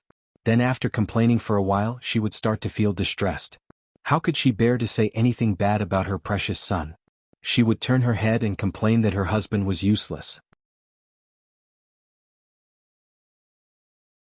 To the outside world, everyone was Li Huai's uncle. Only at home he was number one in the world. As time passed in his school life, all his friends were no longer children. Li Baoping's knowledge grew. When she went to the Central Divine Continent, she would follow Maoshan Mountain Master to the Liji Learning Palace. Yulu was already a martial artist at the Golden Body Realm. Now that he had picked up a cultivation heart, he believed that his future achievements wouldn't be too bad. Lin Mu too was even fought over by the rich families of the Great Sui Kingdom to be their son-in-law. But it seemed that he continued to like his sister and liked to secretly argue with Dong Shuijing. But it didn't stop Lin Mu too from becoming more and more like an immortal. It seemed that Li Huai was the only one who didn't do his job properly. It was worrying. Li Huai gathered his thoughts. He brought Wei Taijin back to Baian's shop. Sword Fairy Lu wasn't in the shop, but there were still many girls. Pei Qian was currently discussing a matter with the substitute shopkeeper. She wanted to see if she could sell the goddess painting from the Mural City. If it was feasible and she wouldn't lose money, she would take the lead with a shop in the Mural City. Li Huai had nothing to do. He sat outside Baian's shop in a daze. The next day, after saying goodbye to Lu Jiqing, Pei Qian and the others continued to walk out of Spring Dew Garden. Pei Qian first went to the Fuchu Kingdom's mountain where her master and Lu Jinglong worshipped their swords. She didn't expect that the ordinary mountain with thin spiritual energy would become the cultivation ground of several sword cultivators. Qi cultivators came here to sightsee every few days. It was mainly because Qi Jinglong reached the Jade Pure Realm earlier than Lin Su and Su Xian. As a new sword immortal, he was challenged by Bai Shang and the other two sword immortals. He went to the Great Wall of Sword Qi and became the sect leader of the Tai Hui Sword sect when he returned. Qi Jinglong had already entered the top 10 young people and obtained the Water of Wisdom. Lu Sui and Sun Qing, the palace lord of the Rainbow Sparrow Manor, were favored by the Water Scripture. Qi Jinglong was only 100 years old, but he was truly a legend. So it was reasonable that the place where he worshipped his sword with his unknown sword immortal friend became a fascinating place. Next, Pei Qian started to travel a different route from her master. They didn't go to the Green Oriole Kingdom at the mouth of the Jifeng Sea. Instead, they went to the capital of the Great Zhuan dynasty. Pei Qian wanted to see the martial artist Gu Yu and sword immortal Ji Yu. Over there, Pei Qian was alone. She held the mountain walking staff and looked up at the sky. No one knew what she was thinking. Li Huai and Wei Taijin stood far away. Li Huai suddenly felt a little confused. It seemed that Pei Qian had really grown up. He felt that she was a stranger. She was no longer the short and dark girl in his memory. He remembered that when they first fought, Pei Qian would stand on a chair and not allow Li Huai to do the same. She wanted to appear taller and suppress her opponent with her aura. Now she probably didn't need to do that. It was as if Pei Qian had suddenly grown up, and Li Huai had suddenly found out about this. There was no one around. Pei Qian took down her book box and placed the mountain walking staff on it. She started with the 6-step stance and practiced the mountain quaking fist. Finally, she finished with the deity drumming style. From beginning to end, Pei Qian suppressed her fist intent. Therefore she only knocked on the door gently. Since there was no one home, she left after saying goodbye. Throughout his travels, Pei Qian said that every step he took was a stool walk. Li Huai believed her. Then Pei Qian went to the sealed ape chatter mountain. Pei Qian also said that she did not like or dislike the Jianghu. Wei Taijin asked her why she came to the North Continent and walked such a long way if she did not like it. Pei Qian hesitated for a long time before she smiled and said that there were several pure martial artists at home. She did not want to break through there. It was only because her master liked the North Continent that she came here to travel. This was a vague answer that was equivalent to not saying anything. Then Pei Qian said something that made Wei Taijin even more confused. She said that her master liked it here. Actually, she was starting to regret it now. Wei Taijin felt that the more she asked and the more Pei Qian answered, the more confused she became. However, Pei Qian started practicing her martial arts again. Wei Taijin could only stop herself from thinking too much. Li Huai was now used to keeping watch at night. Seeing that Fairy Wei was confused, he looked at Pei Qian and asked, "Can I tell you?" Pei Qian continued practicing her martial arts and nodded lightly. Li Huai then explained to Fairy Wei, Pei Qian is already in the 7th realm. She plans to go to the snow border continent after reaching the Lion Peak and fight for the title of the strongest. It seems that if she becomes the strongest, she can earn martial arts fate or something. Wei Taijin seemed to have been struck by lightning. Li Huai smiled and said, "I don't know how Pei Qian broke through. I didn't mean to hide it from you. She didn't tell me before either. It was only after she left the Artemisia kingdom that she told me. She also said that practicing martial arts every day is no longer interesting. She's just practicing her martial arts now, splitting her martial arts into two and fighting with each other. It's just a habit. Otherwise she would be bored. Then there's the matter of martial arts fate. As a disciple, there's no reason for her to be more impressive than her master. Martial arts fate is actually boring if you eat too much. It might not be a good thing for her." Pei Qian retracted her martial arts and said helplessly, "I said too much. I only told you to talk about the 7th realm." Then she said to Wei Taijin, "Sister Wei, don't mind. I didn't mean to hide it from you. It's just that there are many things that are not worth talking about." Master was high above and Grandpa Chui was in front. Practicing martial arts and breaking through was a matter of course. Wei Taijin smiled bitterly and nodded. What else could she do? Fortunately, Wei Taijin knew a little about martial arts but not much. After all, on the path of cultivation, Wei Taijin herself had broken through all the way to the Jindan realm. Therefore she was not frightened by Pei Qian's breakthrough in martial arts fate. Wei Taijin was just shocked by Pei Qian's indifferent attitude towards martial arts. It was too inconsistent with her age. Moreover, the climb of the martial path was more about being down to earth than that of a cultivator. It did not seem entirely right to say that Pei Qian was able to break through so quickly because his aptitude was too good. After all, Pei Qian had been practicing martial arts every day and he had been practicing strangely. Practicing while walking, fighting with fist intent, and tasteless martial arts were all things that Wei Taijin had never heard of and could not imagine. After that, they traveled under the mountain. No matter how much Pei Qian tried to avoid people and things, they were still in a small, remote country. They encountered a storm that affected the martial arts world below. A Wulian grandmaster who led the martial arts world had a dispute with an earth immortal. The former called several gods of mountains and rivers who were recognized by the imperial court as leaving the country. The latter roped in a group of neighboring immortals. If he really encountered a difficult situation, as long as Qin Pingan was not by his side, Pei Qian would not ask anyone for help. There was no reasoning with him. In Pei Qian's bones, she did not want to owe anyone anything other than her master. So Li Huai came to Wei Taijin's side and asked in a low voice, "Can Fairy Wei protect herself?" Wei Taijin nodded. I should be able to protect young Master Li, Li Huai said. Then we just have to find a chance to escape and not distract Pei Qian. Wei Taijin's face was troubled. She said telepathically, young Master Li, if we do this, won't Pei Qian hold a grudge against you? Li Huai shook his head. Very Wei is thinking too much. Li Huai scratched his head. I'm really a piece of trash. What to do? It's really worrying. Pei Qian gently took down the bamboo chest and put down the mountain walking staff.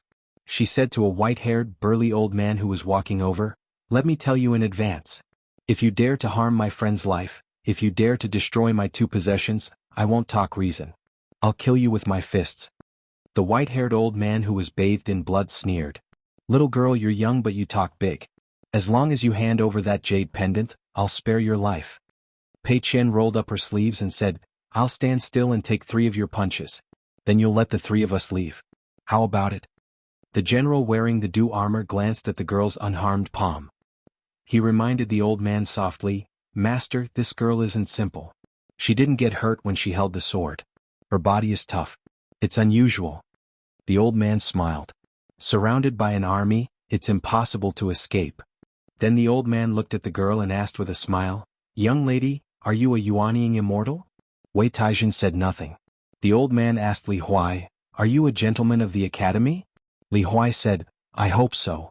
The old man finally asked the girl who was thin and spoke frighteningly, You can't be a martial artist of the wind-controlling realm, right? Pei Qian said, Almost. The old man laughed loudly. Then I'll stand still and let you take 3 punches. As long as I don't die, all of you will die. Pei Qian said in a low voice, Senior, please discuss this properly. Don't push me too far. Give me some options that aren't options. The old man stopped smiling and twisted his wrist. All right, I'll give you 3 punches. If you can take it after the 3 punches, as long as you can get up after falling to the ground, I'll let all 3 of you live. Pei Qian strode forward. Punch. Li Huai suddenly said, We're from Lion Peak. The old man smiled. Very good. I'm an honored guest of the Heavenly Monarch's residence. Then, will it work? Pei Qian bent his knees slightly and stepped out, opening a fist stance. The old man laughed. I recognize it. It's that trash Guyu's mountain-quaking fist. A pure martial artist actually dared to use talisman arts to harm Sword Immortal Ji. That old trash didn't take in any disciples and only left behind a trash fist manual that anyone can learn. It's misleading and harmful. The burly old man instantly appeared in front of the young girl and punched her in the head. Pei Qian's figure swayed, but he did not retreat. According to his experience in the pugilistic world, Pei Qian should have been sent flying, staggered, and received a second punch. However, Pei Qian was unwilling to retreat in front of this person. The burly old man at the Golden Body Realm roared angrily and punched twice in a spurt of energy. 1 punch landed on the young girl's face and the other on her neck. The 3 punches ended. The old man retreated at lightning speed and stood side by side with the general. His face was gloomy. Pei Qian stood still and slowly raised his hand to wipe the blood from his nose with his thumb. When the old man saw a calm comrade walking over from behind the 3 of them, he heaved a sigh of relief. The other party was also a Realm 7 Grandmaster like him, but he was younger and had better fist techniques. However, the old man was a good friend of the Emperor and had made an exception to help. Furthermore, in the North Continent, how many pure martial artists would not be willing to kill a cultivator with a punch? Pei Qian spat out a mouthful of blood and turned to look at the middle-aged man who was breathing slowly. The man smiled and asked, Little girl, you're also at the Golden Body Realm, aren't you? Pei Qian remained silent. The man said, Little girl, you are unable to ride the wind and travel far away. Even if our 2 friends can ride the wind and travel far away, they can still use the inescapable net that they used to deal with a gold core earth immortal. You can beg Senior Fu Lin for mercy. Just beg for your life and leave everything behind. I can only help you to this extent.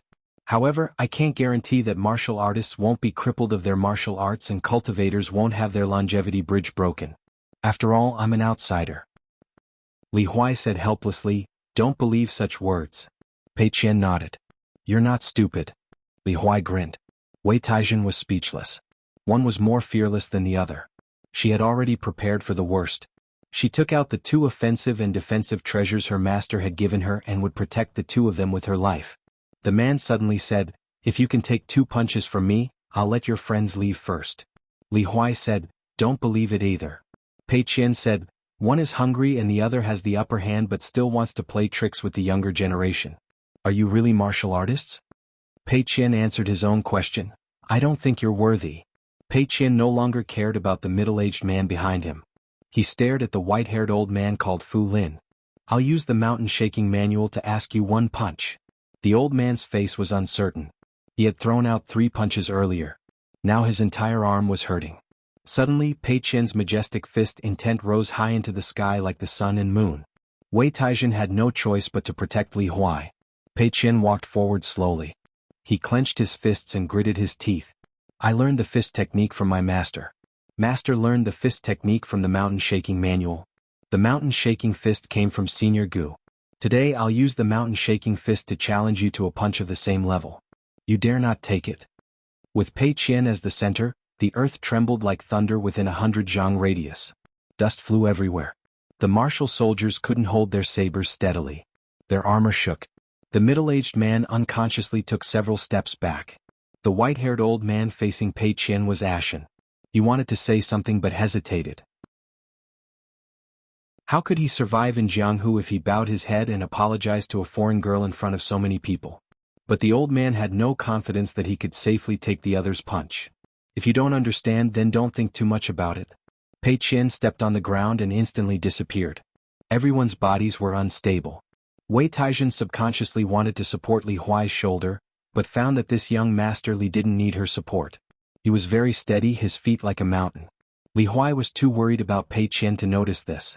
Wei Taijin focused and was shocked to find that around Li Huai's sleeves, there were countless fine golden threads, imperceptibly counteracting Pei Qian's abundant fist intent.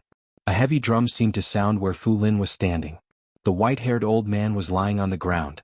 The young girl's punch had probably hit his forehead. The punch had been too fast and she had changed the angle of the punch in an instant. That was why she was able to make the Realm 7 Grandmaster Fu Lin lie where he was after the punch. His entire head, which had taken the heaviest hit, sank slightly into the ground. Pei Qian twisted her body and started to face the middle-aged martial artist who was about to retreat. She lowered her body slightly. Using the pinnacle fist stance, she supported the monkey fist intent that Zhu Lian had taught her and formed a large dragon on her spine. Pei Qian suddenly looked at Li Huai as though she wanted to ask something. Li Huai nodded and said in a deep voice, "Just punch him. This person has bad intentions. It's okay to beat him half to death. In the future, if master scolds you because of this, I will cry, make a fuss and hang myself with your master." Pei Qian's eyes were still, but she grinned. She had probably heard Li Huai's words. Wei Taijin felt this scene was horrifying and terrifying. Pei Qian punched with the divine drum-beating stance. It was just one punch. She did not need to follow up with 10 or 20 punches. The middle-aged man flew back dozens of feet without any power to fight back and fell heavily on the ground. Pei Qian stood where she was and looked around. Come on. Other than where Li Huai and Wei Taijin were, the ground within 1,000 feet cracked. Fist intent shot up into the sky. Pei Qian glanced at the restless chi cultivators in the sky from the corner of her eye. Pei Qian rose from the ground. Like a sword light leaving the mortal world. A huge circle collapsed and sank like a pavilion in the sky. Li Huai hurriedly picked up Pei Qian's bookcase and mountain walking staff with lightning speed. If they were broken, who would Pei Qian look for to settle the score? If not him, who would she look for? Pei Qian floated in the air. She stretched out 2 fingers and tapped her forehead, indicating that the group of cultivators should just focus on using immortal spells. Wei Taijin could not help but ask in a trembling voice, "Young Master Li, didn't you say that Miss Pei is only at the Golden Body Realm?" Wei Taijin did not know anything about martial arts, but Pei Qian was only in her 20s and was already at the far travel realm. How could she not find a reason to tell him? After all, Pei Qian was not the martial artist Chao Ci of the Central Divine Continent. She was just a delicate girl who carried a bamboo box and swayed around Wei Taijin every day. Li Huai put down the bamboo box gently and looked up at Pei Qian. He thought for a while and scratched his head. "I'm not Qin Pingon. Pei Qian will listen to whatever he says and say whatever Pei Qian does." After that, Li Huai held back his laughter and said, as expected of our new alliance leader, "Very Wei, if you are willing, I can recommend you." Wei Taijin glanced at Li Huai. Young Master Li was still as big-hearted as before. Pei Qian flew away with the wind. Her figure was erratic. She stood behind or at the side of the immortals on the mountain, not saying a word or punching. Finally, Pei Qian stepped on the air, causing a huge ripple in the sky.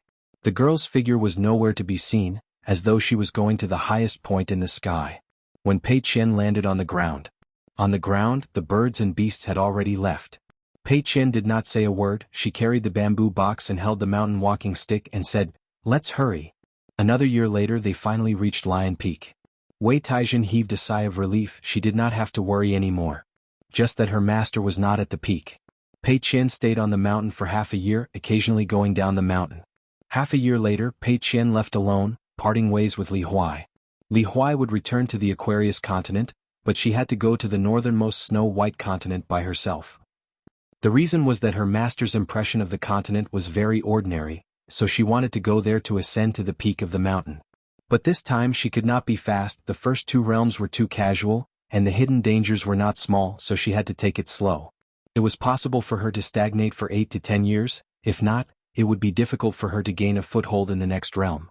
Pei Qian's last meal at the shop at the foot of Lion Peak, Li Lu returned, and the family and Pei Qian ate at the same table. The woman felt that her son's eyesight was not good, but it was not bad. Li Huai looked at the way his mother looked at Pei Qian and the smile on her face, and perspired profusely. Previously, when his mother talked about this in private, Li Huai, who was never afraid of anything, almost knelt on the ground, begging his mother not to have such thoughts. If not, he would run away from home. Anyway, if he stayed at home he would most likely be beaten to death by Pei Qian. When Pei Qian left the small town at the foot of the mountain, Li Er only nodded to the young lady and did not send her off. The woman gave her a look and Li Huai pushed her brother. Li Huai was originally fine and was just a little sad, but in the end he was trembling with fear, and his legs were not nimble enough to keep up with Pei Qian. Walking on the street, Pei Qian said, "I have seen the travel book that you have been hiding. I am fine." Li Huai was speechless and sighed, and Pei Qian said, "Don't send me off. If there is a chance in the future, I will bring you to travel. At that time, we can go to the central divine continent." Li Huai nodded, "Then it's settled." Pei Qian walked forward with large strides, her back facing Li Huai, and waved her hand lightly. Li Huai stopped in place and waved goodbye to her. It seemed that Pei Qian did not greet him again, and secretly grew taller, from a slightly tan girl to a 20-year-old girl with the figure of a 20-year-old woman. Pei Qian suddenly grew taller in a secluded place and quietly flew away on the wind. 699. 3,000 Taoists from Qingming Tian entered the fifth world in an orderly manner. Among them, the Baek Okekyung building occupied the largest share, with more than 1,000 people. Other than that, the Xuandu Temple, Sui Gong Immortal Staff Sect, and Bingjie Mountain were all first-class sects, with 200 to 300 Taoists. The number of Taoist sects below them decreased accordingly. However, regardless of which sect they were from, most of them were Orthodox Taoist officials of Qingming Tian. Due to the Taoist certification system, they were widely accepted in the world. In addition, there were also 3,000 Buddhist disciples. There were also refugees who crazily rushed into the fifth world. 2 years after it opened, there were already close to 10 million people. Below the nascent soul realm, there were people from all walks of life. There were cultivators on the mountain and ordinary Taoists at the foot of the mountain. There were all kinds of people who had experienced great sorrow and joy after surviving a disaster. They came from the southeast Tongya continent and the southwest Fuyao continent respectively. However, there was a huge difference in the number of people from the Fuyao continent and the Tongya continent. The Fuyao continent only migrated from the eastern coastal area, while the Tongya continent fled from the entire continent. There was a great sword immortal in charge of opening the two doors. The one who opened the door with the sword was the old great sword immortal of the sword Qi Great Wall, Qi Tingji. The sage of literature's lineage was left and right. In addition to opening the door, these two sword immortals also had to guard the door from being destroyed by the great demon. The approximate location of the 3,000 Taoists was in the east. The Taoists of the Baek Okekyung building had worked together to create a large sea of clouds. The purple Qi was vast and mighty, and rain and dew fell, moistening the earth. The sea of clouds was uneven. All the mountains that were higher than the sea of clouds were the places where the Baek Okekyung building and the other Taoists fought for. Some of the mountains were not far from the ground. Some of the mountains were empty but still could not be higher than the sea of clouds. The amount of spiritual Qi and luck was determined. The Taoists of the Baek Okekyung building tried their best to choose the 5 adjacent mountains according to the instructions of the 5 cities, 12 buildings, and their respective sections. They inscribed the true shape of the 5 mountains on the 5 adjacent mountains and used magic weapons to suppress the mountains to gather spiritual Qi. Every time the 5 mountains were formed, it was the embryonic form of a big dynasty or a small vassal state. In addition, there was another magical effect. The mighty spiritual chi of heaven and earth was detained near the mountains. The many hidden treasures of heaven and earth in the area of the 5 mountains would often be unable to hide the light of treasures. Once the Taoists of the Baek-o-Kaekyung building followed the clues, they could immediately search for it. It was a bit like the method of draining the pond to catch the fish. In fact, it did not damage the spiritual chi at all. Instead, it could condense the scattered chi of heaven and earth into wisps of chi of heaven and earth, lingering around the 5 mountains or driving it into the rivers before stabilizing it. It would be the location of the future mountain god's mansion. However, the sword celestial lineage of the Xiandu temple annoyed the Taoists of the Baek-o-Kaekyung building the most. They only occupied a few mountains with decent spiritual chi and began to deliberately destroy the Taoists of the Baek-o-Kaekyung building. Every time they painstakingly inscribed 4 true shape of the 5 mountains, the Taoists of the Xiandu temple would then secretly draw a sword celestial guide map of their own temple. Even if one of the true shape of the 5 mountains was missing, even if it was all wasted, it would not be easy to choose a new mountain. Moreover, the loss was immeasurable. Because of the crazy actions of the sword celestial lineage of the Xiandu temple, the few top celestial families were pleasantly surprised. They all signed contracts and roughly circled out their own territories to minimize unnecessary conflicts. All of this was to quickly obtain as many feng shui treasured lands as possible before the Baek-o-Kaekyung building. In short, the 3,000 Taoists each had their own long-term plans, and conflicts of various sizes were endless. The 3,000 monks were located in the west. The refugees of the Fuyao continent poured into the north. The refugees of the Tongyi continent were located in the south. The city occupied by the sword cultivators of the Great Wall of Sword Chi was located in the middle. Ningyao rode her sword alone to the east. After seeing the purple sea of clouds filled with Tao intent, she pondered for a while and directly headed south. The mountains and rivers were far away and the heavens and earth were lonely. However, there were 2 more strange heads among the objects in front of him. However, there were far more than 2 battles. This obviously meant that the 5th world, which had yet to be named, was extremely dangerous. Over at the heavenly gate, Lu Qin stretched out a finger and rubbed his lips. He smiled and said, "Daoist son, it's not very appropriate to hurt the harmony like this, right? When I return to the Baek-o-Kaekyung building, it will be hard for me to explain to my senior brother." "That's enough. You know my senior brother's temper. When he's angry, he doesn't care about anything. When he goes to the Xiandu temple, I won't be able to persuade him." Junior brother Shanqing stood at the side with a serious expression. The little Taoist child who was carrying the Doyang blade strengthening gourd on his back was gloating. He couldn't wait for Lu Qin and Taoist son to scratch each other's faces. Taoist son said guiltily, "These disciples of mine don't follow the orders of their ancestors. They're like wild horses. Young people are still angry and don't know when to stop. What can I do? If they break the rules, I'll help you persuade them and be the peacemaker." The little Taoist child who had been eavesdropping on the conversation felt that Taoist son was really good at lying through his teeth. He had to learn from him. If he met that old scholar again in the future, he didn't know who would be scolding who. Taoist son smiled and said, "However, Taoist Lu, you have to inform the scholarly sage in advance. He can't let me break the rule of not going beyond 1,000 feet. After all, it's a rule set by the sage of rights himself. I still respect the sage of rights. Taoist Lu, you're different. You're bold and have such a great master backing you up."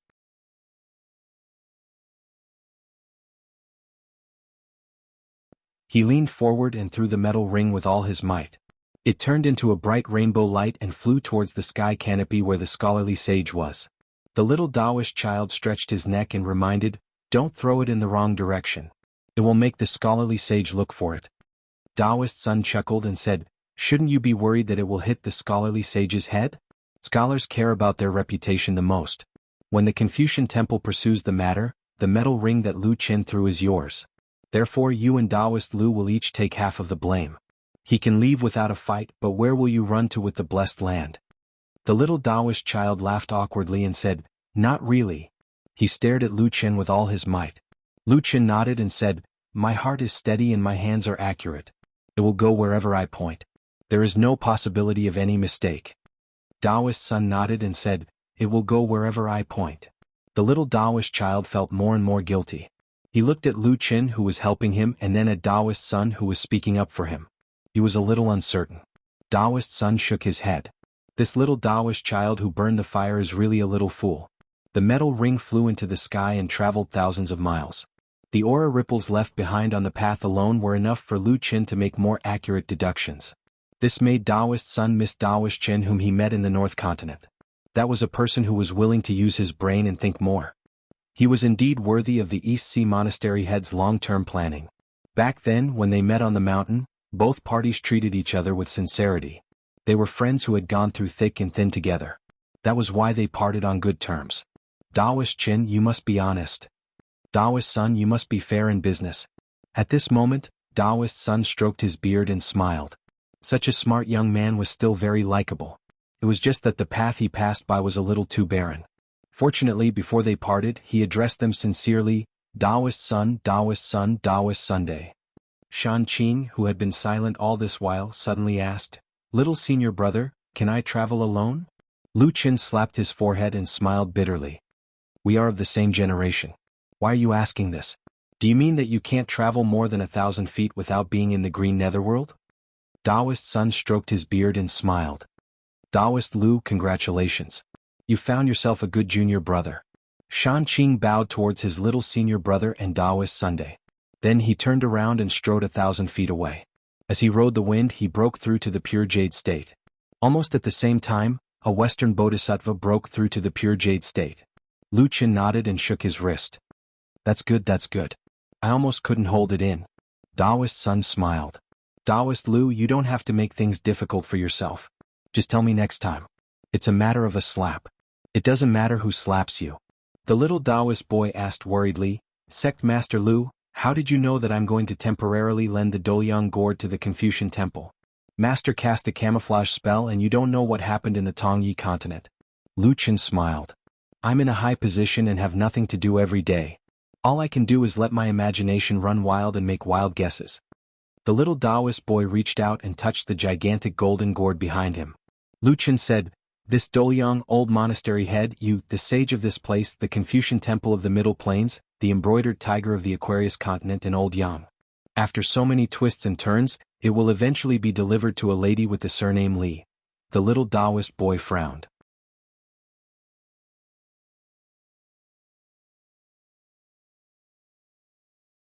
Daoist Sun retracted his smile and nodded. "Divination 1 is the most difficult." Both of them were silent. There was also a fire-burning Taoist child who felt that it was useless to listen to Taoist techniques. Lu Qin said casually, "It's a pity that I can't meet Taoist Frost's Taoist companion." "What a pity." "At most, she is half Taoist Frost's Taoist companion." Taoist Sun sighed, "People are trapped by love. Taoist Frost did the opposite and trapped his sweetheart. He was infatuated and ruthless. Outsiders can't tell right from wrong." Palace Master Wu Shuangjiang, the most famous Taoist magnate in the history of the Lunar Palace, had almost single-handedly raised a second-rate sect to become one of the most outstanding sects in the green underworld. After he gained a firm foothold, a large group of geniuses, including the guardian of the Lunar Palace, rose. Wu Frost himself was once among the top 10 of the green netherworld sect. Although his ranking was not high, he was still quite capable among the top 10 of the entire world. He could have broken through the bottleneck of the Ascendant Realm, but he remained in seclusion. Because Wu Frost had not appeared for too long, he fell out of the top 10 hundreds of years ago. The little Taoist child was most interested in the inside story of the mountain peak. He asked curiously, if Wu Frost fought without restraint and used all his techniques, would he be able to defeat the two of you? Lu Qin smiled. "Isn't the purpose of cultivating Taoist techniques to avoid fighting?" Taoist Sun nodded and smiled. "It shouldn't be just for fighting." The little Taoist child snorted. What were the Beko Kekyung building Taoists and the Sword Immortal Taoist lineage doing? Lu Qin tiptoed and looked at the flow of fate in this world. He said without reason, "There's no doubt about the first place?"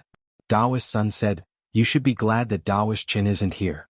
Otherwise, it's possible that the two worlds will collide in a sword battle in the future."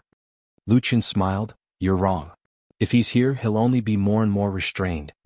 Taoist Sun stroked his beard and nodded. "That's true." The little Taoist child whispered, "Can't you two talk about something I can understand?" Lu Qin said, "It's difficult." Taoist Sun said, "Extremely difficult." In the central area of this world, there were two Confucian sages guarding the sky screen. One was from the Li Ji Academy of the Sage of Rites and the other was from the River Academy of the Secondary Sage. They were both accompanying Confucian sages. One of them recorded everything he saw and heard in a book. The other watched the east and west gates to prevent cultivators of the upper 5 realms from sneaking in and nascent soul cultivators from the north and south gates. The 2 sages each brought a disciple of their own lineage. They were both gentlemen of the academy. One of the gentlemen had a long sword, the Great Spirit. It was given to him by a friend when he traveled the Great Wall of Sword Aura. Because of their relationship with the sages, the 2 gentlemen were able to observe the world. There were many strange people and interesting things. For example, among the 3,000 Taoists, there was a Taoist sect, one of the ancestral courts of the Talisman sect. The leader was a nascent soul cultivator named Nanshan. As for their sworn enemy Harvest Mountain, they also had a nascent soul cultivator. Her name was Yuran. Not only were the man and woman born in the same year and month, but they were also born at the exact same time. Apart from this, the 2 gentlemen also knew a lot about the green netherworld. In the past, the books of the sages did not record this. In the vast world, there were 10 types of rogue cultivators, including the tailor and the lone rider of the South Sea. They were defined as evil cultivators that everyone wanted to kill.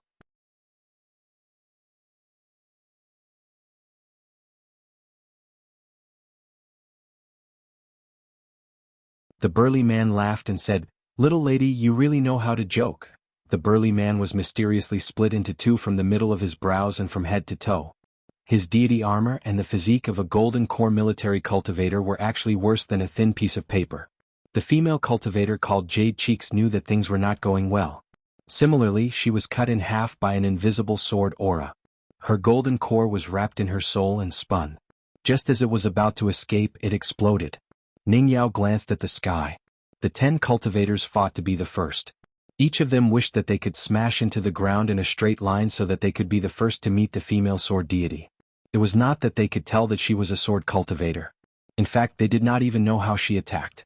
However, since she carried a sword on her back, they could just treat her as a sword deity. It did not matter if she was a golden core sword cultivator with an amazing natal flying sword or a nascent soul sword cultivator that fell from the sky. She was still a sword deity. In any case, killing them was as easy as chopping a group of chickens with a kitchen knife. Ning Yao suddenly could not be bothered to ask about the situation in the Tongyi continent. He had once told her about his travels in the Tongyi continent. It was also written in the book that she always carried with her. However, Ning Yao knew that the cultivators of the Tongyi continent who did not come to this world should come. Therefore Ning Yao turned around and left. She planned to walk for a while. On the way here, there was a mountain not far away that produced a kind of strange green bamboo. Ning Yao planned to forge a walking stick for it. When she turned around, the 2 friends that the burly man spoke to earlier died on the spot. In front of a sword cultivator who was at the bottleneck of the Jade Realm, they were whispering to each other in their hearts. They were not cautious enough. A young sword cultivator landed on the ground and frowned. "Fellow Taoist, is your killing intent too strong?" The 10 cultivators each had their own thoughts. Because this sword cultivator was extremely famous.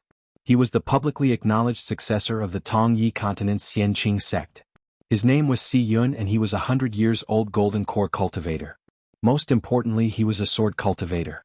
The reason why she could recognize him at a glance was that the sword at his waist, Corpse Liberation, was too eye-catching. There were colorful lights flowing outside the scabbard. It was a half-immortal weapon that recognized its master. And his name was also brought into the sect by the Tao Protector when he was young. It was personally given by the Xianqing sect's ancestral master. It implied that this person had the potential to ascend. Ning Yao turned a deaf ear.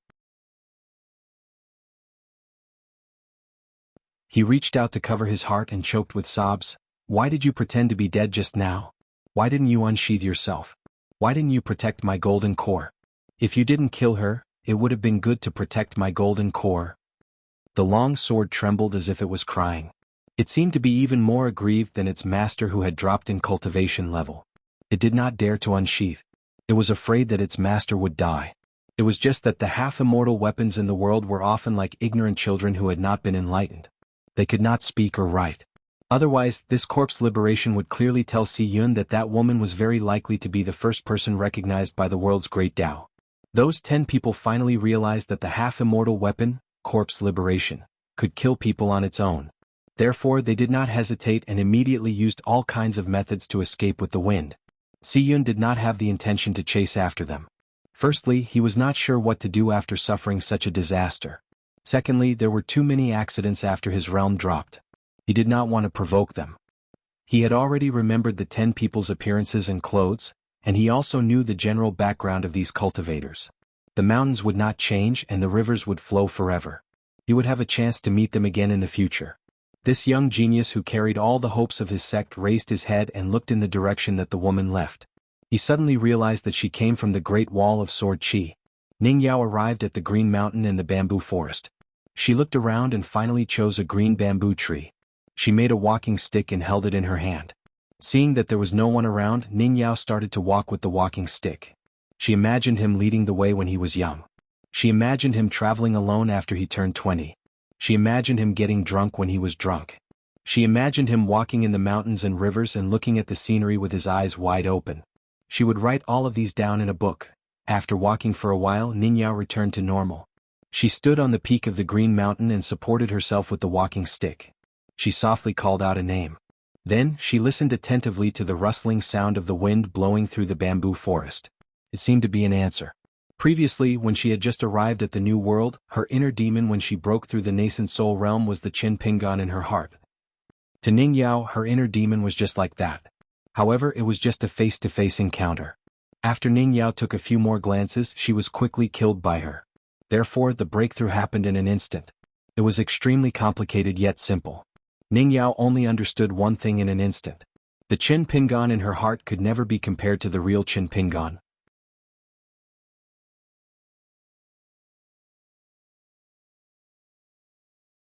700. Middle Plains Divine Continent, Records of Rites Learning Palace. In the middle of winter, Mao Xiaodong sat alone in the pavilion to enjoy the snow while the scholars in the palace were asking questions and studying. He gently rubbed his hands and softly recited a popular prose piece.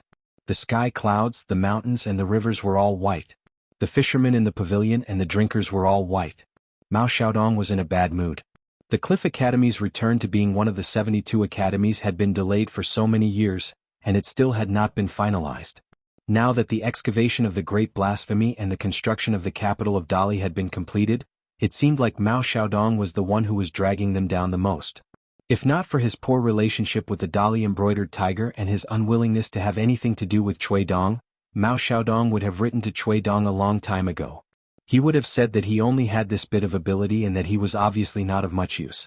He would have asked Cui Dong to quickly find someone more capable to take charge of the situation here. As long as the Cliff Academy could return to the Orthodox Confucian Temple, he would be grateful to Cui Dong. However, Mao Xiaodong was very clear that it did not matter whether he wrote a letter or not. Cui Dong, that bastard, was not someone who cared about old friendships. He only cared about results. Since Cui Dong chose him to lead the expedition and did not ask about it after that, it should be because Cui Dong already had a plan. Cui Dong could wait, but Mao Xiaodong was so anxious that his throat was smoking. The Tongyi continent was already a mess. Every day, the Records of Rites Learning Palace would circulate court bulletins. Compared to the Fuyao continent and the demon army on the coastal battlefield, the cultivators of the upper 5 realms in the Fuyao continent would try their best to choose the battlefield overseas, so as to avoid the various kinds of immortal spells that were used in the battle with the great demons, which would accidentally bring disaster to the armies of the various great dynasties on the ground. Other than the cultivators of the upper 5 realms having such courage, Qi Tingji, Zhou Xinji, and an ascendant realm cultivator of the Fuyao continent had a lot to do with this. On the other hand, the Tongye continent, which had only adopted a defensive posture from the beginning, was simply eroded. From the immortals on the mountain to the secular dynasties, everywhere was collapsing.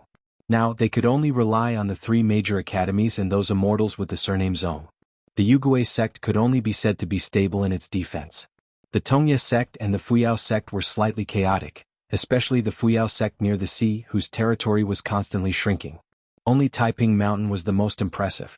Under the protection of the mountain and river formation that could both attack and defend, there were actually 1,000 cultivators who could jointly kill their way out of the sect and achieve a great feat. The old Lord of Heaven of Taiping Mountain, who had already fallen by one realm, under the double support of the 3 enclosures 4 symbols great formation of one continent and his own formation, his Dharma form was majestic. He held a large mirror in his hand, like an immortal holding a bright moon in his hand. Under the moonlight, the cultivators of Taiping Mountain could advance and retreat freely, killing their enemies as if they were wheat. Mao Xiaodong could not wait to resign from his position as the deputy mountain master and go to Old Dragon City to guard. Rather than stay here and watch helplessly every day, he might as well do something practical. Mao Xiaodong brought a large group of academy students to travel across continents. As the deputy mountain master, he not only had to protect the students to concentrate on their studies, but he also had to strive to obtain the title of one of the 72 academies of the Confucian Temple for Cliff Academy. Therefore Mao Xiaodong did not have an easy time these years. The most important thing was that Dali Xiaohu did not tell Mao Xiaodong how to do it. When they arrived at the Liji Academy, the Grand Chancellor also did not tell Mao Xiaodong how to pass the assessment. He only asked Mao Xiaodong to wait for the news. Mao Xiaodong could only let more than 30 students, including Li Baoping, calm down and study hard. Mao Xiaodong actually felt a little guilty. This was because the most important factor in whether or not the academy could be promoted to one of the 72 academies was the depth of the mountain master's knowledge. When Senior Qi Jingchun was still alive, Mao Xiaodong did not find it difficult at all for Cliff Academy to obtain this honor. However, when he became the mountain master he felt even more powerless. Since he had returned to the Confucian Temple Academy, he could not rely on himself as the mountain master. Logically speaking, he could only rely on the students. However, when it came to the source of students, whether it was the Cliff Academy in Dali's capital city or the Cliff Academy in the Great Sui Kingdom, they could not compete with Lakeview Academy. Before the relocation, Cliff Academy and Lakeview Academy were both part of the 72 academies. However, the first-rate students of the Aquarius continent still preferred to try their luck at Lakeview Academy. If they could not pass, they would settle for the next best thing, which was to go to Dali's Cliff Academy. In fact, regarding this matter, Mao Xiaodong, the other deputy mountain masters and the former emperor of Dali, all had complaints. Only Senior Qi was always casual and calm. No matter what kind of students came to the academy, he only asked the teachers and teachers to focus on teaching them the same knowledge. When Qi Jingchun was the mountain master, Cliff Academy had always been unshakable in one aspect. Every year, they would select a group of students from poor families from the prefectures and counties. Even if these people had a poor foundation in knowledge, the academy would still accept them every year. Qi Jingchun would personally impart knowledge to them. Therefore, to a large extent, many of the talented and intelligent students from the Aquarius continent who had excellent family backgrounds were not willing to come to the Cliff Academy to study, and were also unwilling to be in the same class as these poor students. Mao Xiaodong remembered very clearly that the former emperor of Dali had once visited the academy and hinted to Senior Qi that Dali's capital city was willing to accept these poor scholars. He promised that they would not mistreat or delay these scholars. Not only that, the officials of Dali would also specially open up a smooth career for them. Learning, discussing Tao and dealing with people must be so righteous and peaceful. Li Baoping hesitated for a moment and said, "Mr. Mao, don't worry too much." Previously, she saw Mr. Mao admiring the scenery alone from afar. Li Baoping came here to greet the Maoshan mountain master. Mao Xiaodong laughed, "It's inevitable to worry, but I won't worry too much. Don't worry." Li Baoping bid farewell and left. He reunited with Zhong Qiu, Chao Qinglang and sister Stack Zhang, who went to the oil sack lake to admire the snow. Qin Sanqiu was now a Confucian scholar in the academy. It was not good for him to skip classes. Moreover, although Qin Sanqiu read a lot of books at the Great Wall of Sword Qi, he only realized that it was not easy to catch up when he actually went to the academy to study. Moreover, Qin Sanqiu became a Confucian scholar in the academy for no reason. When he just arrived at the Liji Academy, an amiable old man found him and they chatted and admired the scenery. Qin Sanqiu only found out later that the old man was the Grand Chancellor of the academy. Therefore, Qin Sanqiu studied diligently.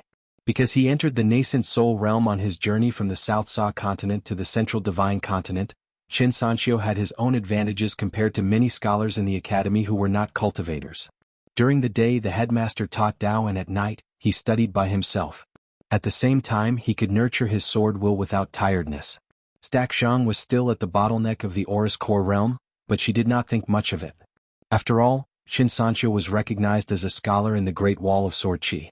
The natal supernatural power of the flying sword was related to literary luck, so it was normal for Qin Sanqiu to break through the realm. Moreover, Stack Zhang was now in a state of sudden relaxation. It was as if she did not know what to do after leaving the Great Wall of Sword Qi. When she thought of reuniting with the Confucian gentleman one day, Stack Zhang would be nervous. The fifth world would only open after 100 years.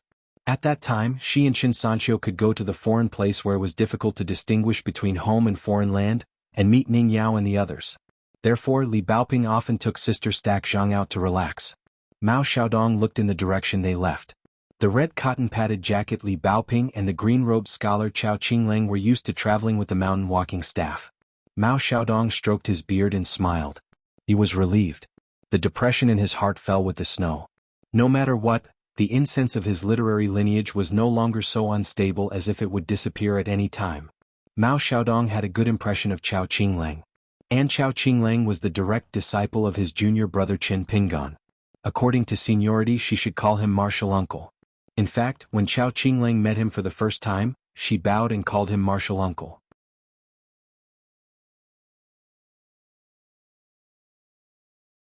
Mao Xiaodong looked at the heavy snow outside the pavilion and blurted out, "A gentleman's learning is beautiful in his body.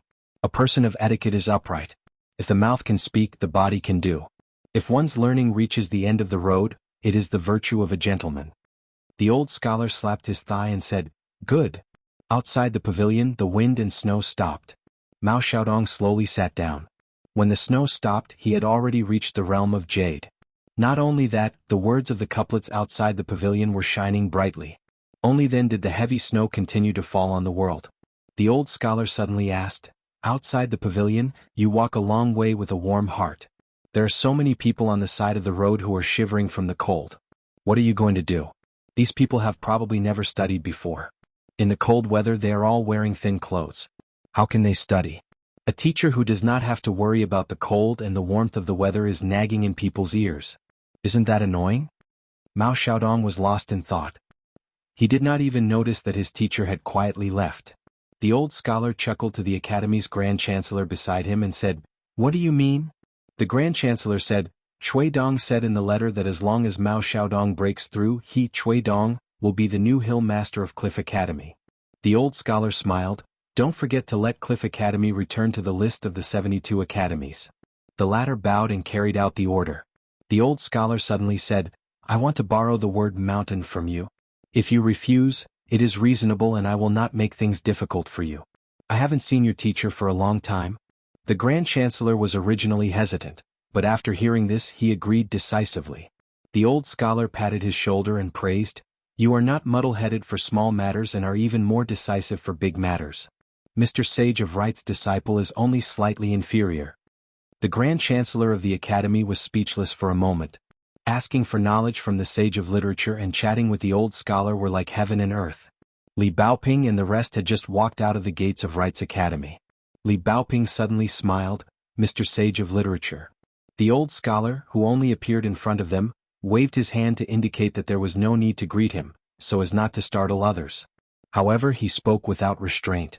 Since it was autumn, Chao Qinglang and Stack Zhang no longer bowed and greeted him.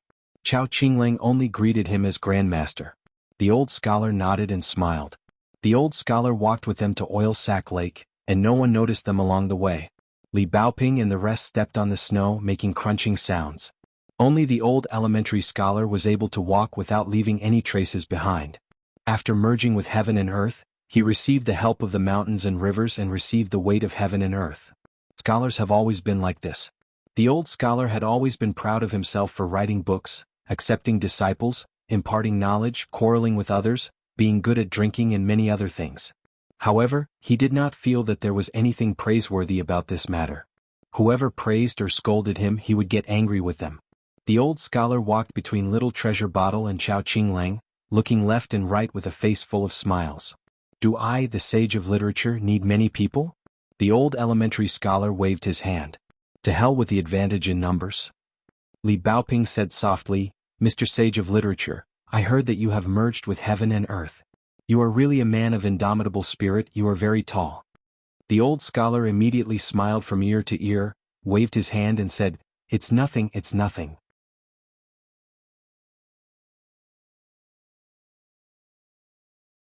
Way in the future so that I can have a skill. But even if I learn some basic arithmetic and entry bookkeeping, I think I can only do some brain-dead things. I'll strive to be an accountant in the marketplace. I'll only deal with gold, silver, and copper coins. I might never see divine money in my life. But it's better than doing nothing every day. I don't know what to do. Miyu did not mind. He was good at dealing with women. He was not good at talking to children and he was not interested. After all, he was not master hidden official. Zhang Jiajin did not dare to disturb Sword Immortal Miyu's cultivation. She said goodbye and planned to go to the mountain temple at the top of the mountain to see the scenery around Luapa Mountain. Jiang Chu was still staring at the bamboo talisman with wide eyes. Zhang Jiajin met the swaggering little girl in black on the way. She was patrolling the mountain with a golden pole on her shoulder. Zhang Jiajin smiled and greeted, "Guardian Zhou." The little girl smiled and said politely, "Just call me Big Water Monster." Then, when she heard Zhang Jiajin say that she wanted to go to the top of the mountain to see the scenery, Zhou Mili immediately said that she could help lead the way. As soon as Zhou Mili turned around, she saw the longevity fellow Taoist who was walking alone. He was tall and wore a loose snow-white robe. He had a smile on his face all day long. Zhou Mili quickly greeted her. Changming nodded with a smile and brushed past the little girl and Zhang Jiajin. Zhou Mili stood still, her head slowly moving with Changming.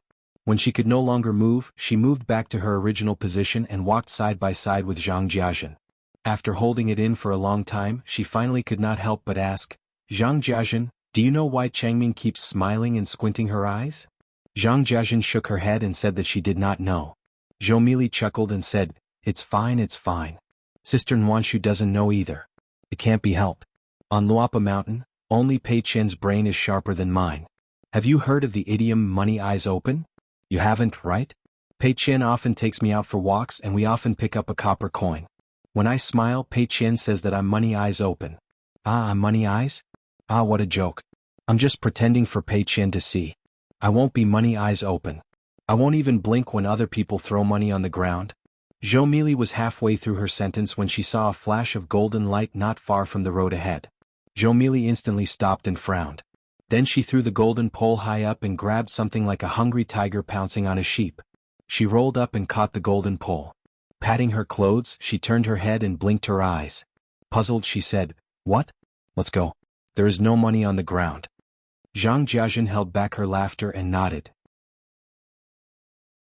This was the mute lake big water monster that Mr. Chen was talking about. Zhou Mili suddenly frowned again. She faced Zhang Jiajin sideways and carefully reached out her hand from her sleeve. She opened her palm. Not good. Why did the money run away? She had planned to ask Sister Nwanshu for credit after picking up the money. Now, Luapa Mountain really didn't have much money. Last time, when she went to ask Wei Shanjun when the next night party would be held, Wei Shanjun smiled awkwardly. Zhou Mili suddenly stopped moving. According to Pei Qian, there was a murderous aura.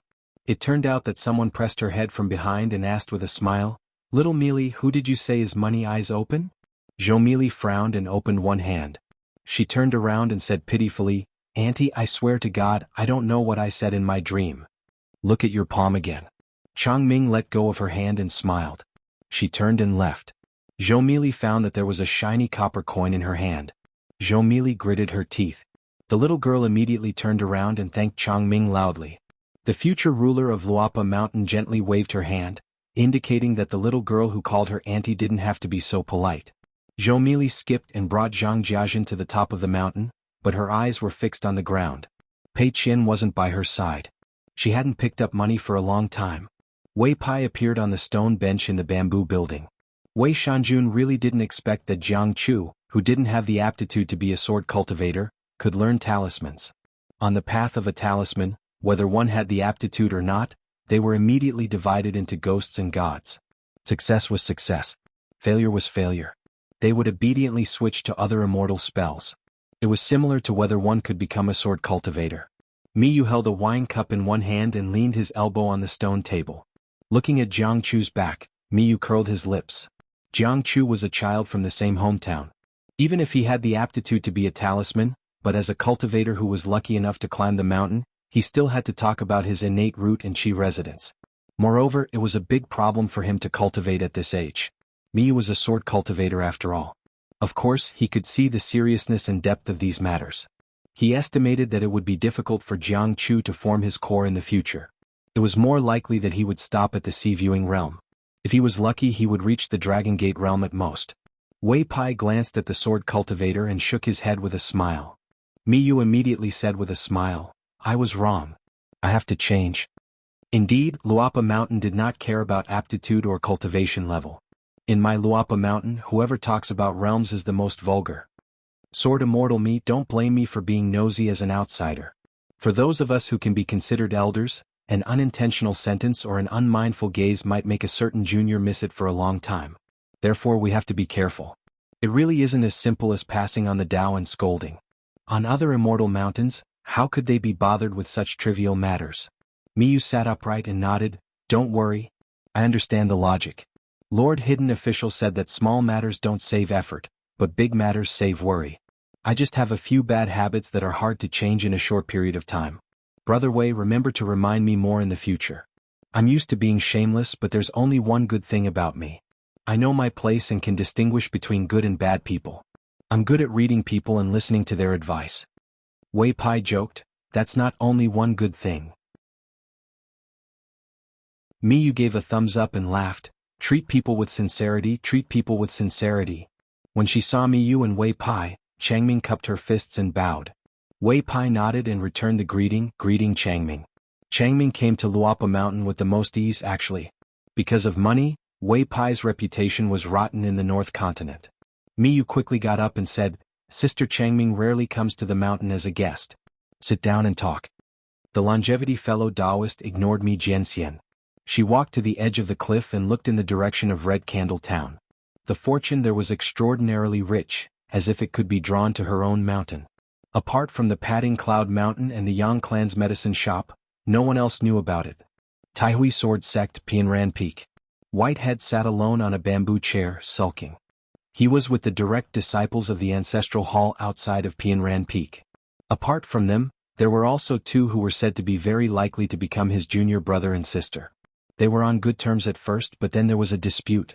It was not a big deal, so he did not hold a grudge. It was just that he felt a little aggrieved. At first, it was really just a small matter. The other party made a small joke, and the Whitehead casually said something back, and then the other party inexplicably got angry.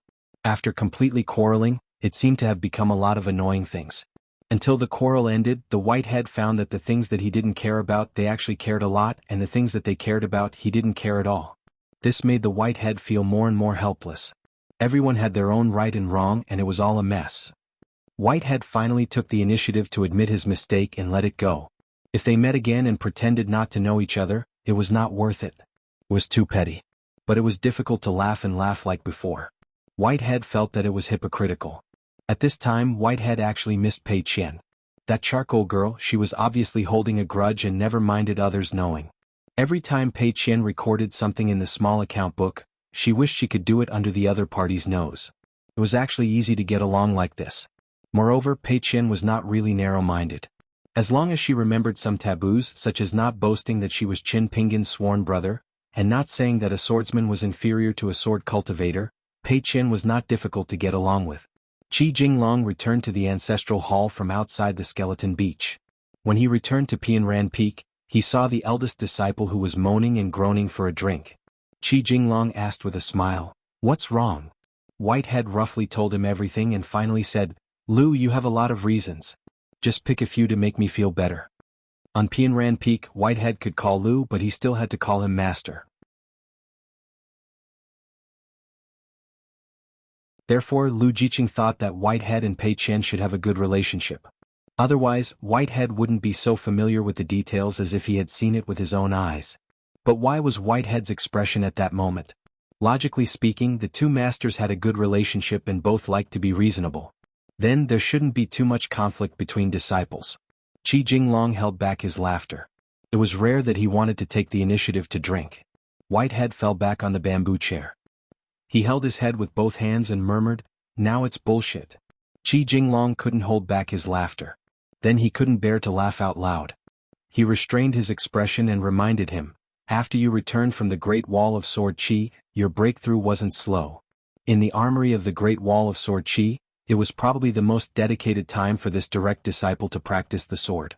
Even after returning to Pianran Peak of Taihui Sword Sect, he was actually more diligent than before." Whitehead instantly straightened his back, punched his knee and laughed out loud. Then his laughter subsided. Finally, he comforted himself with a lack of confidence. "Let's try our best to have a civil fight. Fighting with violence will hurt harmony. I won't mention the matter of sword cultivators and swordsmen anymore. If it doesn't work, I'll use her master as a protective talisman. There's no other way. She's better at finding masters than me. Only masters are better at finding disciples. Lu is better than Brother Qin. Lu Jiqing glanced at Qi Jinglong. It seemed that the sect master of Taihui Sword Sect was already accustomed to this. After that, Lu Jiqing stayed on Pianran Peak. Every day he consulted Qi Jinglong about sword techniques. Qi Jinglong naturally did not hide anything. White had also recovered from the bad news of Pei Qian's visit to Pianran Peak. On this day, Lion Peak's flying sword sent a message to Taihui Sword Sect. The flying sword was immediately transferred to Pianran Peak. After Qi Jinglong received the secret letter, the corners of his mouth curled up. Then he glanced at the disciple who had finally recovered some vitality.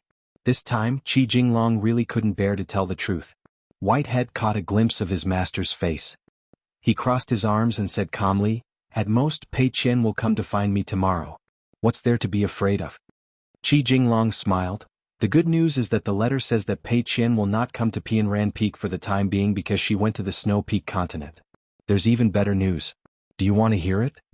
Whitehead smiled from ear to ear. "Whatever." Qi Jinglong said, "Pei Qian is already in the far travel state.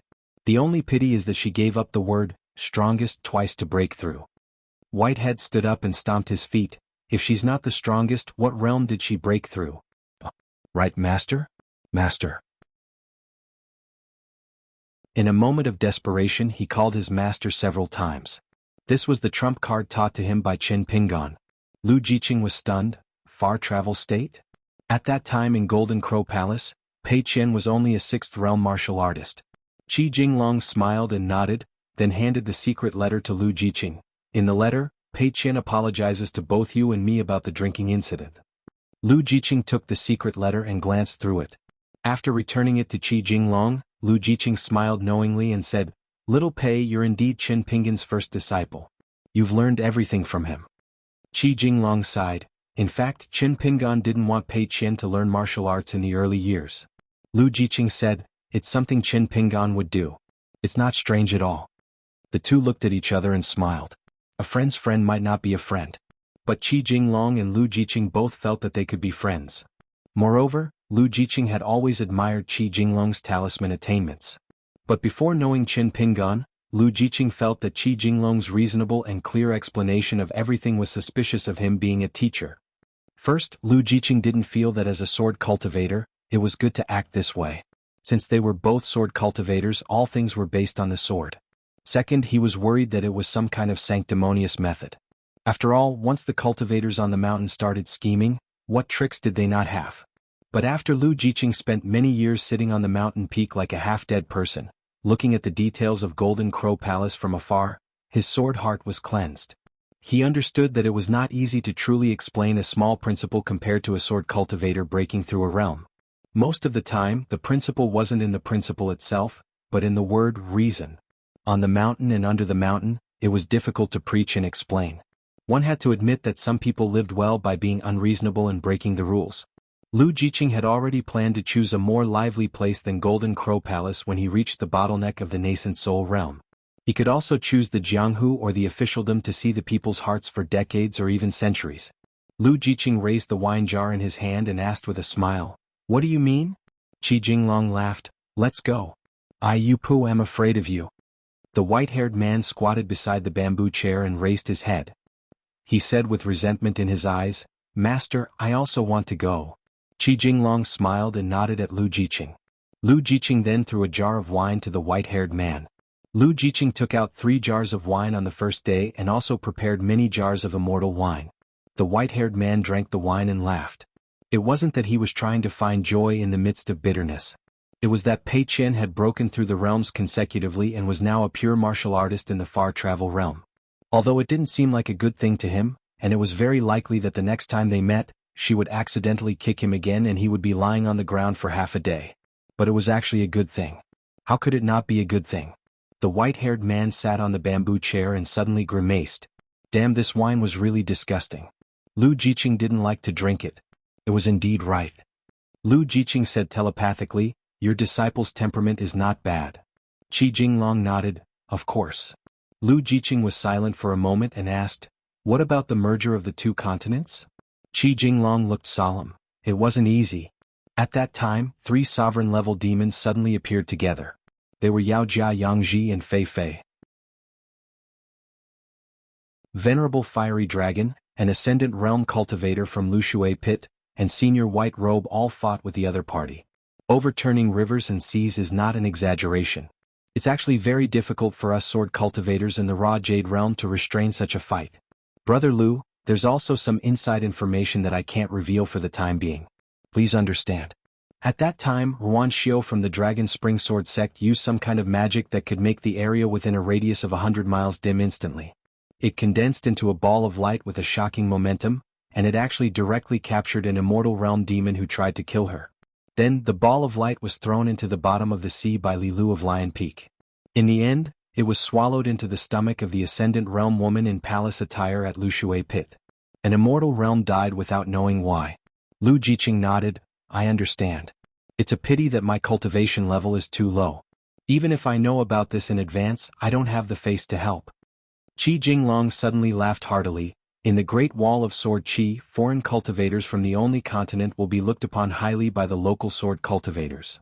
Qi Jinglong stretched out his thumb and pointed at himself. It's us. The white-haired man rarely saw his master so high-spirited. Lu Jiqing had always been a very reserved person. He was famous for being soft on the outside but hard on the inside. If he was easy to talk to, he would be too easy to talk to. Occasionally, if he was difficult to talk to, he would be too difficult to talk to. Lu Jiqing was in high spirits. Without saying anything, he raised his head and drank. After drinking, Lu Jiqing looked at Qi Jinglong. Anyway, I won't urge you to drink. Qi Jinglong said helplessly, that's not what I meant. Lu Jiqing raised his eyebrows. Qi Jinglong could only imitate him and drink. The white-haired man drank a small mouthful and said, actually, the Great Wall of Sword Qi's impression of the Aquarius continent is not bad.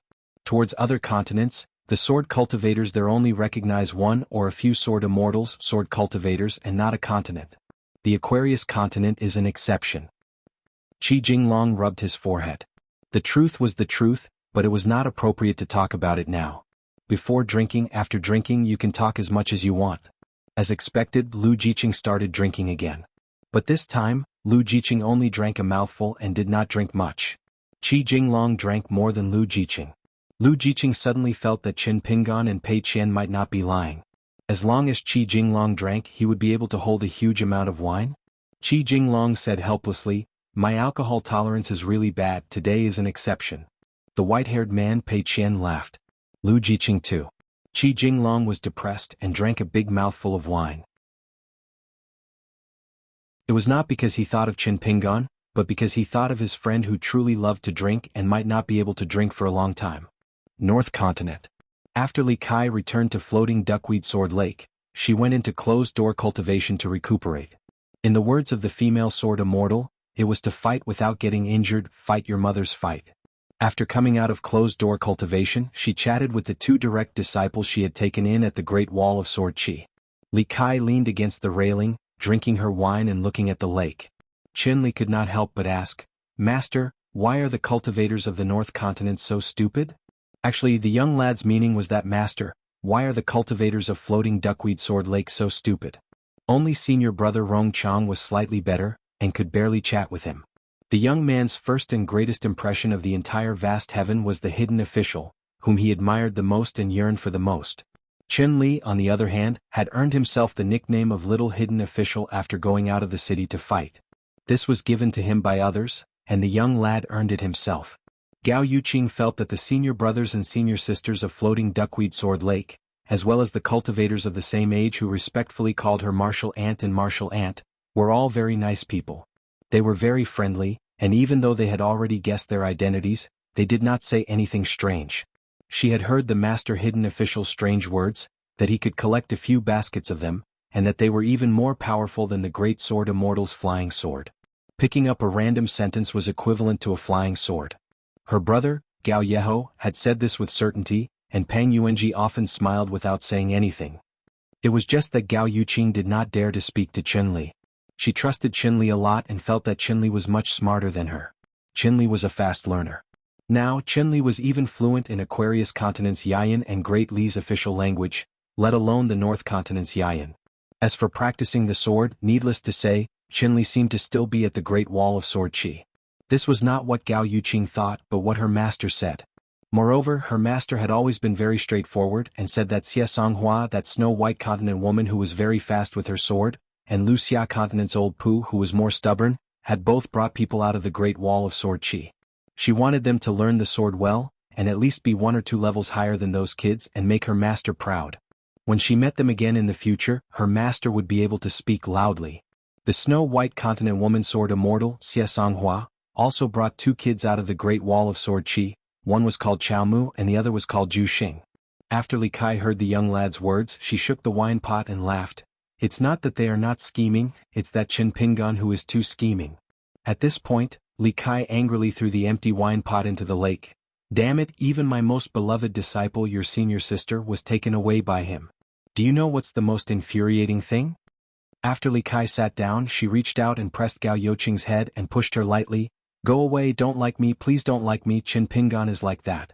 And your silly senior sister likes him even more. Gao Yuqing blushed slightly. I don't like Master Hidden Official. Qinli chuckled. Yes, you only like Pang Yuanji. Qinli made a gesture of holding a wooden tablet and muttered to himself, Pang Gao, Yuanji Yuqing. Qi-Qing parting reuniting by the lake. Li Kai's eyes lit up. Yuqing, not bad, this is the floating duckweed sword lake and there's the saying a leaf of duckweed returns to the sea, it's a small world. The North Continent has Jibu and the lake is green, Qi meets Ji, green meets clear. You little girl, your mind is full of twists and turns, not bad, you take after your master. Gao Youqing's face instantly flushed red, and pulled her master's sleeve. Then Li Kai coughed and stared at the young lad. Little bastard, don't joke about liking someone. Are you looking for a beating? Qinli sighed. All right. Master is right. Master, weren't you quite happy just now? You were even happier than your disciple. Li Kai smiled. Qinli, in the future, Master will leave the important task of abducting other fairies in the floating duckweed sword lake to you. Carry this burden well. Qinli immediately stood up and said loudly, Yes, Master. I won't refuse. Gao Yuqing suddenly said happily, Our Master Hidden Official never flirts with other fairies. Aren't you, Qinli, a little hidden official? Then do you want to learn this? Can you learn it? Qinli thought about it and felt that it made sense. The young lad immediately sat down with an extremely serious expression. Master, I can't do such a thing. Li Kai gently pinched the young girl's cheek and said angrily, Silly girl. Gao Yuqing smiled shyly. Li Kai's mood improved and she strode away. After Master left, Qinli suddenly said, Master, it's very difficult for you to reach the immortal realm. The young lad was a little sad. Even though he had seen many life and death situations, he was still a little sad. It was like an uninvited guest who came and didn't leave. Even if it wasn't noisy, it made people feel uncomfortable. Gao Youqing's eyes immediately turned red. She lowered her head and softly nodded, clenching her fists. Qinli said in a deep voice, Therefore, the 2 of us have to practice swordsmanship more diligently than any other cultivator of the floating duckweed sword lake. We have to be able to endure more hardships, our swordsmanship must be better, and our breakthroughs must be faster. Gao Yuqing, apart from you being bullied by outsiders, I can ignore everything else, but if you dare to slack off on your swordsmanship one day, I will definitely scold you. No matter how much our master protects you, I will still scold you. Gao Yuqing raised her head and nodded vigorously. Qinli softened his tone and said softly to her, When you form your core, let's go to Master Hidden Official's hometown to take a look. North Continent. Ghost Valley Sheep Intestine Palace. A rat demon who guarded the door would still secretly read books when his patriarch wasn't home. As a cultivator from the school of the War of the Ghosts Hatchet Palace, he still preferred to roam the pugilistic world alone. Every time he completed an act of heroism that was neither too big nor too small, the most he would say was that he was the good man do. As for the 2 talismans that Sword Immortal Chen had given him in the early years, he had always kept them carefully. Du treasured them even more than the golden crow armor that Jiang Shangjin had given him. A pair of sisters who almost fell while slaying demons at the Jinduo Temple still depended on each other and traveled the world below the mountain. In winter, the younger sister's cheeks would still be red, and she looked even better than if she had applied rouge. A young boy in green who carried a bamboo box and a walking staff met a new friend. It was a young coachman and Chen Lingjun hit it off with him.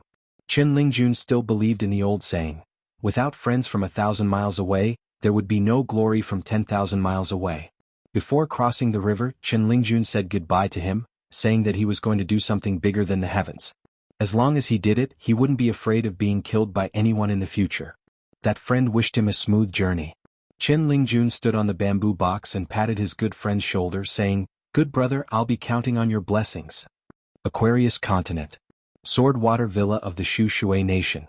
Song Yulan followed the rules of the pugilistic world and invited his good friends to wash his hands in a golden basin.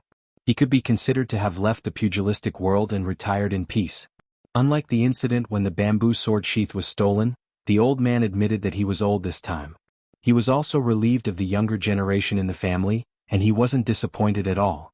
Usually he would guide the disciples in the villa on their swordsmanship. Occasionally he would go to the small town to eat hot pot, drink some wine, sit at the mountain water pavilion and flip through books in his free time. The girl with embroidered shoes, one of the 4 demons of the Shu Shui nation, laughed and said, "Look, interesting, Qin Pingyan Qin Pingon. It's written in the book that he loves beautiful women like us the most." A beautiful ghost who served as a maid glanced at a spot beside the bonfire. She had a lingering fear because that was where the young man sat and killed ghosts. She could believe whatever the book said about the young sword immortal, except for this matter. She didn't believe it even if she was beaten to death. Anyway, those who believed it had already been beaten to death. It was the kind of person who pulled her head with one hand and punched with the other. The haunted house that used to be filled with Yin energy was now a mansion with beautiful scenery. The husband and wife brewed wine every year, and the amount of wine they drank increased. Unfortunately, the person who drank wine never came. On the road outside the city wall of Dali, Cui Dongshan, who was riding on Brother Gao, was surprised to see the old bastard who had rushed back from the North Continent. He thought that the old bastard would stay in the capital of Dali, or simply stay at the northernmost side, watching the newly opened road. Cui Dongshan laughed and said, "Yo, you don't seem to be in a good mood." "Then I'm in a good mood." Anyway, the general trend of the Aquarius continent and the North Continent has been reported by the spies. It's not a big problem and it's all within expectations. Cui Dong kept silent. Cui Dongshan didn't plan to let the old bastard go so easily. "You've been promoted to the master of the academy, and you're still not happy? There are only 71 masters in the whole world. How rare." Cui Dong, the old bastard, was so obsessed that he took the initiative to ask for the position of master of the academy from the Confucian temple. Cui Dongshan couldn't think of a reasonable explanation. He felt that the old bastard was smearing yellow mud on his old face. What was he after? As for Tong Yezhou, he could live or die as he wished.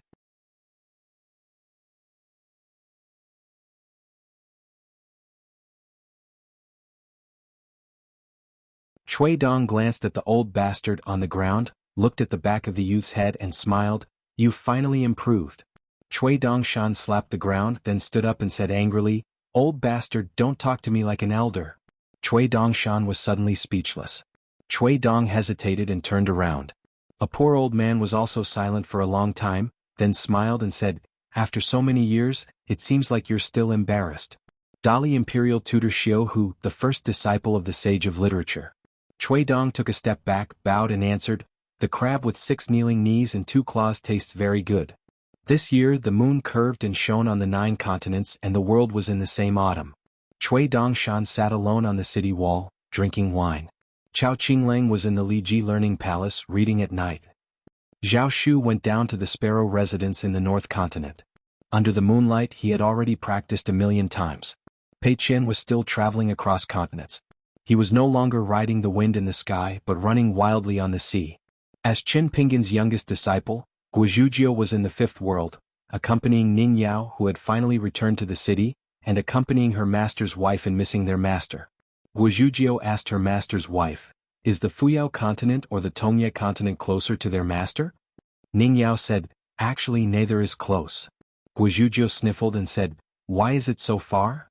Ning Yao said to herself, "Wait a little longer, there's still one more realm to go."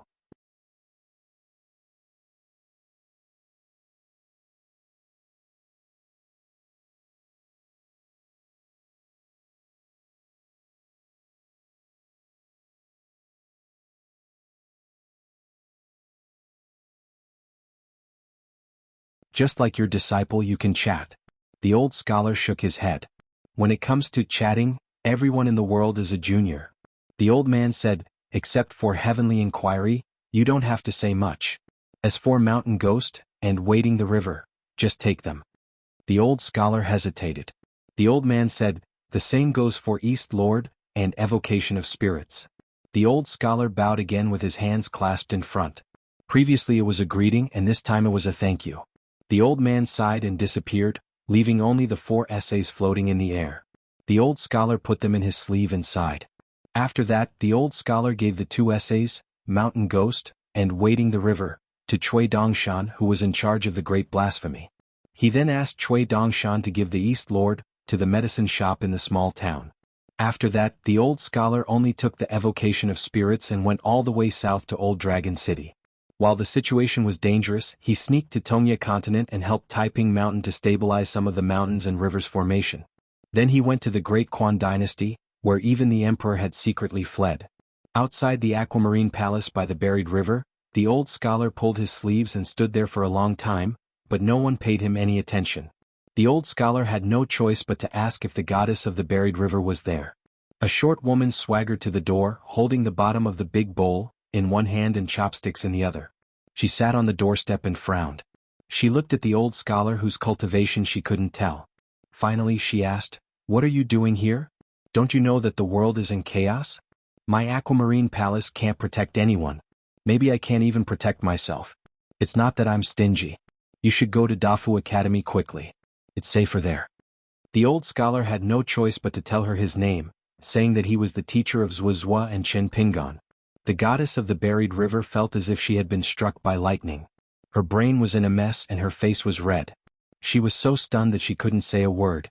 Like a drunkard, she slowly stood up and raised the big bowl above her head. She probably meant to invite Lord Wenxing to supper. After that, she accompanied Old Master Wensheng, who said that it was difficult to refuse such great hospitality and would just sit for a while. Together, they returned to the Green Turing Palace's main hall in a daze. In a daze, she asked Chef Lu to bring Old Master Wensheng a small saucer-sized bowl of noodles. Finally, somewhere in the middle of the Tongya continent, Zuozua, who had left the territory of the Tongya sect, sat on the sea of clouds and guarded the door. The door was separated by 2 worlds. In the distance, Wang Shizi, a sword cultivator of the Golden Core realm, and a girl named Yu Xan were helping a group of disciples of the academy and cultivators on the mountain to deal with the matter of escorting refugees from all over the place to seek refuge. There were a lot of things to do and it wasn't easy. Even if Wang Shizi was an idiot, he could tell that the girl had feelings for Senior Zhua. Otherwise, she wouldn't have risked her life to come here. Wang Shizi had reached a bottleneck in his cultivation, which was similar to Chao Jun, the sword cultivator of the South Sa continent. He needed to break through the bottleneck by observing the sword. After all, Senior Zhua killed demons with his sword. Even if he looked at him from afar, it would be a great benefit to swordsmanship. However, when Senior Zhua knew that Miss Yu came here with him, he even patted him on the shoulder. At that time, the look in his eyes probably said that Senior Zhua thought that he, Wang Shizi, was enlightened. Today, Miss Yu asked him if he wanted to ask her about swordsmanship.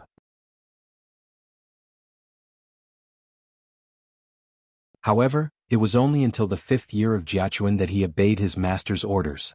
He didn't go to the blessed land of lotus roots. Instead, he slowly walked to the 5th world. This time, Jing Dafeng secretly left his hometown and traveled across continents. He followed the old man's instructions. The route was strange. He first went to the North Continent. He went to the small town at the foot of Lion Peak to find his senior and sister-in-law to eat and drink for a few days. For the first time, his sister-in-law didn't scold him. Instead, she spoke to him softly. This made Jing Dafeng feel sad. In the past, Jing Dafeng didn't think much of it. However, after seeing his sister-in-law like that, he felt that he was really pitiful. However, when Jing Dafeng was full of wine and food, he glanced at the empty courtyard outside the house and kindly asked his sister-in-law if she wanted him to help her chop some bamboo from the mountain and help her make a few strong clothes-drying poles to dry the clothes. Lier was busy cleaning up the bowls and chopsticks and turned a deaf ear. If he didn't get scolded for a day, he wouldn't be her junior. The woman originally wanted to give him a good scolding. However, when she glanced at the bearded hunchbacked man who seemed to be much shorter, she was very abnormal. She didn't scold him and said that there was no need. She lowered her head and quickly walked out of the house. This made Jing Dafeng sigh.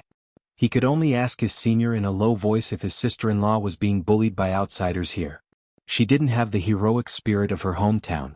Lier just finished cleaning up the bowls and chopsticks. He didn't expect the woman to return with 2 pots of wine and a few dishes. She said that she wanted the two of them to have a good chat. They hadn't seen each other for a long time and were going to be separated soon.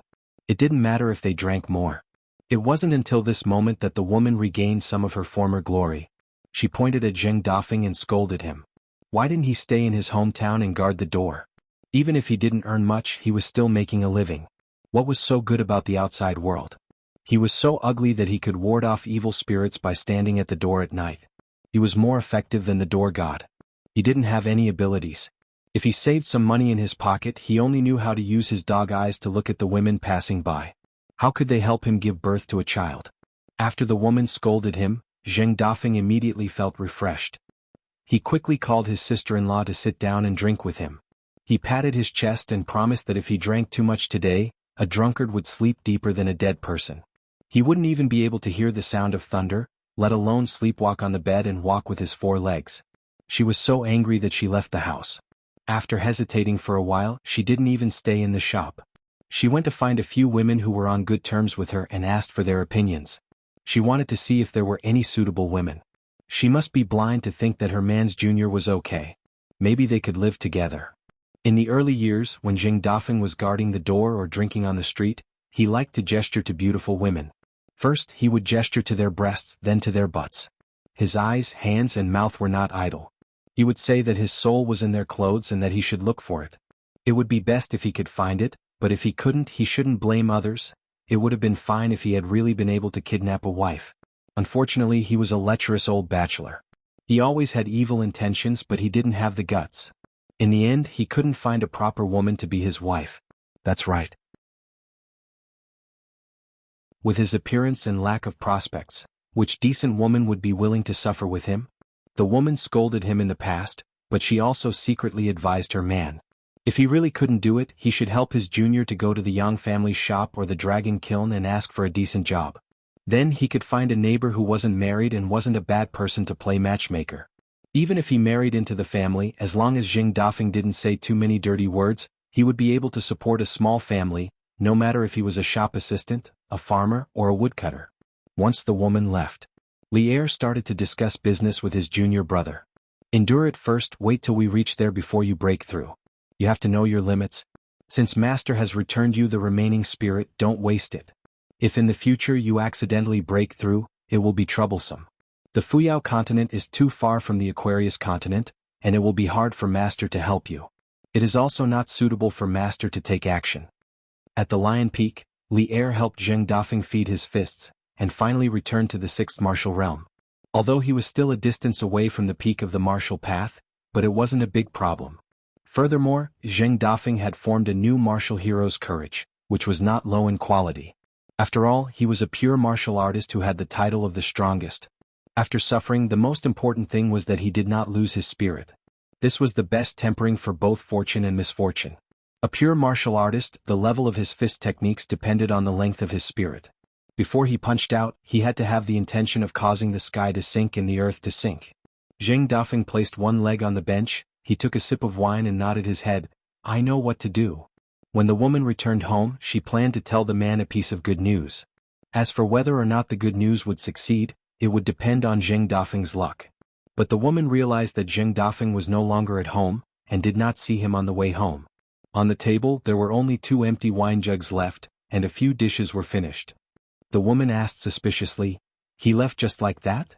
Lier replied with an N. The woman sighed. After sitting down, she looked out of the house. "Do you know what you men are thinking? Do you know what you like in the Jianghu?" She was talking about Zheng Dafeng, who was always out of tune, and also about the young man that she liked from the bottom of her heart, who she treated as half a son-in-law, Chen Pingan. Lier did not have anything else to say. He stood up and cleaned up the table, and bent down to pick up Zheng Dafeng's wine jug and gently shook it. There was not a bit left. When the woman saw this, she laughed and scolded, "Look at you, you're so useless."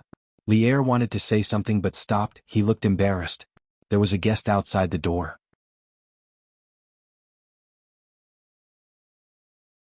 Even if you learn from Dafeng's perverted nature, don't learn from him and get bullied outside. Of course, it's best if you don't learn anything. Lier nodded and helped the woman wipe the corners of her eyes. The woman asked when they were leaving. Li Er said that they would leave today and return early. The woman went to help pack the bags. Li Er, who had been waiting patiently at the door, suddenly stood up and strode out.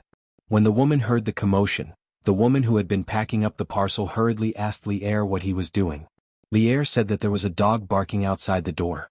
Li Er said that there was a dog barking outside. Zheng Dafeng went from the North Continent to the White Jade Continent.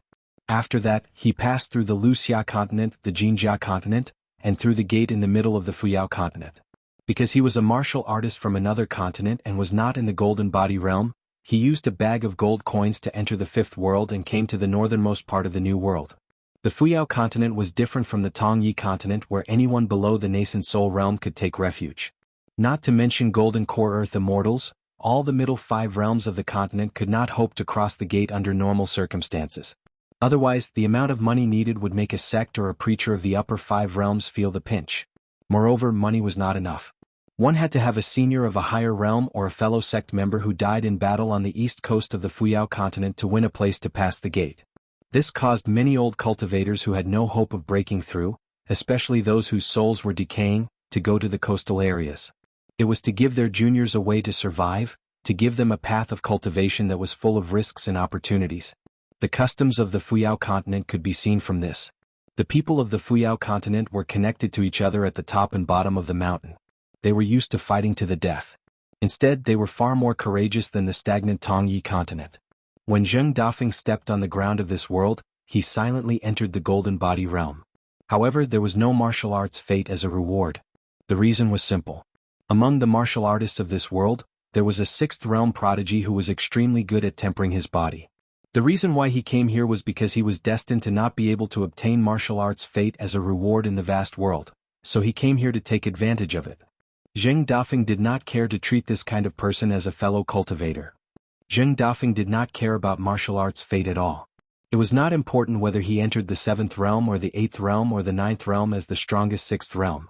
He was not anxious at all.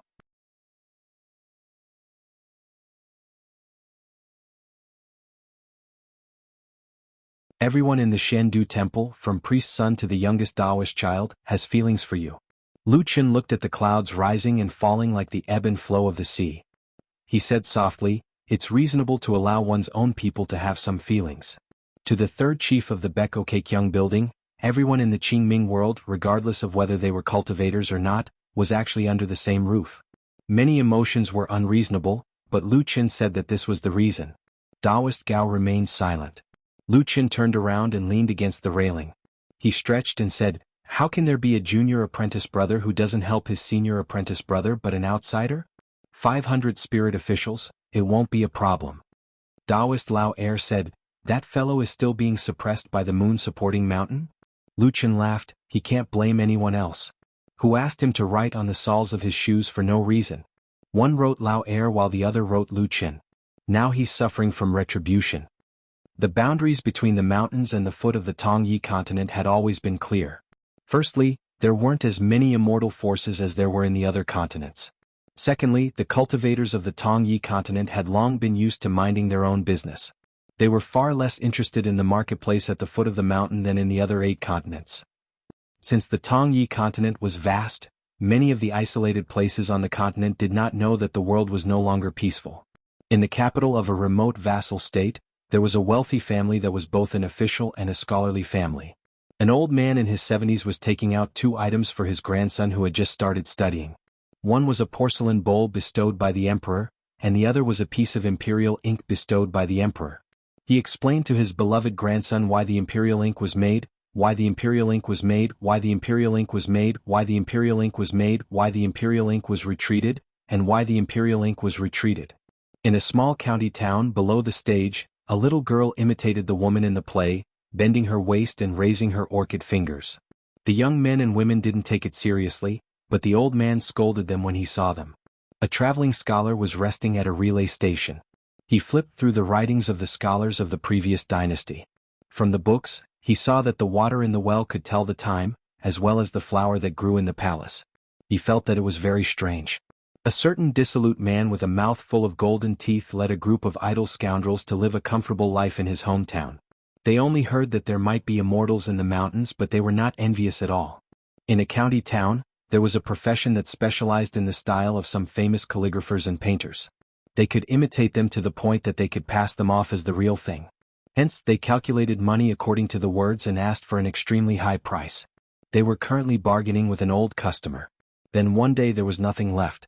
In a place covered by dark clouds in the sky above an immortal mountain along the coast of the Tongyi continent, a hole was suddenly torn open. Sunlight shone down and a weapon fell to the ground. A great demon then fell heavily to the ground. Another huge rock that was as big as a mountain was tilted and smashed into the majestic city of a dynasty's capital. On top of the huge rock, a slender young girl was dragging a blade as she walked. Behind her was an armored puppet that shook the earth with every step. In the 6th year of Jiachun in the 5th world. In the huge Tongyi continent, apart from 3 academies and a dozen immortal mountains, all of them had fallen. During this period, a former gentleman of the academy named Zhong Kuei appeared out of nowhere and turned the tide. And in the mountain and water cave of the Fuyao continent, Chao Ci broke through to the 10th realm in a battle at sea and killed a great demon. In an ice field that was cold all year round in the White Snow continent, a group of northbound cultivators who risked their lives to hunt demons met an extremely strong demon. They were in a desperate situation and could only desperately escape towards the south. After they were exhausted, they all resigned themselves to death. In the vast expanse of white snow in the north, a young girl slowly walked out. She held a mountain staff in her hand and carried a green bamboo chest on her back.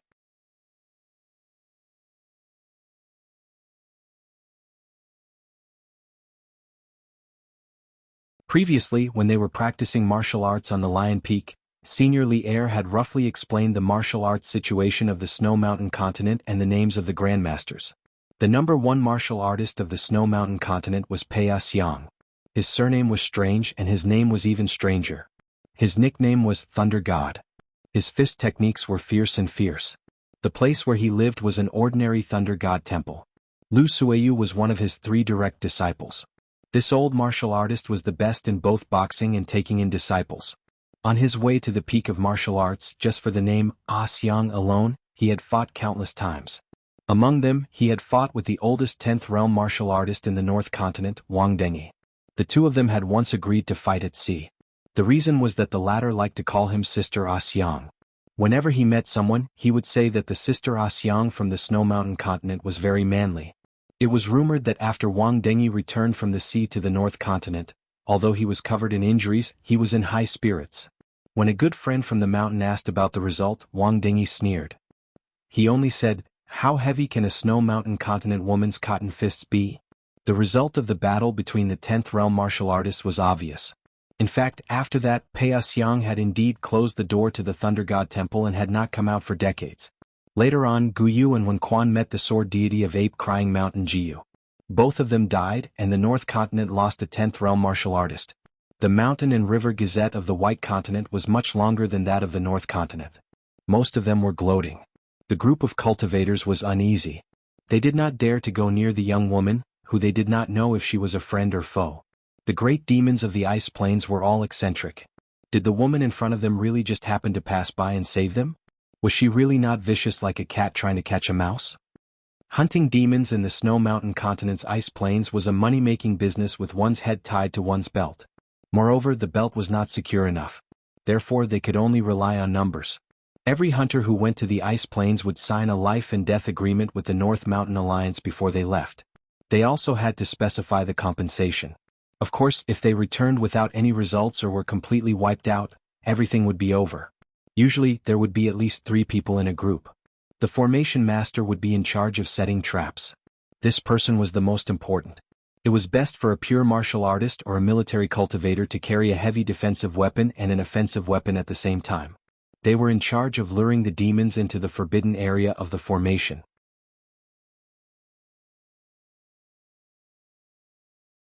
Pei Qian saw that the old woman and the barefoot Taoist had no intention of attacking for the time being. She took a step forward and instantly came to the side of the old Taoist. She took down the bamboo box and reminded the group of cultivators who were continuously gathering, "You guys just need to form the formation to protect yourselves. If possible, under the premise that your lives are not in danger, help me look after the book box. If the situation is urgent, just run for your lives. I will try my best to protect all of you." Pei Qian paused for a moment and added, "I will do my best." Since the old woman and the barefoot Taoist were coming for her, Pei Qian had to throw a few more punches. It was only right for her to do so. In the Jianghu, righteousness was the most important thing. Previously, she had casually killed the monster and saved the group of cultivators. It was really just a casual action. Since she had the heart and the strength to spare, she should throw a punch and not think about reciprocation. As for the goodwill and malice of the people in this world, what does it have to do with me, Pei Qian, practicing my fist? Nothing. What Pei Qian cared about was her master's teachings and Grandpa Chui's teaching of fist techniques. The old woman glanced again at the green bamboo stick left behind by the young woman. Previously, when she focused her gaze, she was actually unable to completely see through the camouflage. She could only vaguely sense the wisps of cold air from the bamboo stick. This was also an important reason why the old woman was not in a hurry to attack. The old woman was a great demon who cultivated in the ice field. She was most afraid of provoking the disciples of the Lu family of the Snow Peak continent. She was also afraid of the direct disciples and secondary disciples of the Thunder God Temple's Pei Xiang. Other than that, there was not much of a problem. It did not matter whether she chewed them raw or braised those unlucky cultivators. Apart from these two types of people, there were also some sects who came here to gain experience from time to time. However, most of them were protected by nascent soul earth immortals, so they were allowed to kill some monsters. The old woman still had a good eyesight.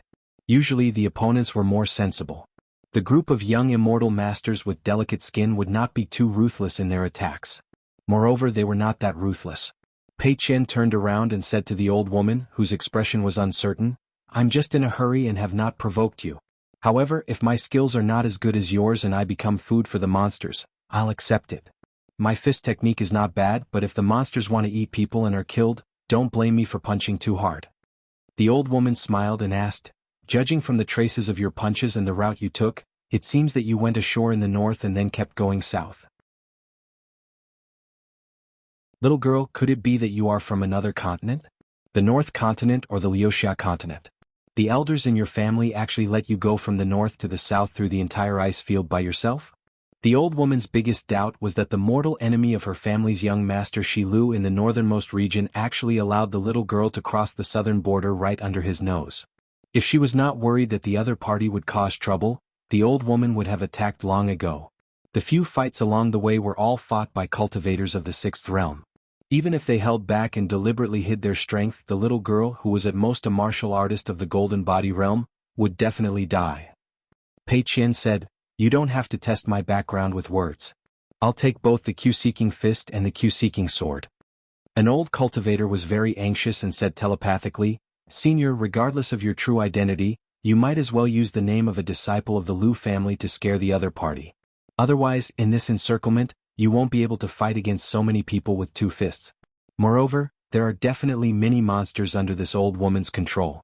In our white border continent, the disciples of the Lu family are the biggest protective talismans. Grandmaster Pei and Senior Lu, master and disciple, are both worshipped by the Lu family.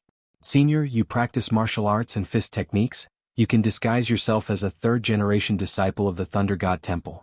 Pei Qian replied telepathically, "I have my own master, I don't dare to speak nonsense." The old cultivator sighed and did not dare to persuade him again. On the line between life and death, how could there be so many pedantic and rigid rules? At this point, no one doubted the identity of this senior anymore. There was indeed no need. Just the autumn water Taoist alone was enough to crush all the hunting cultivators except for her. The cultivators of the white border continent, whether it was the immortal masters of the archives or the mountain and lake cultivators, were aware of the high and mighty immortals of the upper five realms. Even if they had not personally seen a few of them, through the messy mountain and river reports, most of them knew that the number of immortals was actually not less than that of the North Continent and naturally more than that of the Northwest Luxia continent. However, the number of 8th and 9th realm martial arts grandmasters could be counted with one's fingers. Not only was it far less than that of the North Continent, it was even less than that of the Luxia continent. The martial arts fate of the white border continent was known to be pitifully low in the vast world. Legend had it that there was only one martial artist of the 10th realm. Pei Xiang of the Thunder God Temple, who was the most prosperous martial arts fate of the continent, had even lost to Wang Dengbing, who was later imprisoned by the Sword Immortal after he lost his mind. Since the North Continent had a sword cultivator who once crossed the sea to challenge the Sword Immortal, even if Guyu was dead, the result was that there was one more martial artist of the End Realm than the White Border Continent. This made the cultivators of the White Border Continent unable to lift their heads. In addition, the number one cultivator of the White Border Continent, the god of wealth of the Lu family, had publicly admitted several times that his Tao techniques could at most be considered half of that of the Flat Earth Peak's venerable fire dragon. This made the cultivators of the White Border Continent feel that other than money, the cultivators of the White Border Continent were all inferior to that of the North Continent. Pei Qian turned her head to look at the barefoot Taoist who was wearing a crane cloak. She had once seen a record in the inverted, immortal book that her senior apprentice brother bought. In history there was indeed a mountain Taoist who liked to recite the Nanhua autumn water poem. He walked the world barefoot and it was rumored that he wore a Taoist iron crown on his head. His ambition was to use plum blossoms and snow to wash his intestines and carve his bones to build a Taoist temple. He was willing to manifest his Tao techniques and return them to the world. He did not have a fixed residence all year round and traveled far and wide with his staff. He only needed to throw the staff in his hand and it would land on the ground and transform into a green dragon. That mountain Taoist, who was elusive, was a true Taoist. Of course, he would not be this person who pretended to be cultured and blocked the way. Even though Pei Qian had yet to open her fist, she had already cleared her mind. When she held her breath and started to pour out her fist intent, her eyes saw a strange phenomenon. In an instant, everything was silent. It was as if Pei Qian was the only living thing in the world that was not restrained. She was the only one who could walk freely. However, Pei Qian was well aware that what she saw was not the real stagnation of the long river of time, but the flowing speed seemed to have become extremely slow. The closer she got, the more the flowing water of time in all directions tended to be still. After Pei Qian started practicing her boxing alone, there was only one thing she could do. She had to try to make the river of time seem to be completely still, so that only her body and mind would be free. She could punch out between heaven and earth. No matter who the martial artists in the world were, they would be slower than her punches by countless times. Of course, her master was an exception. Pei Qian practiced boxing only to catch up with her master. She never expected to be on par with her master's boxing skills. When she was traveling in the Great Wall of Sword Qi, her master once said something very strange to Pei Qian. He said that he wanted to learn this supernatural power from his first disciple. Her master's jokes were also very interesting. Why should her master learn from her disciple? However, this joke that once made Pei Qian secretly happy and couldn't help but grin when she thought of it, was becoming less and less funny. Her master didn't return to her hometown day after day, year after year. Pei Qian felt that this joke that once warmed her heart was more and more like a cage that made her sad. She almost couldn't breathe and wanted to smash it with a punch. Previously, when she traveled across continents, she gave up riding the wind and chose to run on the surface of the sea. Every time Pei Qian's perfect state punched out, it was towards the invisible long river of time. In an instant, the figure of the young female martial artist disappeared from the old woman's sight. Was it really the golden body realm that she expected?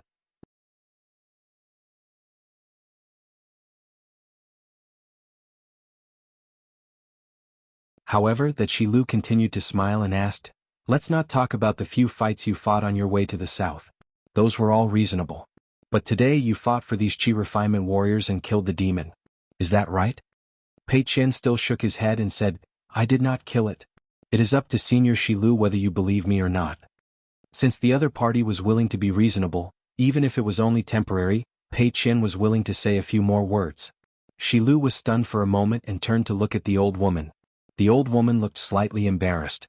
"Master, this young lady only punched that flower away." The golden core demon that chased after the Qi refinement warriors was named Flower. It was only injured by the female martial artist, but it was really scared out of its wits. It mistakenly thought that she was the junior sister or direct disciple of the ninth realm martial artist Lu Suiyu and immediately fled hundreds of miles away. As for the great demon Shi Lu, she was attracted by Pei Qian's fist intent. Therefore she mistakenly thought that Flower had been killed somewhere. Shi Lu was even more curious. "Young lady, which sect are you from? This is not the style of martial artists from the Thunder God Temple's Axiang." As for the other party's respectful address of Senior Shi Lu, it made the Jade Pure Realm Great Demon standing on the snow-white lion's back feel even more amused and even more surprised. Pei Qian hesitated for a moment and still shook his head. Shi Lu was a little hesitant. Then she stretched out her hand and pressed between her eyebrows. She was having a headache. What was going on today? First, it was a reasonable young lady who happened to be in an unreasonable martial arts realm. If only one of them was missing, then Shi Lu would not hesitate at all. Then there was a woman who made Shi Lu feel a chill down her spine. For Shi Lu to be so wary, of course she was a sword immortal. A sword immortal in the North Continent was rarer than anything else. In addition, the other party was a woman. Shi Lu was more or less sure of her identity. A sword immortal from the Snow Continent who did not like her hometown, Xie Songhua. It was said that Xie Songhua's sword was extremely lethal. When she fought against an enemy, her sword could determine life and death. Although Shi Lu was wary, she was not overly fearful. In the southern land of the ice plains, Shi Lu had the geographical advantage. She would definitely not be able to win in a fight. Hence, she would only leave after witnessing the beauty of a sword immortal with her own eyes. The female sword immortal with a bamboo box on her back came riding on her sword. The sword aura behind her seemed to have opened up a windless and snowless path. The wind and snow on both sides of her path still covered the sky and the sun. She hovered in the air with a cold expression, looking down at Shi Lu, who liked to hide. Xie Songhua had left 2 of her direct disciples who were here to train their sword will in the city behind her. The 2 direct disciples were named Chao Mu and Zhu Xing. Xie Songhua had also sensed that something was amiss here. Hence, she left the city on her sword, intending to join in the fun. Other than Xie Songhua, who was taking in disciples in a foreign land, Li Kai from the North Continent's Fuping Sword Lake also brought 2 sword immortal embryos out of the Great Wall of Sword Qi. They were Qin Li and Gao Yuqing.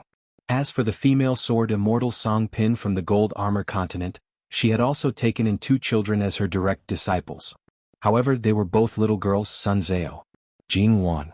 As for Pu He from the Liuxia Continent, who had fallen to the nascent soul realm at the Great Wall of Sword Qi, she brought a young boy and a young girl from the Great Wall of Sword Qi.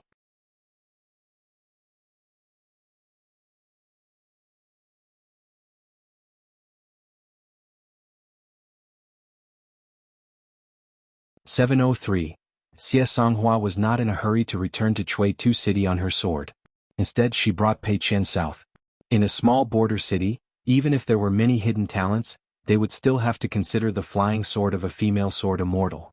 Although her 2 direct disciples had yet to enter the middle 5 realms, they were sword cultivators and potential sword immortals of the Great Wall of Sword Qi. Even if there was a small accident, Xie Songhua's flying sword would arrive in an instant. Furthermore, before entering Chui Tu City, Xie Songhua had brought Chaomu and Zhu Xing to tour Mt Beiyu. The Mt Beiyu would naturally take care of the 2 children. If anything happened to a sword immortal's direct disciple within his jurisdiction, especially if they were Xie Songhua's disciples, their cultivation would be delayed. A small country's mountain lord would not be able to bear the responsibility. Perhaps the entire Mt Beiyu would be remembered by sword immortal Xie. This was because Xie Songhua's temper was known to be bad in the Pure Crest continent. After chatting with Pei Qian for a while, Xie Songhua sighed. She did not expect that even she could not see the depth of Pei Qian's martial arts. The young lady was only in her early 20s, but she was already a pure martial artist at the far travel realm. She was as rare as a phoenix feather and a Qilin horn. On the mountain, she would be a nascent soul sword cultivator in her 20s. If not for Chao Xiai and Qin Pingan, Xie Songhua would have suspected Pei Qian's identity. However, Xie Songhua felt more gratified. Actually, she had never met Pei Qian before. They were not related. However, when she saw Pei Qian traveling with a staff and a box, Xie Songhua felt close to him. As for whether she loved him because of his love for his dog, it was not important. Heaven and earth should not care about who I, Xie Songhua, like. If you don't like anyone, you can control my flying sword. However, you have to be brave and capable enough. Therefore, Xie Songhua smiled and said, if you are worried that Aunt Xie's swordsmanship is not good enough and will not be able to win against Shi Lu, there is no need for that. Tell me the truth. I will go and chop Shi Lu. I will be back in half an hour. It is not easy to kill a pure Jade Realm sword cultivator demon. Without the word sword cultivator, it is not difficult. Pei Qian hurriedly shook his head and said, Aunt Xie, it's not like that. If Shi Lu was aggressive and oppressive, I would have used the ask fist. Xie Songhua nodded. Then let's count it as Shilio burning incense. His luck is not bad. Originally, I had planned to bring Chaomu and Zhu Xing to the south of the icy plains to nurture my sword intent. Shi Lu would definitely want to see it for a while. Chaomu had 2 intrinsic flying swords. One was rainbow and the other was torrential. Of the 2, rainbow was rather suitable for nurturing. The Leijia sword was not of much use in the ice plains. That's why I need to pay a visit to Lei Gong Temple's Peixiang and see if there's an opportunity for the Great Dao at Mahu Prefecture. For the time being, Pei Qian did not know what Auntie Xie meant by meeting Shi Lu and visiting Leigong Temple. But Xie Songhua was willing to reveal the names of the two direct disciples' flying swords to Pei Qian. It showed how close she was to Pei Qian and treated him as family. Xie Songhua did not have a good impression of her hometown, the pure Jade continent. After she became an Earth Immortal, she spent most of her time traveling in Luxia continent and Jinjia continent. Before she accepted the direct disciples, she would not reveal her whereabouts and was too lazy to show off her identity as a sword immortal. That's why there were a few conflicts. Xie Songhua never thought of herself as a reasonable person. That's why she would fight with both the young and the old. If the founding ancestor was still alive, that would be even better. That's why the cultivators of the pure Jade continent were in awe of this sword immortal. Now, Xie Songhua's prestige in the pure Jade continent was like the sun in the sky. With the identity of a female sword immortal, she traveled the Great Wall of Sword Qi and made great achievements. She killed a pure Jade realm sword immortal great demon. And the key was that Xie Songhua returned to the vast heavens alive. To the people of the pure Jade continent, a dead female sword immortal was nothing much. The pure Jade continent did not have the custom of sacrificing a continent to a sword. The most shocking news of the pure Jade continent was that it was rumored that Xie Songhua would most likely break through the pure Jade realm within a few decades and become an immortal. She would become the first great sword immortal in the pure Jade continent in 1,000 years. A few decades for a cultivator was just a short period of time for an immortal to take a nap. Xie Songhua laughed and asked, "You're already a martial artist of the 8th realm, why don't you travel with the wind?" Pei Qian blushed and said softly, "Master said before to travel at the foot of the mountain, you have to drop by 2 realms. Don't learn from a certain person, and let him have his first move in the Jianghu." Pei Qian said, "Auntie Xie, you can fly with the sword, I will fly with the wind. Rules are dead, people are alive, you don't have to be so particular when you're with Auntie Xie." After all, Xie Songhua was a senior sword immortal, and this trip to the icy plains was to impart sword techniques to the 2 direct disciples. Xie Songhua laughed. As expected of his first disciple, "No problem, let's continue to walk to Tuho City, take it as a stroll." Xie Songhua then asked curiously, "Who is that certain person? Can you tell me?" Someone who could be mentioned by the young hidden official was most likely not simple. For example, Sword Immortal Qi, who was addicted to alcohol, was now the leader of the North Continent's Taihui sword sect. Pei Qian laughed, "Auntie Xie, there's nothing I can't tell you. Master's friend is a military cultivator from the North Continent's Ghost Axe Palace. His name is Duyu and he likes to roam the Jianghu. When Master was roaming the North Continent in his early years, they hit it off, and he even learned some talisman techniques from Senior Du." Xie Songhua nodded and said, "Although I've never heard of the Ghost Axe Palace, since he can let your master have his first move, he must be quite powerful. However, the outcome of the One Quan Fist will not be good. Don't let your master have his first move." Pei Qian scratched his head. He was no longer the charcoal girl of the past and he was no longer a young girl. This action was a rare bit of childishness in Pei Qian.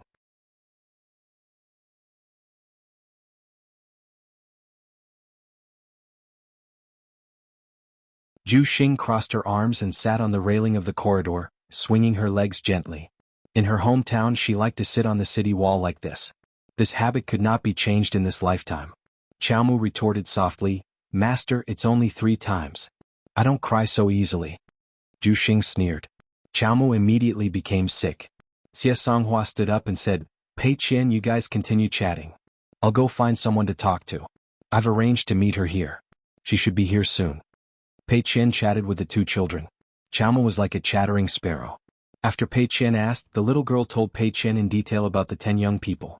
Zhu Xing of course wanted to fight for the hidden official. He said that other than Ning Yao and Chao Ci, the other 8 people did not have the right to squeeze the hidden official out of the 10 and only get the 11th. Pei Qian asked curiously, "What's up with the Ascension City?" Qiaomu smiled, "The 5th world, the year name is Jiachuan. It landed on the city in our hometown. As the beginning of the world, it was named the Ascension City." Zhu Xing said, "There's news that Sister Ning Yao is not only the first pure Jade realm sword cultivator in that world, but she's also in the immortal realm now." Pei Qian looked at the cute little girl in front of him and missed Xiaomi on the Luapa mountain. He also missed Sister Nuanu, who seemed to never grow up. At this moment, Pei Qian finally realized that Sister Baoping had grown up. He had also grown up. If Sister Baoping's junior martial uncle, his master, knew about this, would she be happy or sad? Pei Qian opened the book box and started to copy books. Qiaomu sat at the side quietly. She rested her chin on her hand and watched Sister Pei write. Zhu Xing was thinking about the second opening of the fifth world. By then he could go back to his hometown. He heard that the fifth world would be open for 30 years. After that, it would be completely closed. If he wanted to go back and forth between the two worlds, he could only become an Ascension Realm cultivator. Zhu Xing was a little envious of Sister Pei's mountain walking stick and bamboo box. The little boy imitated the hidden official. He sat on the railing in a daze with his hands in his sleeves. The 10 young people selected this time were all below the age of 50. There was no difference in the rankings. The reason was simple. If they were too young, they would need at least 100 more years to cultivate and attain immortality. Ascension City's Ningyao. In the fifth world, she broke through 2 realms and entered the immortal realm. Duduan martial artist Chao Ci. Outside the mountains and rivers of the Fuyao continent, he was a 10th realm martial artist. Beko Kekyung Buildings Daoist Shan Qing. Pure Jade Realm. He didn't have a single magic treasure because his natal items were all immortal weapons and half-immortal weapons. He walked the path of the 5 elements and was known as the best in the world. Moon supporting mountains 100 sword deities Fei Ran. Pure Jade Realm sword cultivator. It was said that he liked to suppress realms. There was also a secondary saint's direct disciple. It was said that the young scholar's hometown was Qingming Tian. He was brought back to the vast world by the secondary saint. Not only did he obtain a reading style, but he also had the embryonic form of a natal character. A young monk who entered the fifth world held a 12-ringed monk's staff. Under the heavens, there was an originally unknown Taoist female Taoist. She was less than 20 years old and had only cultivated for 8 years. She had been stuck at the Willow Tendon realm for 6 years. Then she had reached the unpolished Jade realm in 1 step. In the vast world, Lu Kai was also an unknown mountain and lake cultivator. His realm wasn't high at the moment. He was only a golden core realm sword cultivator.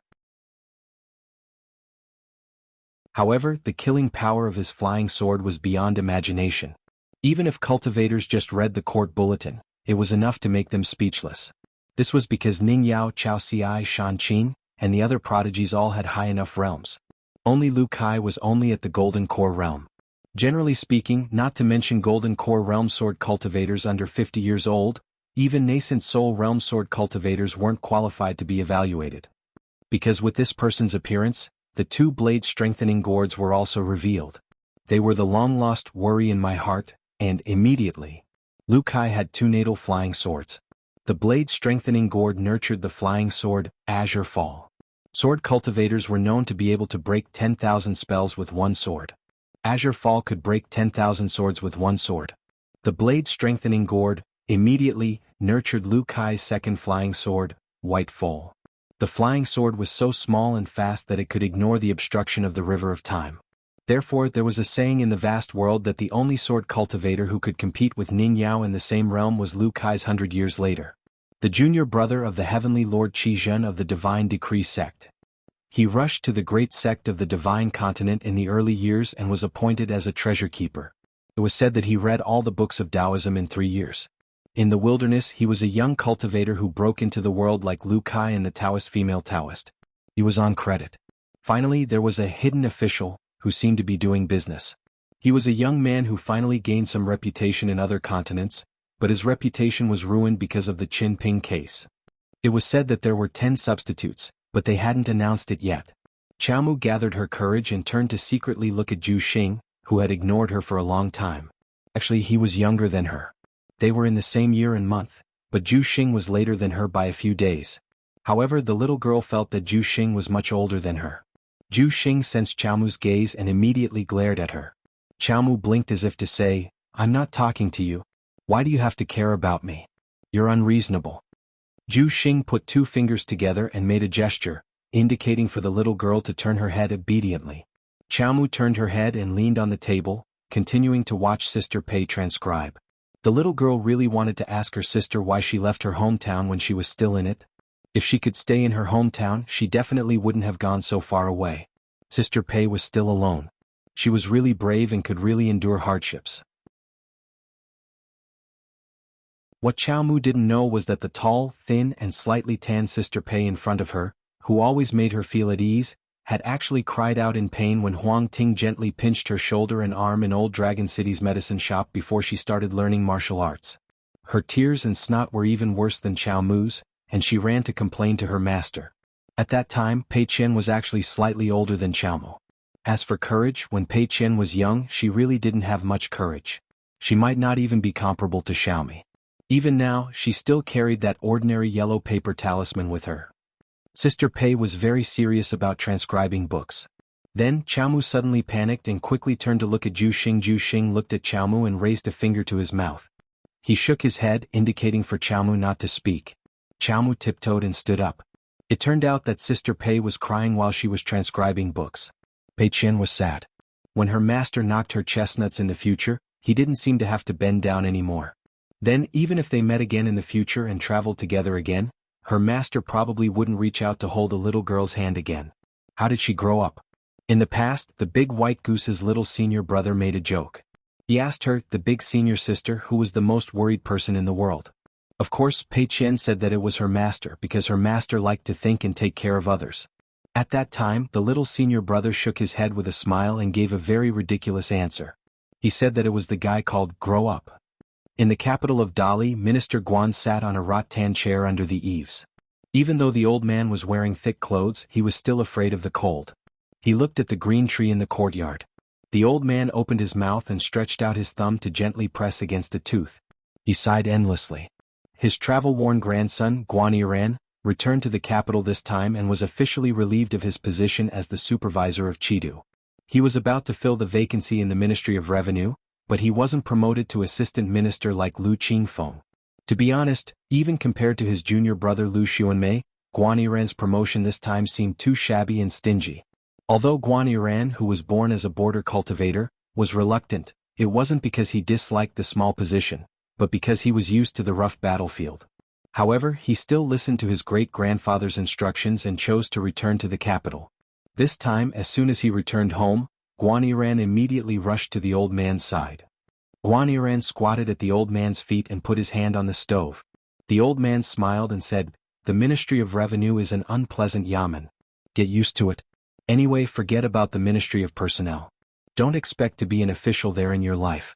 After all, other people think that the Ministry of Revenue in Dali is surnamed Guan, but if you Guan children really think so, you're courting death. As a person, you have to leave a way out for others. If you squat in the latrine and don't shit, or squat there and shit for too long, people will throw stones into the latrine. When the time comes and it splashes on your butt, you can't blame others." Guan Yiran smiled. The first batch of important ministers in the Dali imperial court weren't very refined, even if they were born as scholars. The old man looked up at the beautiful sunset on the horizon and sighed, "Teeth fall out, hair fall out, can't walk. Annoying. Seeing a young and beautiful girl, I don't have the heart nor the strength. At most, I can only think of the past and think of the hero's bravery. It's good to be young, there's an official to be promoted. The celestial immortals flying around in the sky also make people sincerely envious." The old man talked to himself and the young man listened. The country is broken, the mountains and rivers are still there, the grass and trees are deep in the city, but the curtain roller's path is still the same. This is a collection of poems written by a literary giant of the Liu family in the past. It's written beautifully. It's a pity that the article is written well, but being an official is relatively poor. The fragrance of food when you're hungry, the fragrance of young women's cosmetics, in fact there's still a fragrance. It's also not bad, you know? That's on the summer mat, scratching your feet. Go and steal a jug of wine for your great-grandfather. Your father took away all the jugs of wine that were hidden in the study and put them in his own study. What af * king plaything. After putting down the wine, let great-grandfather sit alone for a while. Aha, good wine and chew, don't let the younger generation know." Guan Yiran grunted and got up to leave. The old man suddenly shouted, "Yiran?" Guan Yiran immediately turned around.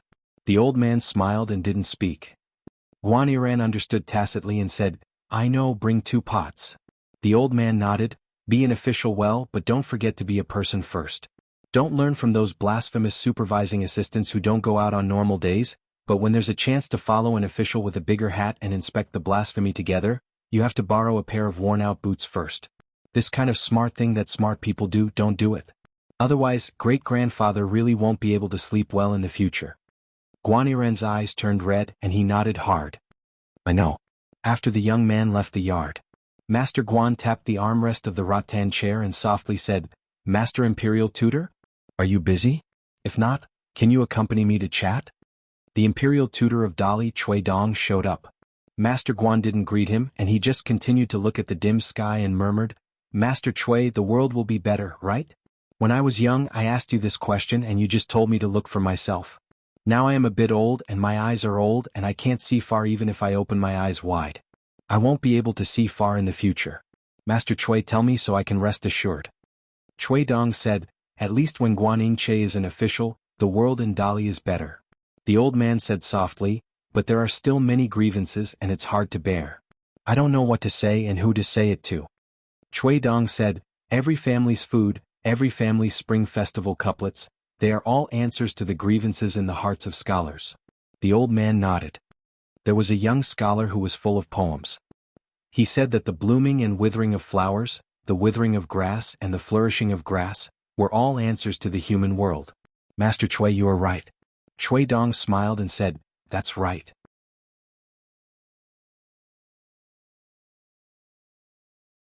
In these years, after all the words in the book were finished, Qin Pingan could be said to have racked his brains in order to decipher the secret letter. It was very difficult for him to arrange those words in various ways. He read the travel book again and again. Perhaps, in a certain chapter, he took one word out of every 11 words and gathered them all together to see if he could gather them into a secret letter. Perhaps he worked hard on the 2 words by, and used various connections to spread them out. Perhaps he used the method of backtracking to search for clues. Chui Dongshan once said that as long as one's brain was not sick, they would not be able to pull out the thread of this connection. But in reality, not only did his teacher pull out the thread after reading the landscape travel book for the first time, even the throwing of the book and then retrieving it was a kind of trick. After that, as he refined the words, he thought of thousands of miles away. All the trivial things in life that made people feel uncomfortable might be gathered together in a certain place on the road in the future like dots of light, shining brightly. Qin Pingan shrunk his body, his hands in his sleeves and was lost in thought. Today was the 5th of May in the vast world. When there were people around, Qin Pingan would not care too much about whether it was the 5th of May or not. When there was no one around he would think about it again and again. After his parents left, one day the door of a house at the end of Mud Bottle Alley opened. Later there was a little slug in that house. After that he met his 2 neighbors Song Jisin and GQ. Later on he met Lu Xianyang. Later on when he left his hometown there was Li Baoping and Li Huai. Later on there was Zhang Shanfeng, Lu Yuanxia, Pei Qian and Luopa Mountain. Even at the Book Slip Lake and the Great Wall of Sword Chi, there were people around him that he cared about. Only in these years Qin Pingan was alone again. Qin Pingan exhaled softly and patted his chest lightly.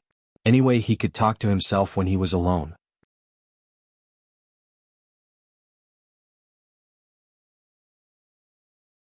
704. This chapter is a little late. The Tongyi continent was filled with immortal tombs. There were only a handful of mountain sects that could still rely on the mountain water formation to resist the demon race. The 3 enclosures 4 divisions formation created by the combined efforts of the Jade Gui sect, the Tongyi sect, the Taiping Mountain and the Fuyao sect became dimmer and dimmer. If one were to look down at the continent from the sky, the lights in the mortal world seemed to be gradually extinguished. Every time the lights disappeared, it was the destruction of a celestial mountain. It was the loss of the fate of the Tongyi continent, which was taken by the demon clan. As time went by, the courage of the people on the mountain and under the mountains of the continent was shattered. The southern immortal Jiuju sect had many female cultivators. Their ancestral mountain was the Kongho Mountain, and their ancestral hall was called the Circling Thunder Hall. The immortal mountain was not too big, but because of its geographical location, it was like a chicken rib. It was not attacked by the demon race's army for the time being. Now the Jiuju sect had gathered more than 10 homeless cultivators from the mountain. The high and mighty immortal masters of the archives were now all homeless dogs. Among them there was a green-robed swordsman from a small sect. Previously, he held the jade token of his ancestral hall and paid a sum of immortal money to be able to enter the Jiuju sect to seek refuge. Today he came alone to a beautiful place in the boundary of the Kongho Mountain, the Shijuji water viewing platform. Under the Shijuji there was a deep pool with unfathomable depths. The green-robed swordsman ascended the high platform. Under the illumination of a 10,000-year-old rhinoceros horn, he looked at the water creatures in the deep pool. However, under the blessing of the immortals' spells, the mortals could see many strange-looking water creatures. After being domesticated by the immortals on the Jeoju sect for thousands of years, they were unusually docile and leisurely in the water. The green-robed swordsman sat on the water-viewing platform. In his hands, there were a few military reports that he had received not long ago. The 30 military tents, including the Jiaxin camp, had each occupied an immortal ancestral hall or a secular dynasty's capital. They had completely surrounded the 3 major academies, including the Dafu Academy, and the 4 major sects, including the Jade sect. Every day the wilderness was constantly devouring, seizing and transforming the fate of the continent's mountains and rivers. After the demon race's army reached the shore, the pressure of the Great Tao became smaller and smaller. If it wasn't for Zhong Kuei who kept the withered skeleton Great Demon Bai Ying in check, making it difficult for Bai Ying's army of skeletons to form. Every time they met Zhong Kuei they would automatically disperse. This Zhong Kuei used his unimaginable natal supernatural power to reduce the number of ghosts in the battlefield ruins at the foot of the mountain. It was as if they died in battle again, bringing great trouble to the battlefront of the wilderness. Otherwise, the Dafu Academy, Fuyao sect, and a few other sects would have already fallen. After the advisor, the Jiaxin camp, and Wooden Clog's suggestion, the various military tents took the initiative to absorb the cultivators of the Tongyi continent. At the same time, they began to restrain the various armies that went deep into the hinterland. They could no longer wantonly slaughter the cities and build the capital. They copied the strategy of the Dali Iron Cavalry from the Aquarius continent and made appropriate modifications to it. They drove the dynasties and vassal armies at the foot of the mountain to attack the sects on the mountain. From the green-robed swordsman's point of view, the only flaw was that the various military tents in the wilderness were still inferior to the civil and military officials of the Song clan. They couldn't execute orders and prohibitions. Simply put, they were good at killing people. However, when it came to killing people it was too lame. However, all of this was within their expectations. Not to mention the wilderness, even many scholars in the vast world were at a loss when it came to economic strategies. There was no need to be demanding. When the Yugui sect or Taiping Mountain was broken, the morale of the people of the Tongyi continent would be destroyed.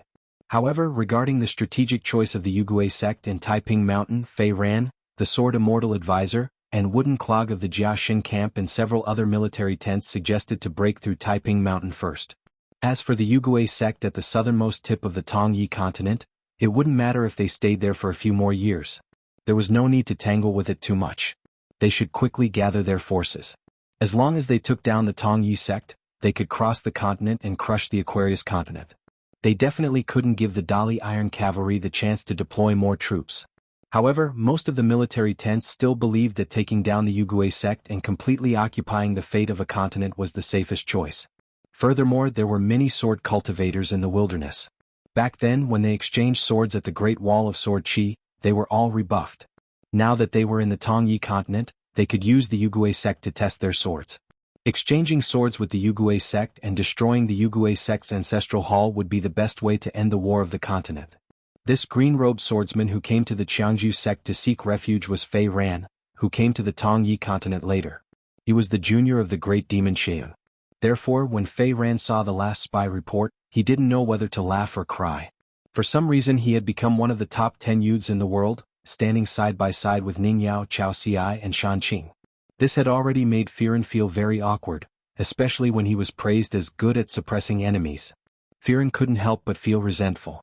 She couldn't help but wish that the cultivators of the other worlds wouldn't know of his existence for a very long time. Unsurprisingly, Fei Chen was already at the Yuji Ridge. It was a tough bone to chew. It was a big sect in the Tongyi continent and its protective formation was extremely strong and stable. Instead of beating the grass and alerting the enemy, he deliberately diverted the army to attack other sects and secretly drove tens of thousands of refugees towards Yuji Mound. He only sent a few Earth Immortals under his command to stir up trouble there. During a meeting in the ancestral hall of Yuji Mound, a female ancestral master who was moved by compassion stood firm against all objections. In the end, she chose to open the restrictive spell around the mountain and let the refugees take refuge in Yuji Mound. Unlike Fei Ran who was sightseeing, Fei Chen was rushing towards the ancestral hall of Yuji Ridge. Fei Ran raised his head and looked into the distance. In the direction of the Yuji Ridge, there was a sword light that soared into the sky. There was also an extremely familiar radiance of a spell that Fei Ran was extremely familiar with. It was the work of his senior Qian. From this moment onwards, the Yuji Ridge became a matter of history. After a long time, it would become a page of the ancient calendar. A young man ran towards the Shijuji water viewing platform and came to Fei Ran's side. He said uneasily, "Brother Qin, everyone said that the Qinyu sect would definitely not be able to hold on. What should we do? I've caused Brother Qin to spend so much money. If I die, how can I pay back the money?" The young man squatted on the ground and said sullenly, "I'm not worth that much money. That's divine money." Fei Ran, who was now using the pseudonym Qin Yin, laughed. "To me, that divine money is just the string of copper coins in your pocket, so you don't have to worry too much." The young man still felt sorry for Brother Qin and said softly, "Even a divine being can't spend money so recklessly." Fei Ran laughed it off. Not only did Fei Ran change his name, he even changed his appearance to that of a young Yin official. There was no purpose to it and it was purely out of boredom. As for this rural young man from the Tongyi continent, he was a little woodcutter that Fei Ran met during her travels. The young man had no relatives. He once saved a mountain spirit that was about to transform into a human form. In order to repay his kindness, the spirit often caught prey in the mountains and secretly brought it to the young man's house. Fei Ran happened to see this scene, so she brought him to the Yuanju sect, which was thousands of miles away from here. Fei Ran brought the young man to look at the strange aquatic creatures. As the sun set, several rainbow lights directly broke through the Yuanju sect's mountain and river restrictions. When they saw Fei Ran's figure on the Shijuji Observatory, they changed their trajectory and did not go to the circling Thunder Hall on the peak of the Yuanju mountain. Instead they landed beside Fei Ran. Senior brother Che Yun, who had a blade-strengthening gourd on his waist, and sword deity fetus you see of Shenying. There was also a slender young girl with a short knife, nicknamed Duku. She was born with a weak body that was out of her mind and out of her mind. It was easy for her to attract Yin spirits and ghosts to live in her body. However, the Great Tao was unpredictable, so it allowed her to cultivate a small human world that was like a paradise. The young girl's eyes were listless and empty, but she still nodded at Fei Ran. Che Yun stretched out 2 fingers and twirled a strand of hair on his temples. He smiled with squinted eyes. "Junior brother, this little guy doesn't even have the talent for cultivation. Why are you bringing him along?" Fei Ran smiled. "Boring?" The young girl turned to look at the circling Thunder Hall on the peak of the mountain. Che Yun said, "Young lady, I beg you. Don't kill indiscriminately like you did at Yuzagang. There are many good-looking girls here. Can you not do anything?" The young girl said with a hoarse voice, "I will chop off their heads and give them to Senior Che Yun. You don't have to care about male cultivators." Che Yun put his hands together. All right. Remember to keep your word. You must be a girl and treat a girl well." The young girl pulled out her short knife and gently shook her wrist. After the short knife was unsheathed, it suddenly turned into a snow-white giant blade. The young girl rose from the ground and went to the ancestral hall of the Yuanju sect. "You see," said to Fei Ran, "Senior Sichin is still cleaning up the mess at Yuzagang. Our next target is the Great Quan Dynasty's Mirage City." Fei Ran nodded. "As you wish." Che Yun suddenly smiled. "Senior brother just received news that Mr. Zhou has already arrived at the gate of the Great Fu Academy. There will be a good show to watch. After I finish touching up my makeup, I will rush over to cheer for Mr. Zhou. Junior brother, what do you say? Do you want to go with me?" Fei Ran shook his head. "I'll pass." The woodcutter youth was not stupid. Although he could not understand the language of this group of people, he could still roughly guess their identities. For a moment, his mind was a mess. Fei Ran squatted down and smiled at the youth in the local language of a small country. "Sorry, I am a demon. However, there is no need to be afraid. You can continue to treat me as your big brother Qin. Even if the sky falls and the earth sinks, it has nothing to do with you." Fei Ran liked to learn the local languages of different countries and local dialects whenever she went to a new place. It was because she was bored. The youth's forehead was covered in sweat, and he said with a trembling voice, "Big brother Qin, what is going on?" Fei Ran thought for a moment and said, "It is probably a group of uninvited guests. They broke in uninvited and did not leave any food for the host." The youth's eyes gradually became determined.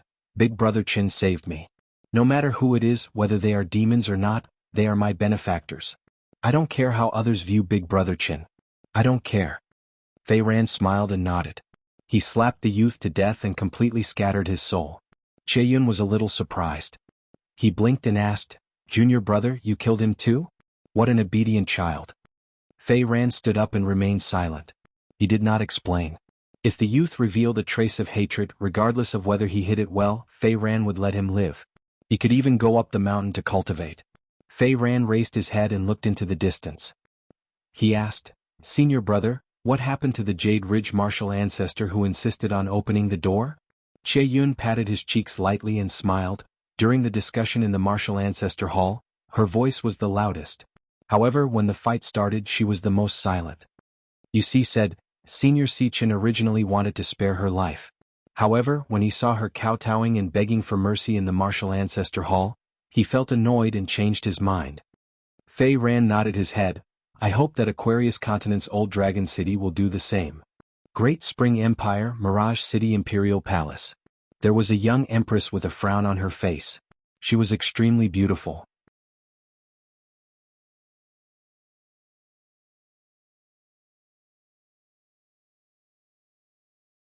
Lu Yuzhou shook his head. I didn't ask. Peoxiang was speechless. Lu Suiyu sat on the side and patted his knees.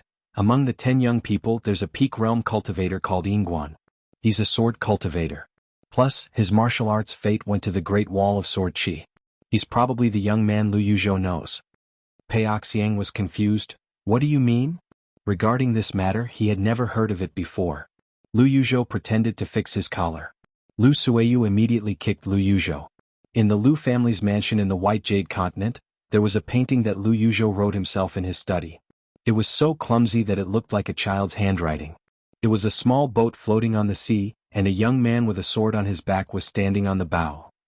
The young man's figure was just a circle with a few branches. Nobody would recognize him as a person. When Lu Suiyu saw this famous work in the early years, she asked about it. Lu Yuzhou then showed off to her, saying that his water pattern painting technique was 70 to 80% of Ma Yuan's water diagram. Lu Yuzhou was still a young man at that time. He was afraid that Aunt Lu would not believe him, so he picked out an authentic water diagram from the pile of brushes on the desk and asked Aunt Lu to identify it. Lu Suiyu was a female martial grandmaster, so she was not interested in the priceless water painting of the immortals. She only asked who the young man was. Lu Yuzhou then told her about the incident when the ferry on Osmanthus Island passed by the Flood Dragon Gully. Lu Suiyu remembered the strange young man who climbed up the inverted mountain but did not go to the Yuan family's mansion. Lu Yuzhou chuckled and said, his surname is Qin, he's from the Baoping continent. He's a very generous person. Peoxiang smiled and said, how generous is a person that you call generous? Lu Yuzhou said, I gave him a grain of grain rain money. Of course I'm stingy. He's generous. That's how it should be. Peoxiang smiled. The entire Yuan family's mansion was sold. Didn't your father feel bad? Lu Yuzhou shook his head. My father only hates the fact that there's only one Yuan family's mansion on the inverted mountain. Peoxiang sighed. Sometimes I have to admit that rich people like you deserve to be rich. The old woman said softly, young master predicted the future of the Yuan family's mansion. The old master was very happy about it. He said that his foresight alone was worth the Yuan family's mansion. Lu Yuzhou said helplessly, I don't think it's a good thing. Granny Lu, why are you saying this? Peoxiang turned around and asked, Suiyu, you're in the peak state. So is the hidden official. Do you have the confidence to be the strongest? Lu Suiyu said, let's try.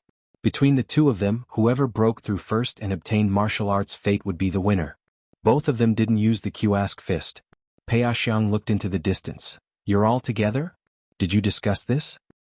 Lu Suiyu followed his master's gaze. It seems to be that sword immortal Xie Songhua. Other than the 2 new direct disciples, there's a young woman with her. Peoxiang nodded. She's a pure martial artist. She's much younger than you. Fortunately, she's not as good looking as you. Otherwise I'd be worried. Peoxiang frowned. She stood up and murmured to herself, is it that remote travel state? How is it possible? Lu Suiyu's eyesight wasn't as good as Peoxiang's, so he noticed the traces later. Xie Songhua traveled on her sword to take care of the 2 disciples. However, the young woman didn't need Xie Songhua's help. The group landed on the deserted square outside the Thunder God Temple. The female sword immortal went straight to the point, Xie Songhua. Peoxiang ignored her. When Xie Songhua reached the immortal state, she could scare people with her name. Lu Suiyu stood up abruptly, looking energetic. She was a martial arts fanatic. To be able to exchange fists and swords with a sword immortal was a delightful experience. Xie Songhua glanced at the famous Lu Suiyu and laughed. Before we get down to business, you guys can chat. Pei Qian cupped his fists. Junior Pei Qian would like to exchange fists with Senior Pei. Pei Xiang was amused. She waved her hand. I'm not free. Pei Qian scratched his head. After putting down his hand, he cupped his fists again and said, all right. Since Senior Pei Xiang wasn't willing to exchange fists, as a junior on the path of martial arts, Pei Qian could only give up. Martial artist asking fists wasn't seeking death. The old lady couldn't help but laugh. This young lady was rather interesting. The old lady looked at her young master. Zhu Xing and Chao Mu, the two sword immortal embryos, looked at each other. They were originally prepared to help Sister Pei carry the bookcase and the bamboo cane. Pei Xiang finally became interested. Young lady, how many times did you reach the remote travel state? Pei Qian hesitated for a while, then said, only 5 times. Lu Yuzhou opened his mouth wide. 5 times? Don't say only. How could there be such a young lady in the world? What was her name? Lu Yuzhou wanted to make friends with such a person. One could complain about having too much money, but one couldn't complain about having too many friends. Lu Suiyu rubbed the spot between his eyebrows. Pei Xiang's expression became serious. Lu Suiyu asked curiously, which 2 realms did you have problems in? Pei Qian shook his head and didn't say anything. Lu Suiyu smiled. If you tell me, I'll agree to exchange fists with you even if I'm in the remote travel state. Pei Qian thought for a while, then said, Senior, can you not do that? I'm going to exchange fists with you, but you're not going to teach me fists. Why would you do that? Lu Suiyu walked down the stairs. All right, I won't do that. Pei Qian nodded and gave the mountain walking cane to Chao Mu. Then he took down the bookcase and took it with both hands. Chao Mu waved his fists and said in a low voice, Sister Pei, be careful. Pei Qian rubbed the young lady's head and said with a smile, stay away from me later. Xie Songhua rode the wind and flew up to the sky with her 2 disciples. Lu Yuzhou squatted on the stairs behind Pei Xiang and tilted his head. He looked at the young lady and asked softly, Xiang, how can an 8th realm cultivator fight a 9th realm cultivator like Aunt Lu fight? Pei Xiang said, go and ask that young lady. Lu Yuzhou rolled his eyes and said, I met a pretty girl but I didn't dare to talk to her. The old woman couldn't stop smiling. That young lady wasn't pretty at all. Lu Suiyu took off his fox fur coat and threw it on the stairs behind him. She put one hand behind her back and extended her palm with the other hand. She said with a smile, I'm Lu Suiyu, a martial artist from the Thunder God Temple of the Mahu Prefecture. Pei Qian stepped forward and lowered his body slightly. He clenched his fists and made a simple fist pose. He said in a deep voice, I'm Pei Qian, the first disciple of the Luapa Mountain. I'll exchange fists with Senior Lu. In the Hall of Ancestral Masters of the Xinjiang Mountain.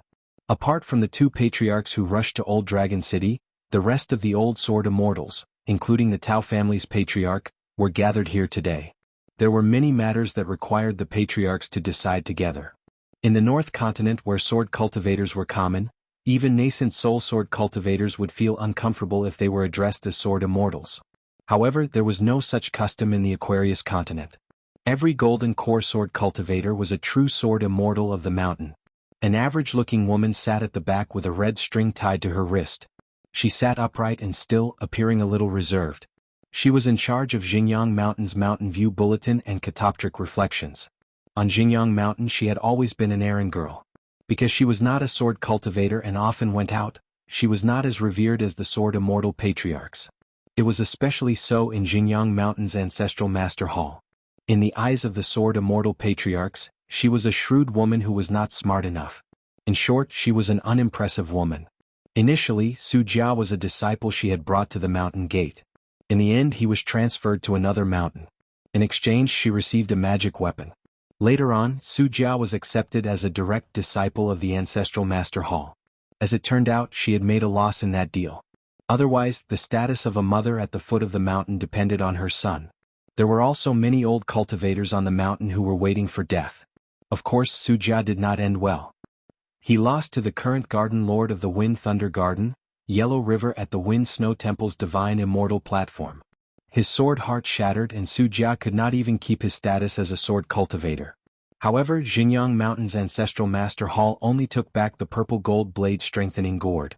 They did not remove her name from the Ancestral Master Hall's register.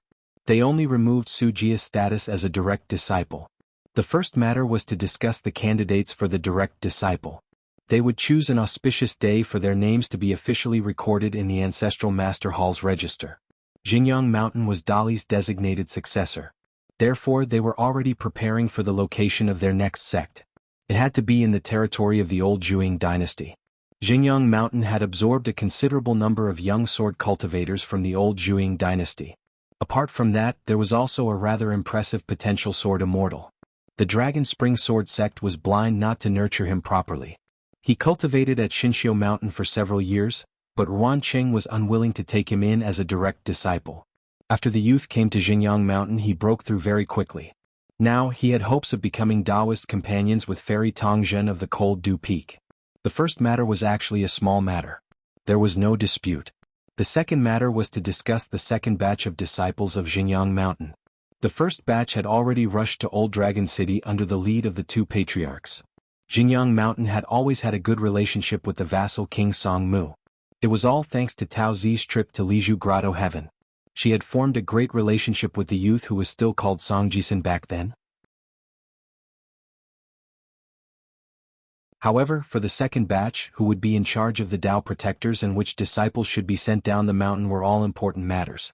If there was not enough weight, it would easily anger the Song clan. However, if there was too much weight, Xingyang Mountain's vitality would be easily damaged. Therefore they needed to know their limits. The patriarch of the Tao family clearly had a draft in mind. He gave a set of rules and did not have many objections. Next was to discuss the matter of participating in the night banquet of Zhongyue Mountain's Lord Jin Qing. It was also a small matter. The only thing they needed to be careful about was to sound out Lord Jin Shan's intentions. This was to prevent unnecessary disputes about the location of their next sect in the future. After all, Jin Qing's friendship with the old Zhuang dynasty was known throughout the continent. The next matter was the icing on the cake. They were to discuss the marriage with the Su clan of Qingfeng City. On Xingyang Mountain's side, it was the cultivation genius, Tao Zi, whom the patriarch of the Tao family doted on the most. On the Su clan of Qingfeng City's side, it was the son of the city lord. Both sides had traveled to Liju Grotto Heaven together and had a good relationship all these years. Moreover, the elders of both sides felt that this was a match made in heaven. The Su clan of Qingfeng City that had been making bad moves in the past had later formed a marriage alliance with the Yuan clan of Shangzhou Nation. They did not hesitate to marry off their daughter of the first wife to the son of a concubine. Only then did they mend the rift between Qingfeng City and the Dali dynasty. The woman with the red string on her hand asked softly, "Is Tao Zi willing to do it herself?" A hint of gloominess flashed across the Tao family's patriarch's brow. However, there were some words that were hard to say. Tao Zi was indeed unwilling. Moreover, the Tao family's patriarch himself was actually hoping that the vassal mansion in Old Dragon City could give some hints to Xingyang Mountain. However, it was unknown whether that young vassal king was playing dumb or really treated Tao Zi as his sister. The Tao family's patriarch gave the woman a look. The woman understood tacitly and said, "There's no rush anyway. Why don't we let Tao Zi go to Old Dragon City and meet her fellow disciples?" The Xingyang Mountain's lord only stroked his beard without saying anything. After a moment of silence, he seemed to have heard the voice in his heart. He nodded and said, "All right." After making this decision, the lord's expression turned solemn. He said with a heavier tone, "We must give a clear explanation for the Wind Thunder Gardens matter today." On the surface, Xingyang Mountain only had two nascent soul sword cultivators. One was the lord of Xingyang Mountain, while the other was the Tao family's patriarch. The other patriarch with the highest seniority had been in seclusion for many years and was about to emerge. There were also three golden core sword cultivator patriarchs. In truth, Xingyang Mountain had always lacked a sword immortal of the upper five realms.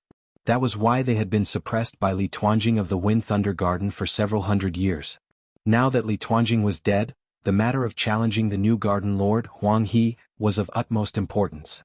That Huang He's talent was just too great. Xingyang Mountain could not afford to lower their guard against him. Huang He was too showy. Now that he was a nascent soul sword cultivator, it was very likely that he would become the second Li Tuanjing. That was why this matter could not be delayed any longer.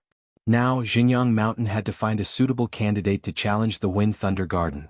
However, whether it was the lord of the same realm as Huang He, or the patriarch of Yupu, who had emerged from seclusion, it was not suitable for them to challenge the Wind Thunder Garden. They were both inferior in seniority, and the latter was even a realm higher. The problem was that among the direct disciples of Xinjiang Mountain, there was no one who could match Huang He. Perhaps even Liu Baqiao would be able to defeat the sword cultivators of Xinjiang Mountain. There was a suitable candidate for the position of consecrator and guest elder. He was a genius sword cultivator from the old Zhuang dynasty. In the past, he was known as one of the twin paragons and had obtained much of Zhuang dynasty's sword Dao's providence. Unfortunately, it would not be appropriate for him to challenge the Wind Thunder Garden, unless that person was willing to become a direct disciple of Xinjiang Mountain's Patriarch Hall. Even if that person was stupid and agreed to it, Xinjiang Mountain's actions might cause Beiwa Jinqing to hold a grudge against them. That was why the matter of choosing the Wind Thunder Garden had become the common worry of the patriarchs and sword immortals of Xinjiang Mountain. In the end, they still could not come up with a foolproof plan. The Tao family's patriarch said angrily, "If it really doesn't work, I'll just throw away my dignity and challenge the Wind Thunder Garden." The Mountain Lord shook his head. "That's not appropriate. It's best if we can win in a convincing manner." The Tao family's patriarch had a higher chance of ascending to the upper 5 realms than him. If he were to challenge the Wind Thunder Garden, it would be fine if he won. However, if he were to lose, or if an accident happened and he died under Huang He's sword, his position as a Mountain Lord would be over. Of course, the Mountain Lord knew that the Tao family's patriarch was just putting on a show. He knew very well the situation he was in as a Mountain Lord. Moreover, his words were extremely knowledgeable. Since the Tao family's patriarch was challenging the Wind Thunder Garden, challenging the Wind Thunder Garden's junior, it would be embarrassing for him to challenge the Wind Thunder Garden. It was also inappropriate for him, the Mountain Lord, to challenge the Wind Thunder Garden. Seeing the heavy atmosphere in the hall, the woman said, "Perhaps there's a way for that guest elder to become a direct disciple of the ancestral hall." On the seat opposite her, a patriarch leaned forward slightly. He asked with interest, "What do you mean? If he becomes our direct disciple and challenges the Wind Thunder Garden, are you sure he can win?" The woman shook her head. "It's very difficult.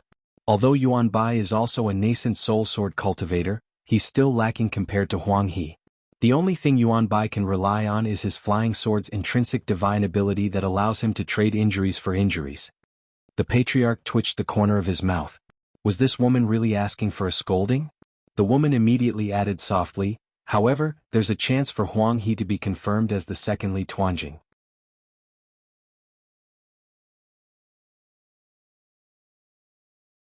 After it's done, we will immediately spread the word that Yuan Bai wants to challenge the Wind Thunder Garden." The woman nodded lightly.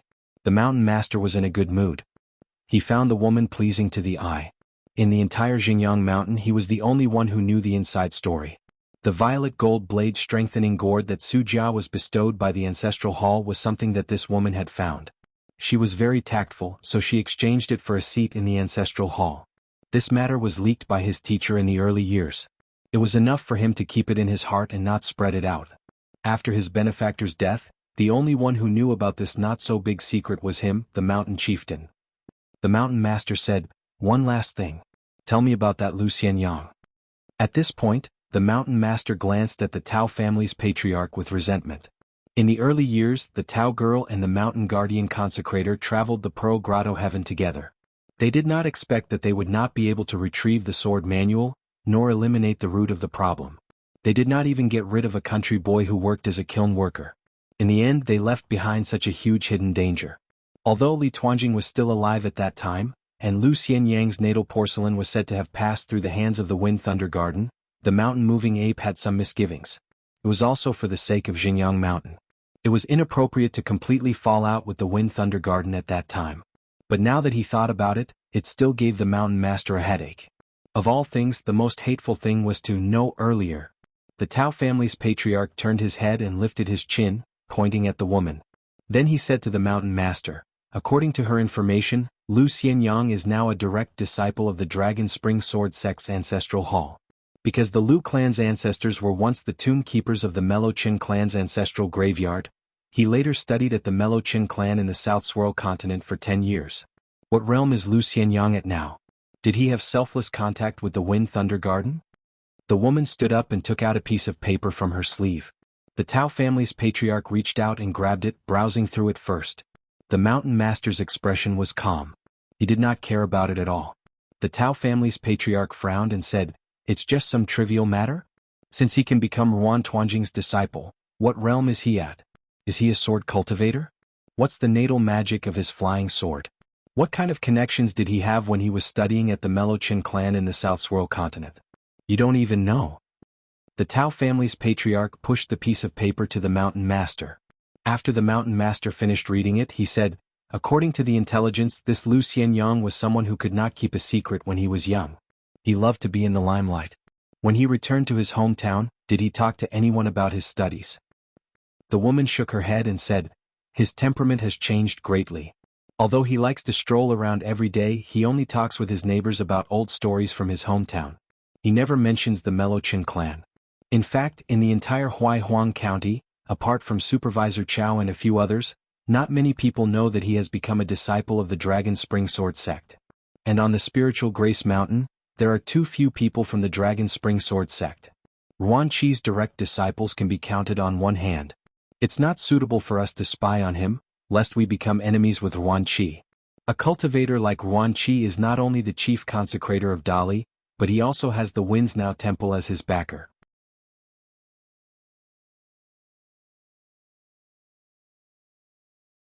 Later on, when Last Tao was traveling in the Liju Grotto heaven, this person was also chosen by the woman of the Su family of Clearwind City and helped to lead the way. Therefore Lu Xianyang must have a lot of resentment towards this person. The mountain master nodded. He already understood the general idea. It was another unexpected surprise. Could it be that Xinjiang Mountain was really going to put this woman who always abided by the rules and didn't like to be in the limelight in an important position? The woman continued, "We'll make the wedding more lively and then deliberately spread the news to Huaihuang County. Lu Xianyang will definitely hear about it. It's better to squash enmity than keep it alive. Even if Lu Xianyang causes a ruckus at the wedding and kills that disciple of the Lu family, it's still better than Lu Xianyang suppressing his resentment in his heart. After that, it's actually a good thing. In the future, he won't have an excuse to be entangled with Xinjiang Mountain." The ancestral master sitting opposite the woman smiled again and said, "Soft-hearted." The woman didn't refute. The ancestral master said, "As long as Lu Xianyang dares to make a move at the wedding, I can make that disciple of the Lu family die just right. Not only that, we can make that disciple of Cheongji Peak who just put on her dowry commit suicide afterwards. As for whether she really dies or fakes her death, it's not important. It's all up to us. At worst, we can just let him learn from Su Jia and conceal his identity. Xinjiang Mountain won't mistreat him. I don't believe that Ruan Jie still has the face to protect that Lu Xianyang after such a ruckus." The woman said softly, "Ancestral Master Yen is far-sighted." The ancestral master leaned back in his chair. "Well said."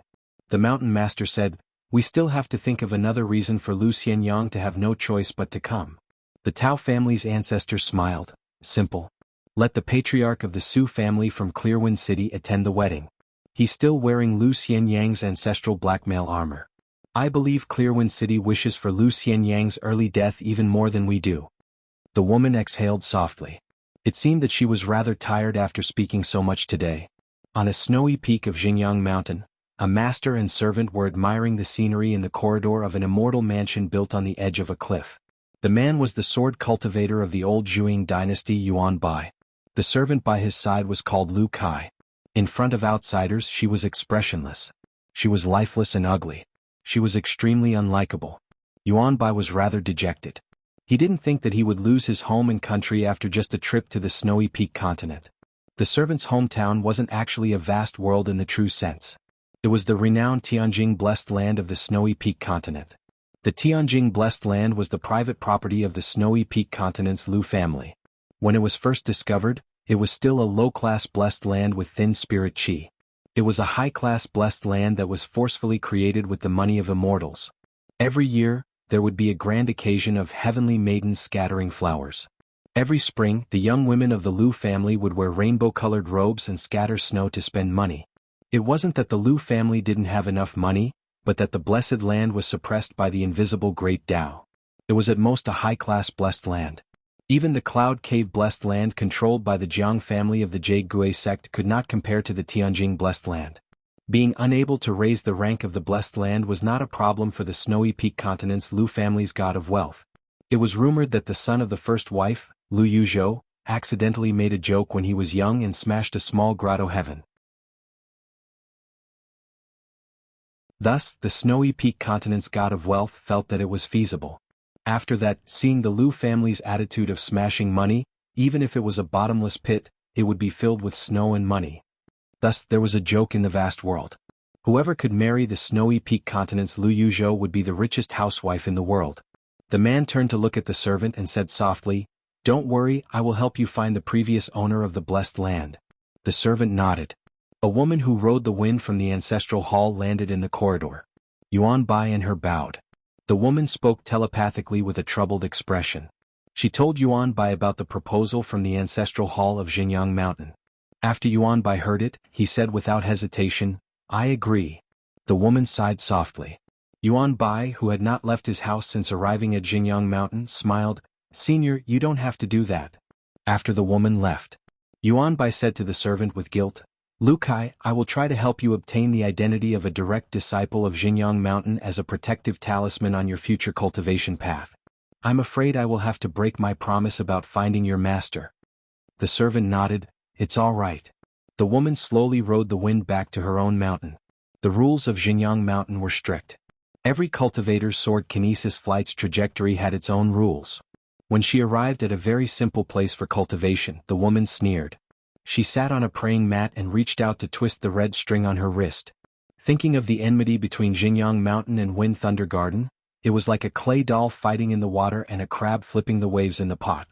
The only thing she was interested in now was why her senior brother, who had not shown up for a long time, would take the initiative to find her and ask her to help take care of Lu Kai, who had walked out of snowy mountain continent's Tianjing blessed land. There was no need to be nosy. It was fine as long as she did not die. However, she definitely did not dare to make any unnecessary moves, nor did she dare to do anything to her. Otherwise, with her usual style that Lu Kai Yuan Bai and Lu Xianyang could have some marriage affinity. Her senior brother's heavenly plans could be said to be unimaginable. Otherwise, he would not have been able to suppress the entire Midland Yinyang school of Lu clan by himself. At most, she could play with and control the flow of a continent's sword Dao fate, and use the continent's general trend to temper her own great Dao. However, her senior brother was far more than that. Her senior brother's eyes seemed to be looking at the entire world. She muttered to herself, "Senior brother, why do you want to eliminate one with one?" In the blacksmith shop by the Dragon Whisker River, Lu Xianyang sat on a bamboo chair and dozed off under the sun. Previously, he had obtained 2 mountain and river court bulletins from Spiritual Grace Mountain, which made Lu Xianyang very happy. The first court bulletins were about the 10 young people of the various continents, and the latest bulletins were about the 10 candidates.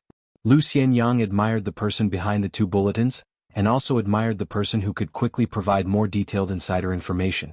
Could it be that these immortals on the mountain liked to wander around and inquire about other people's news when they had nothing better to do? Lu Xianyang instantly woke up from his nap state. He looked up and greeted with a smile, "Brother Yumi." It was Sword Immortal Miyu who was thrown in front of him by Wei Shanjun. Miyu carried a bamboo chair and sat beside Lu Xianyang. Then he handed Lu Xianyang a handful of melon seeds. As they munched on the melon seeds together, Miyu said with a smile, "Cloud Pinning Mountain just learned that the young man surnamed Lu from Fortune Street is going to become Dao companions with a fairy from Xinjiang Mountain's Cheongji Peak." Lu Xianyang chuckled and said, "Then City Lord Su from Clear Wind City will definitely appear at the wedding." Miyu was stunned for a moment. "You didn't think of going there to cause trouble? I've already made plans to accompany you to Xinjiang Mountain." Lu Xianyang spat out the melon seed shell and said with a smile, "Didn't my little Pingon tell you early on to keep an eye on me and not let me act on impulse?" Miyu shook his head and said, "I really didn't." Lu Xianyang said angrily, "This guy is so heartless. He didn't even let brother Yumi protect me? Damn it, he forgot about his brother after getting a wife. He probably forgot the taste of a monkey stealing a peach." Miyu felt a headache coming on. Lu Xianyang's brain was not working according to common sense.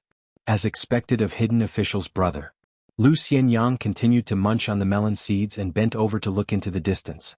"If not for that landscape bulletin, I would have really gone to Xinjiang Mountain. But since little Pingon is still alive, it's a different story. I'll wait for him in the future. If he's not loyal, I'll be loyal." Miyu said with a smile, "Among the 10 substitutes, there's Ma Kuxuan from Apricot Blossom Alley." Lu Xianyang nodded and said, "Poor brother Wood Mover. He must be disgusted to be with that fool Ma day and night. Miyu was puzzled. Brother wood mover? Oh. Lu Xianyang explained, Song Jisun from Mud Bottle Alley, the current vassal King Song Mu. Miyu did not ask any more. Miyu was not interested in the past matters related to hidden official. Lu Xianyang finished munching on the melon seeds and hugged the back of his head with both hands, and said helplessly, Uncle Lu is useless. Not to mention that I didn't make the list, even the North Continent's Treasure Vase Continent's top 10 youths did not have me. Is it because I haven't found a wife? Otherwise, there's no reason for me to be worse than little Pingon. Miyu did not care if he heard about it. Otherwise, in his own Luopa Mountain and this palm-sized Huaihuang County, it was easy for outsiders to become dizzy and not be able to understand. What Miyu was interested in was the two lists. There was no ranking for the 10 freshly selected substitutes. Except for Zhenwu Mountain's Ma Kushuan. And the head disciple of Savage Land's king-level great demon Lu Cha Zhugong. Qing Ming Tian de Xian Du Temple, a certain female disciple of the Sword Immortal sect. A monk from Shouxan Temple. Traveling to the Fifth World, a talisman sect cultivator suffered from heatstroke. Born in Lu Xia Continent's heavenly pool grotto heaven. The cave master's only son. When he was born there were auspicious signs. Coincidentally, on the night of mid-autumn, there were white lotuses blooming in the supreme liquid pool.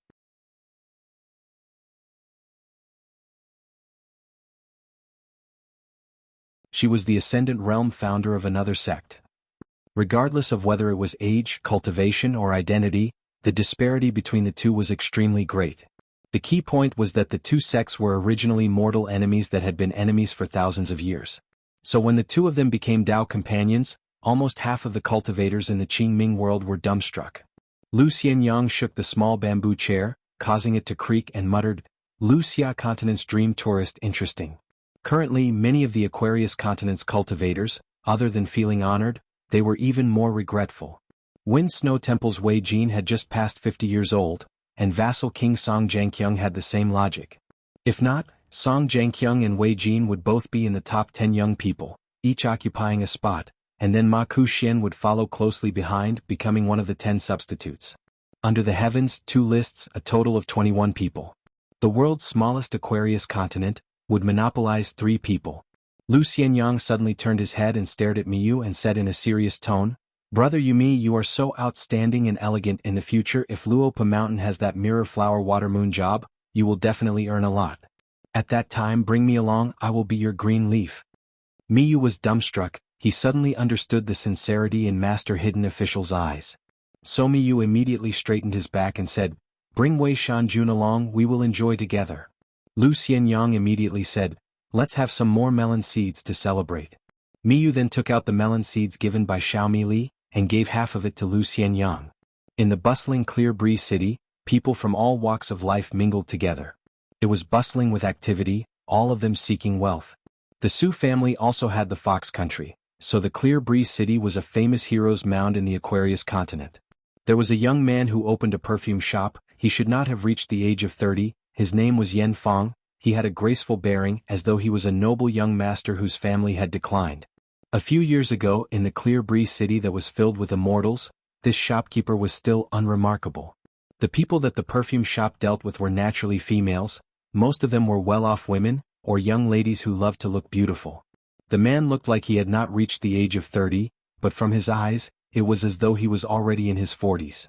A man like that, who sold perfume even if he did not treat his customers well, and was only considered to be courteous, his business would not be bad. A lady's hair, pearl hairpins, clothes, this shopkeeper knew everything. The young shopkeeper liked to shop in bookstores to buy books, and he got to know a bookseller friend from a rather well-off family. The bookseller's family was rich, and in the bookstore business in the Clear Breeze city, he was considered to be the biggest. But in the Clear Breeze city, he was not considered to be a wealthy household, and compared to the residences of the rich and powerful families where immortals frequented, it was not even worth looking at.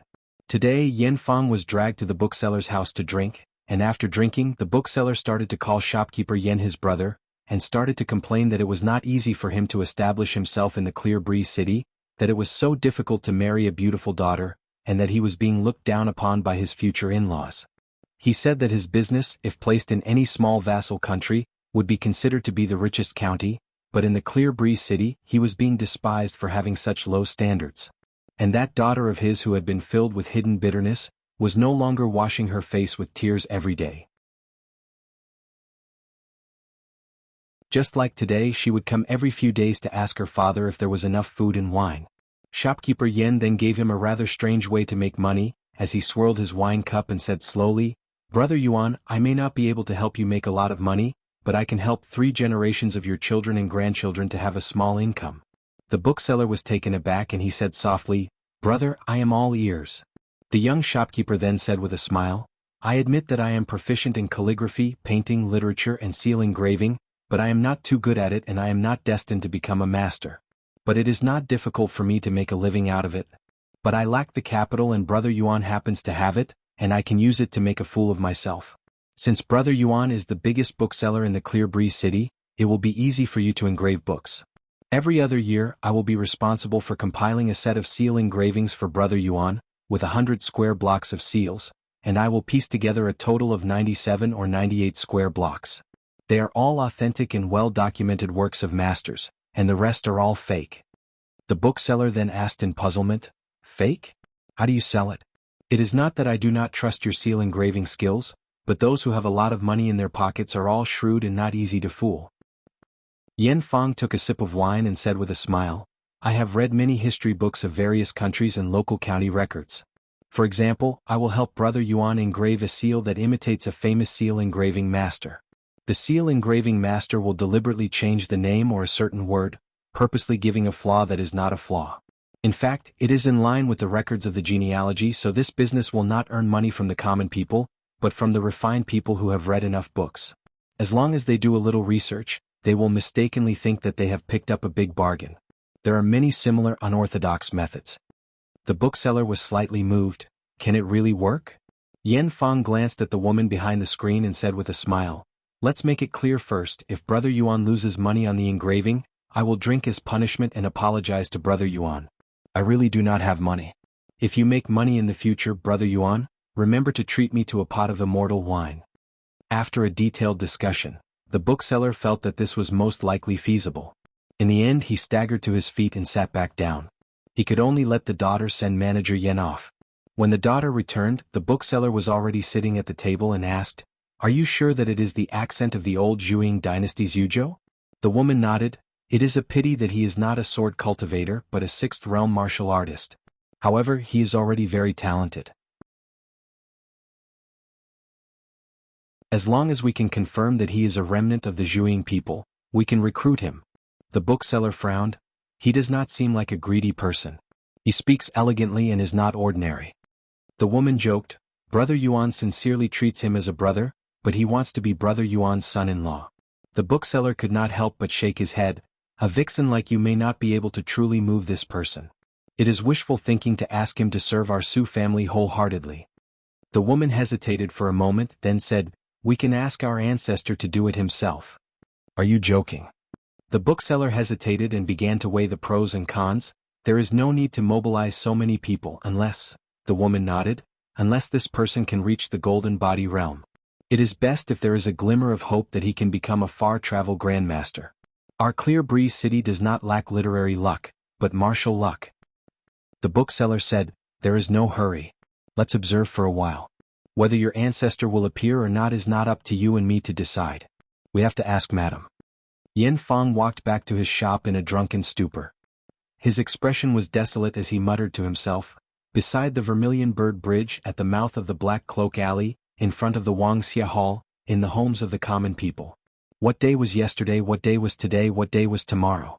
Parting with you in the snowfall, meeting you again in the falling flowers. When not drinking, one's wishes come true. When drunk, one's dreams come true." A pedestrian walked quickly behind him and accidentally bumped into the young shopkeeper's shoulder. Unexpectedly, that person staggered, apologized, and continued to walk quickly. This person took a detour back to the bookseller's house and repeated the young shopkeeper's words word for word. Then he said, "The foundation of a sixth-realm martial artist is very good. It even makes me suspect that this person is already at the seventh realm." The bookseller and the woman looked at each other.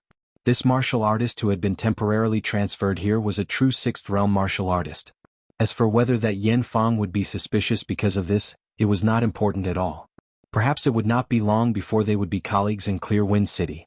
Near his spice shop, on a secluded street that was somewhat similar to the Dragon Rider alley, the young shopkeeper slowly walked down the steps. At the bottom of the alley, there was a young girl in a cotton-padded jacket being chased by a large white goose. She was dirty and black. At first she was laughing as she ran. After being pecked, she was crying as she ran. Shopkeeper Yen stopped in his tracks and looked at this scene. When he smiled with narrowed eyes, his expression was gentle. A woman happened to be at the bottom of the alley and slowly walked up the steps. When she raised her head and saw this scene, she could not let it go. Yen Fong brushed past the woman. A light breeze blew past the young man's sideburns and his body swayed slightly. The man had the faint fragrance of the sachet at his waist and also the smell of wine. When a man did not have a woman in his eyes, it was possible that the woman would pay more attention to him. When he returned to the temporarily closed shop, it was still early. There were already some women waiting there, complaining endlessly. When they saw the young shopkeeper, they immediately smiled like flowers. Business was still very good today. The shop had not yet closed, but there were no customers for the time being. Yen Fong carried a small stool and sat at the door. He saw a young boy and girl who were childhood sweethearts walking together on the street. After a while, the youth returned the way he came and came to the young shopkeeper. He squatted down and said in a muffled voice, "Shopkeeper, I did not dare to give that sachet to her." The youth then raised his head and encouraged himself. "Tomorrow. I will definitely give it to her tomorrow." The young shopkeeper smiled and said, "It's all right. You gave her a gift and she accepted it. It's better than the sachet." The youth was puzzled and said, "I didn't give her anything." The young shopkeeper smiled and said, "You gave it to her. It was even a box of rouge." The youth was puzzled. "What?" The young shopkeeper raised his head and looked at the clouds in the sky and said softly, "When you look at her attentively, she blushes." The youth thought about it but did not fully understand. He picked up the small stool and closed the shop. Returning to the backyard, he waited until the imperceptible ripple of qi gradually dissipated. The young shopkeeper was still lying on a rattan chair, gently fanning himself as a cool breeze blew. All these years in the Clear Breeze City, this foreign businessman had always been so languid. The folding fan in his hand had been known as a cool friend since ancient times, and was also known as a facade. One day, a woman with 2 maids came to buy spices. Her eyes were rather picky and the young shopkeeper leaned against the counter, answering whatever the woman asked. After that, the business of the spice shop was too good and the young shopkeeper felt that it was too busy, so he hired a woman to help. Unexpectedly, the shop's business took a nosedive. The young shopkeeper was still not too concerned and left the shop's business to the woman to manage while he hid in the backyard to enjoy the cool breeze. Under the moonlight, the woman lifted up a bamboo curtain and stood at the door to the backyard. She looked at the young shopkeeper lying on the rattan chair and asked with a smile, "Do you know who I am?" The young shopkeeper was still fanning himself with his jade bamboo fan. Languid, he said, "It's not that Madame Sue." The woman said, "You've actually met her before." The young shopkeeper made a sound of acknowledgement. The woman said, "I know you've covered up your face. If you're willing to see me with your real face, I'll see you with my real face." The young shopkeeper closed his folding fan and twirled it lightly before he held it tightly and tapped it lightly on his forehead. He said, "But I'm used to your current face." The woman was a little embarrassed and she bit her lip lightly before she glared at him and said, "Since you've known that I'm not some common woman, why have you always pretended not to know? Or are you actually plotting something against the Clear Breeze City? Deliberately keeping me by your side?" The young shopkeeper turned his head slightly and looked at the woman who had used the camouflage technique. He then said with a smile, "You have the final say." The woman asked, "Who are you really?" The young shopkeeper turned his gaze back and looked up at the sky. "Me, just a drunkard." The woman sneered, "If I remember correctly, you never drink." He said casually, "I'll drink tomorrow." The young shopkeeper who was about to become the Su family's worshipper still had a hurdle to overcome. But the woman had been with him for a long time and for the first time, she could not bear to see him like this. But when she thought of the Su family head's methods and the fact that she was living under someone else's roof, she removed the camouflage technique and called out softly to Yen Fong. He slowly turned his head when he heard her and immediately opened his folding fan to cover his face.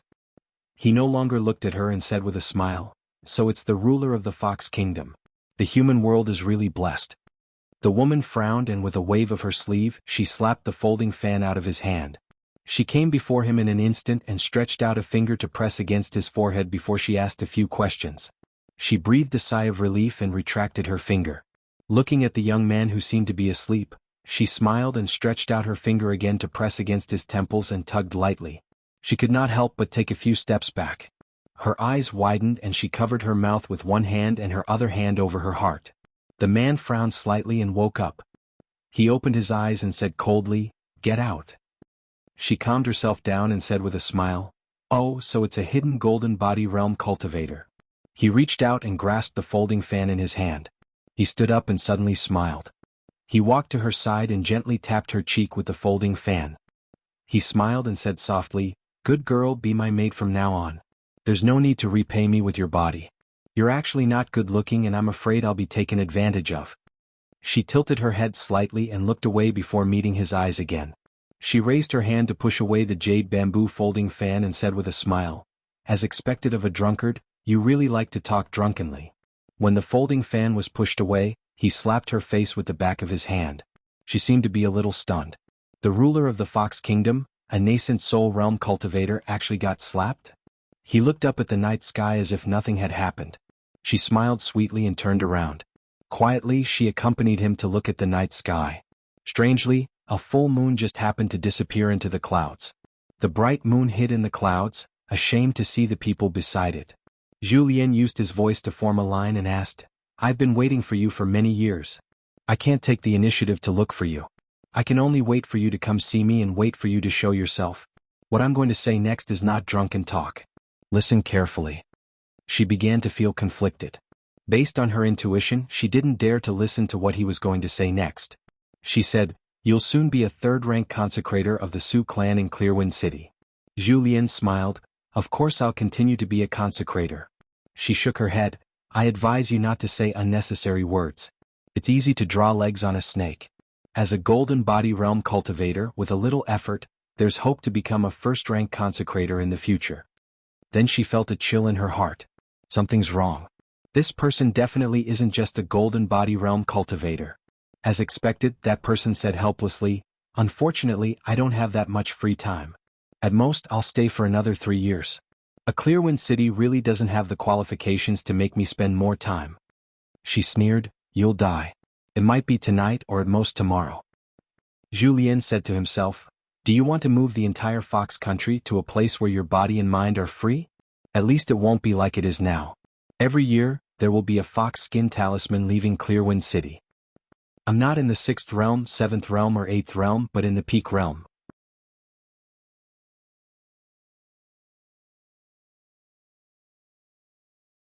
She was speechless, then suddenly said something that Julien had said before, "Actually, I'm still used to your current face."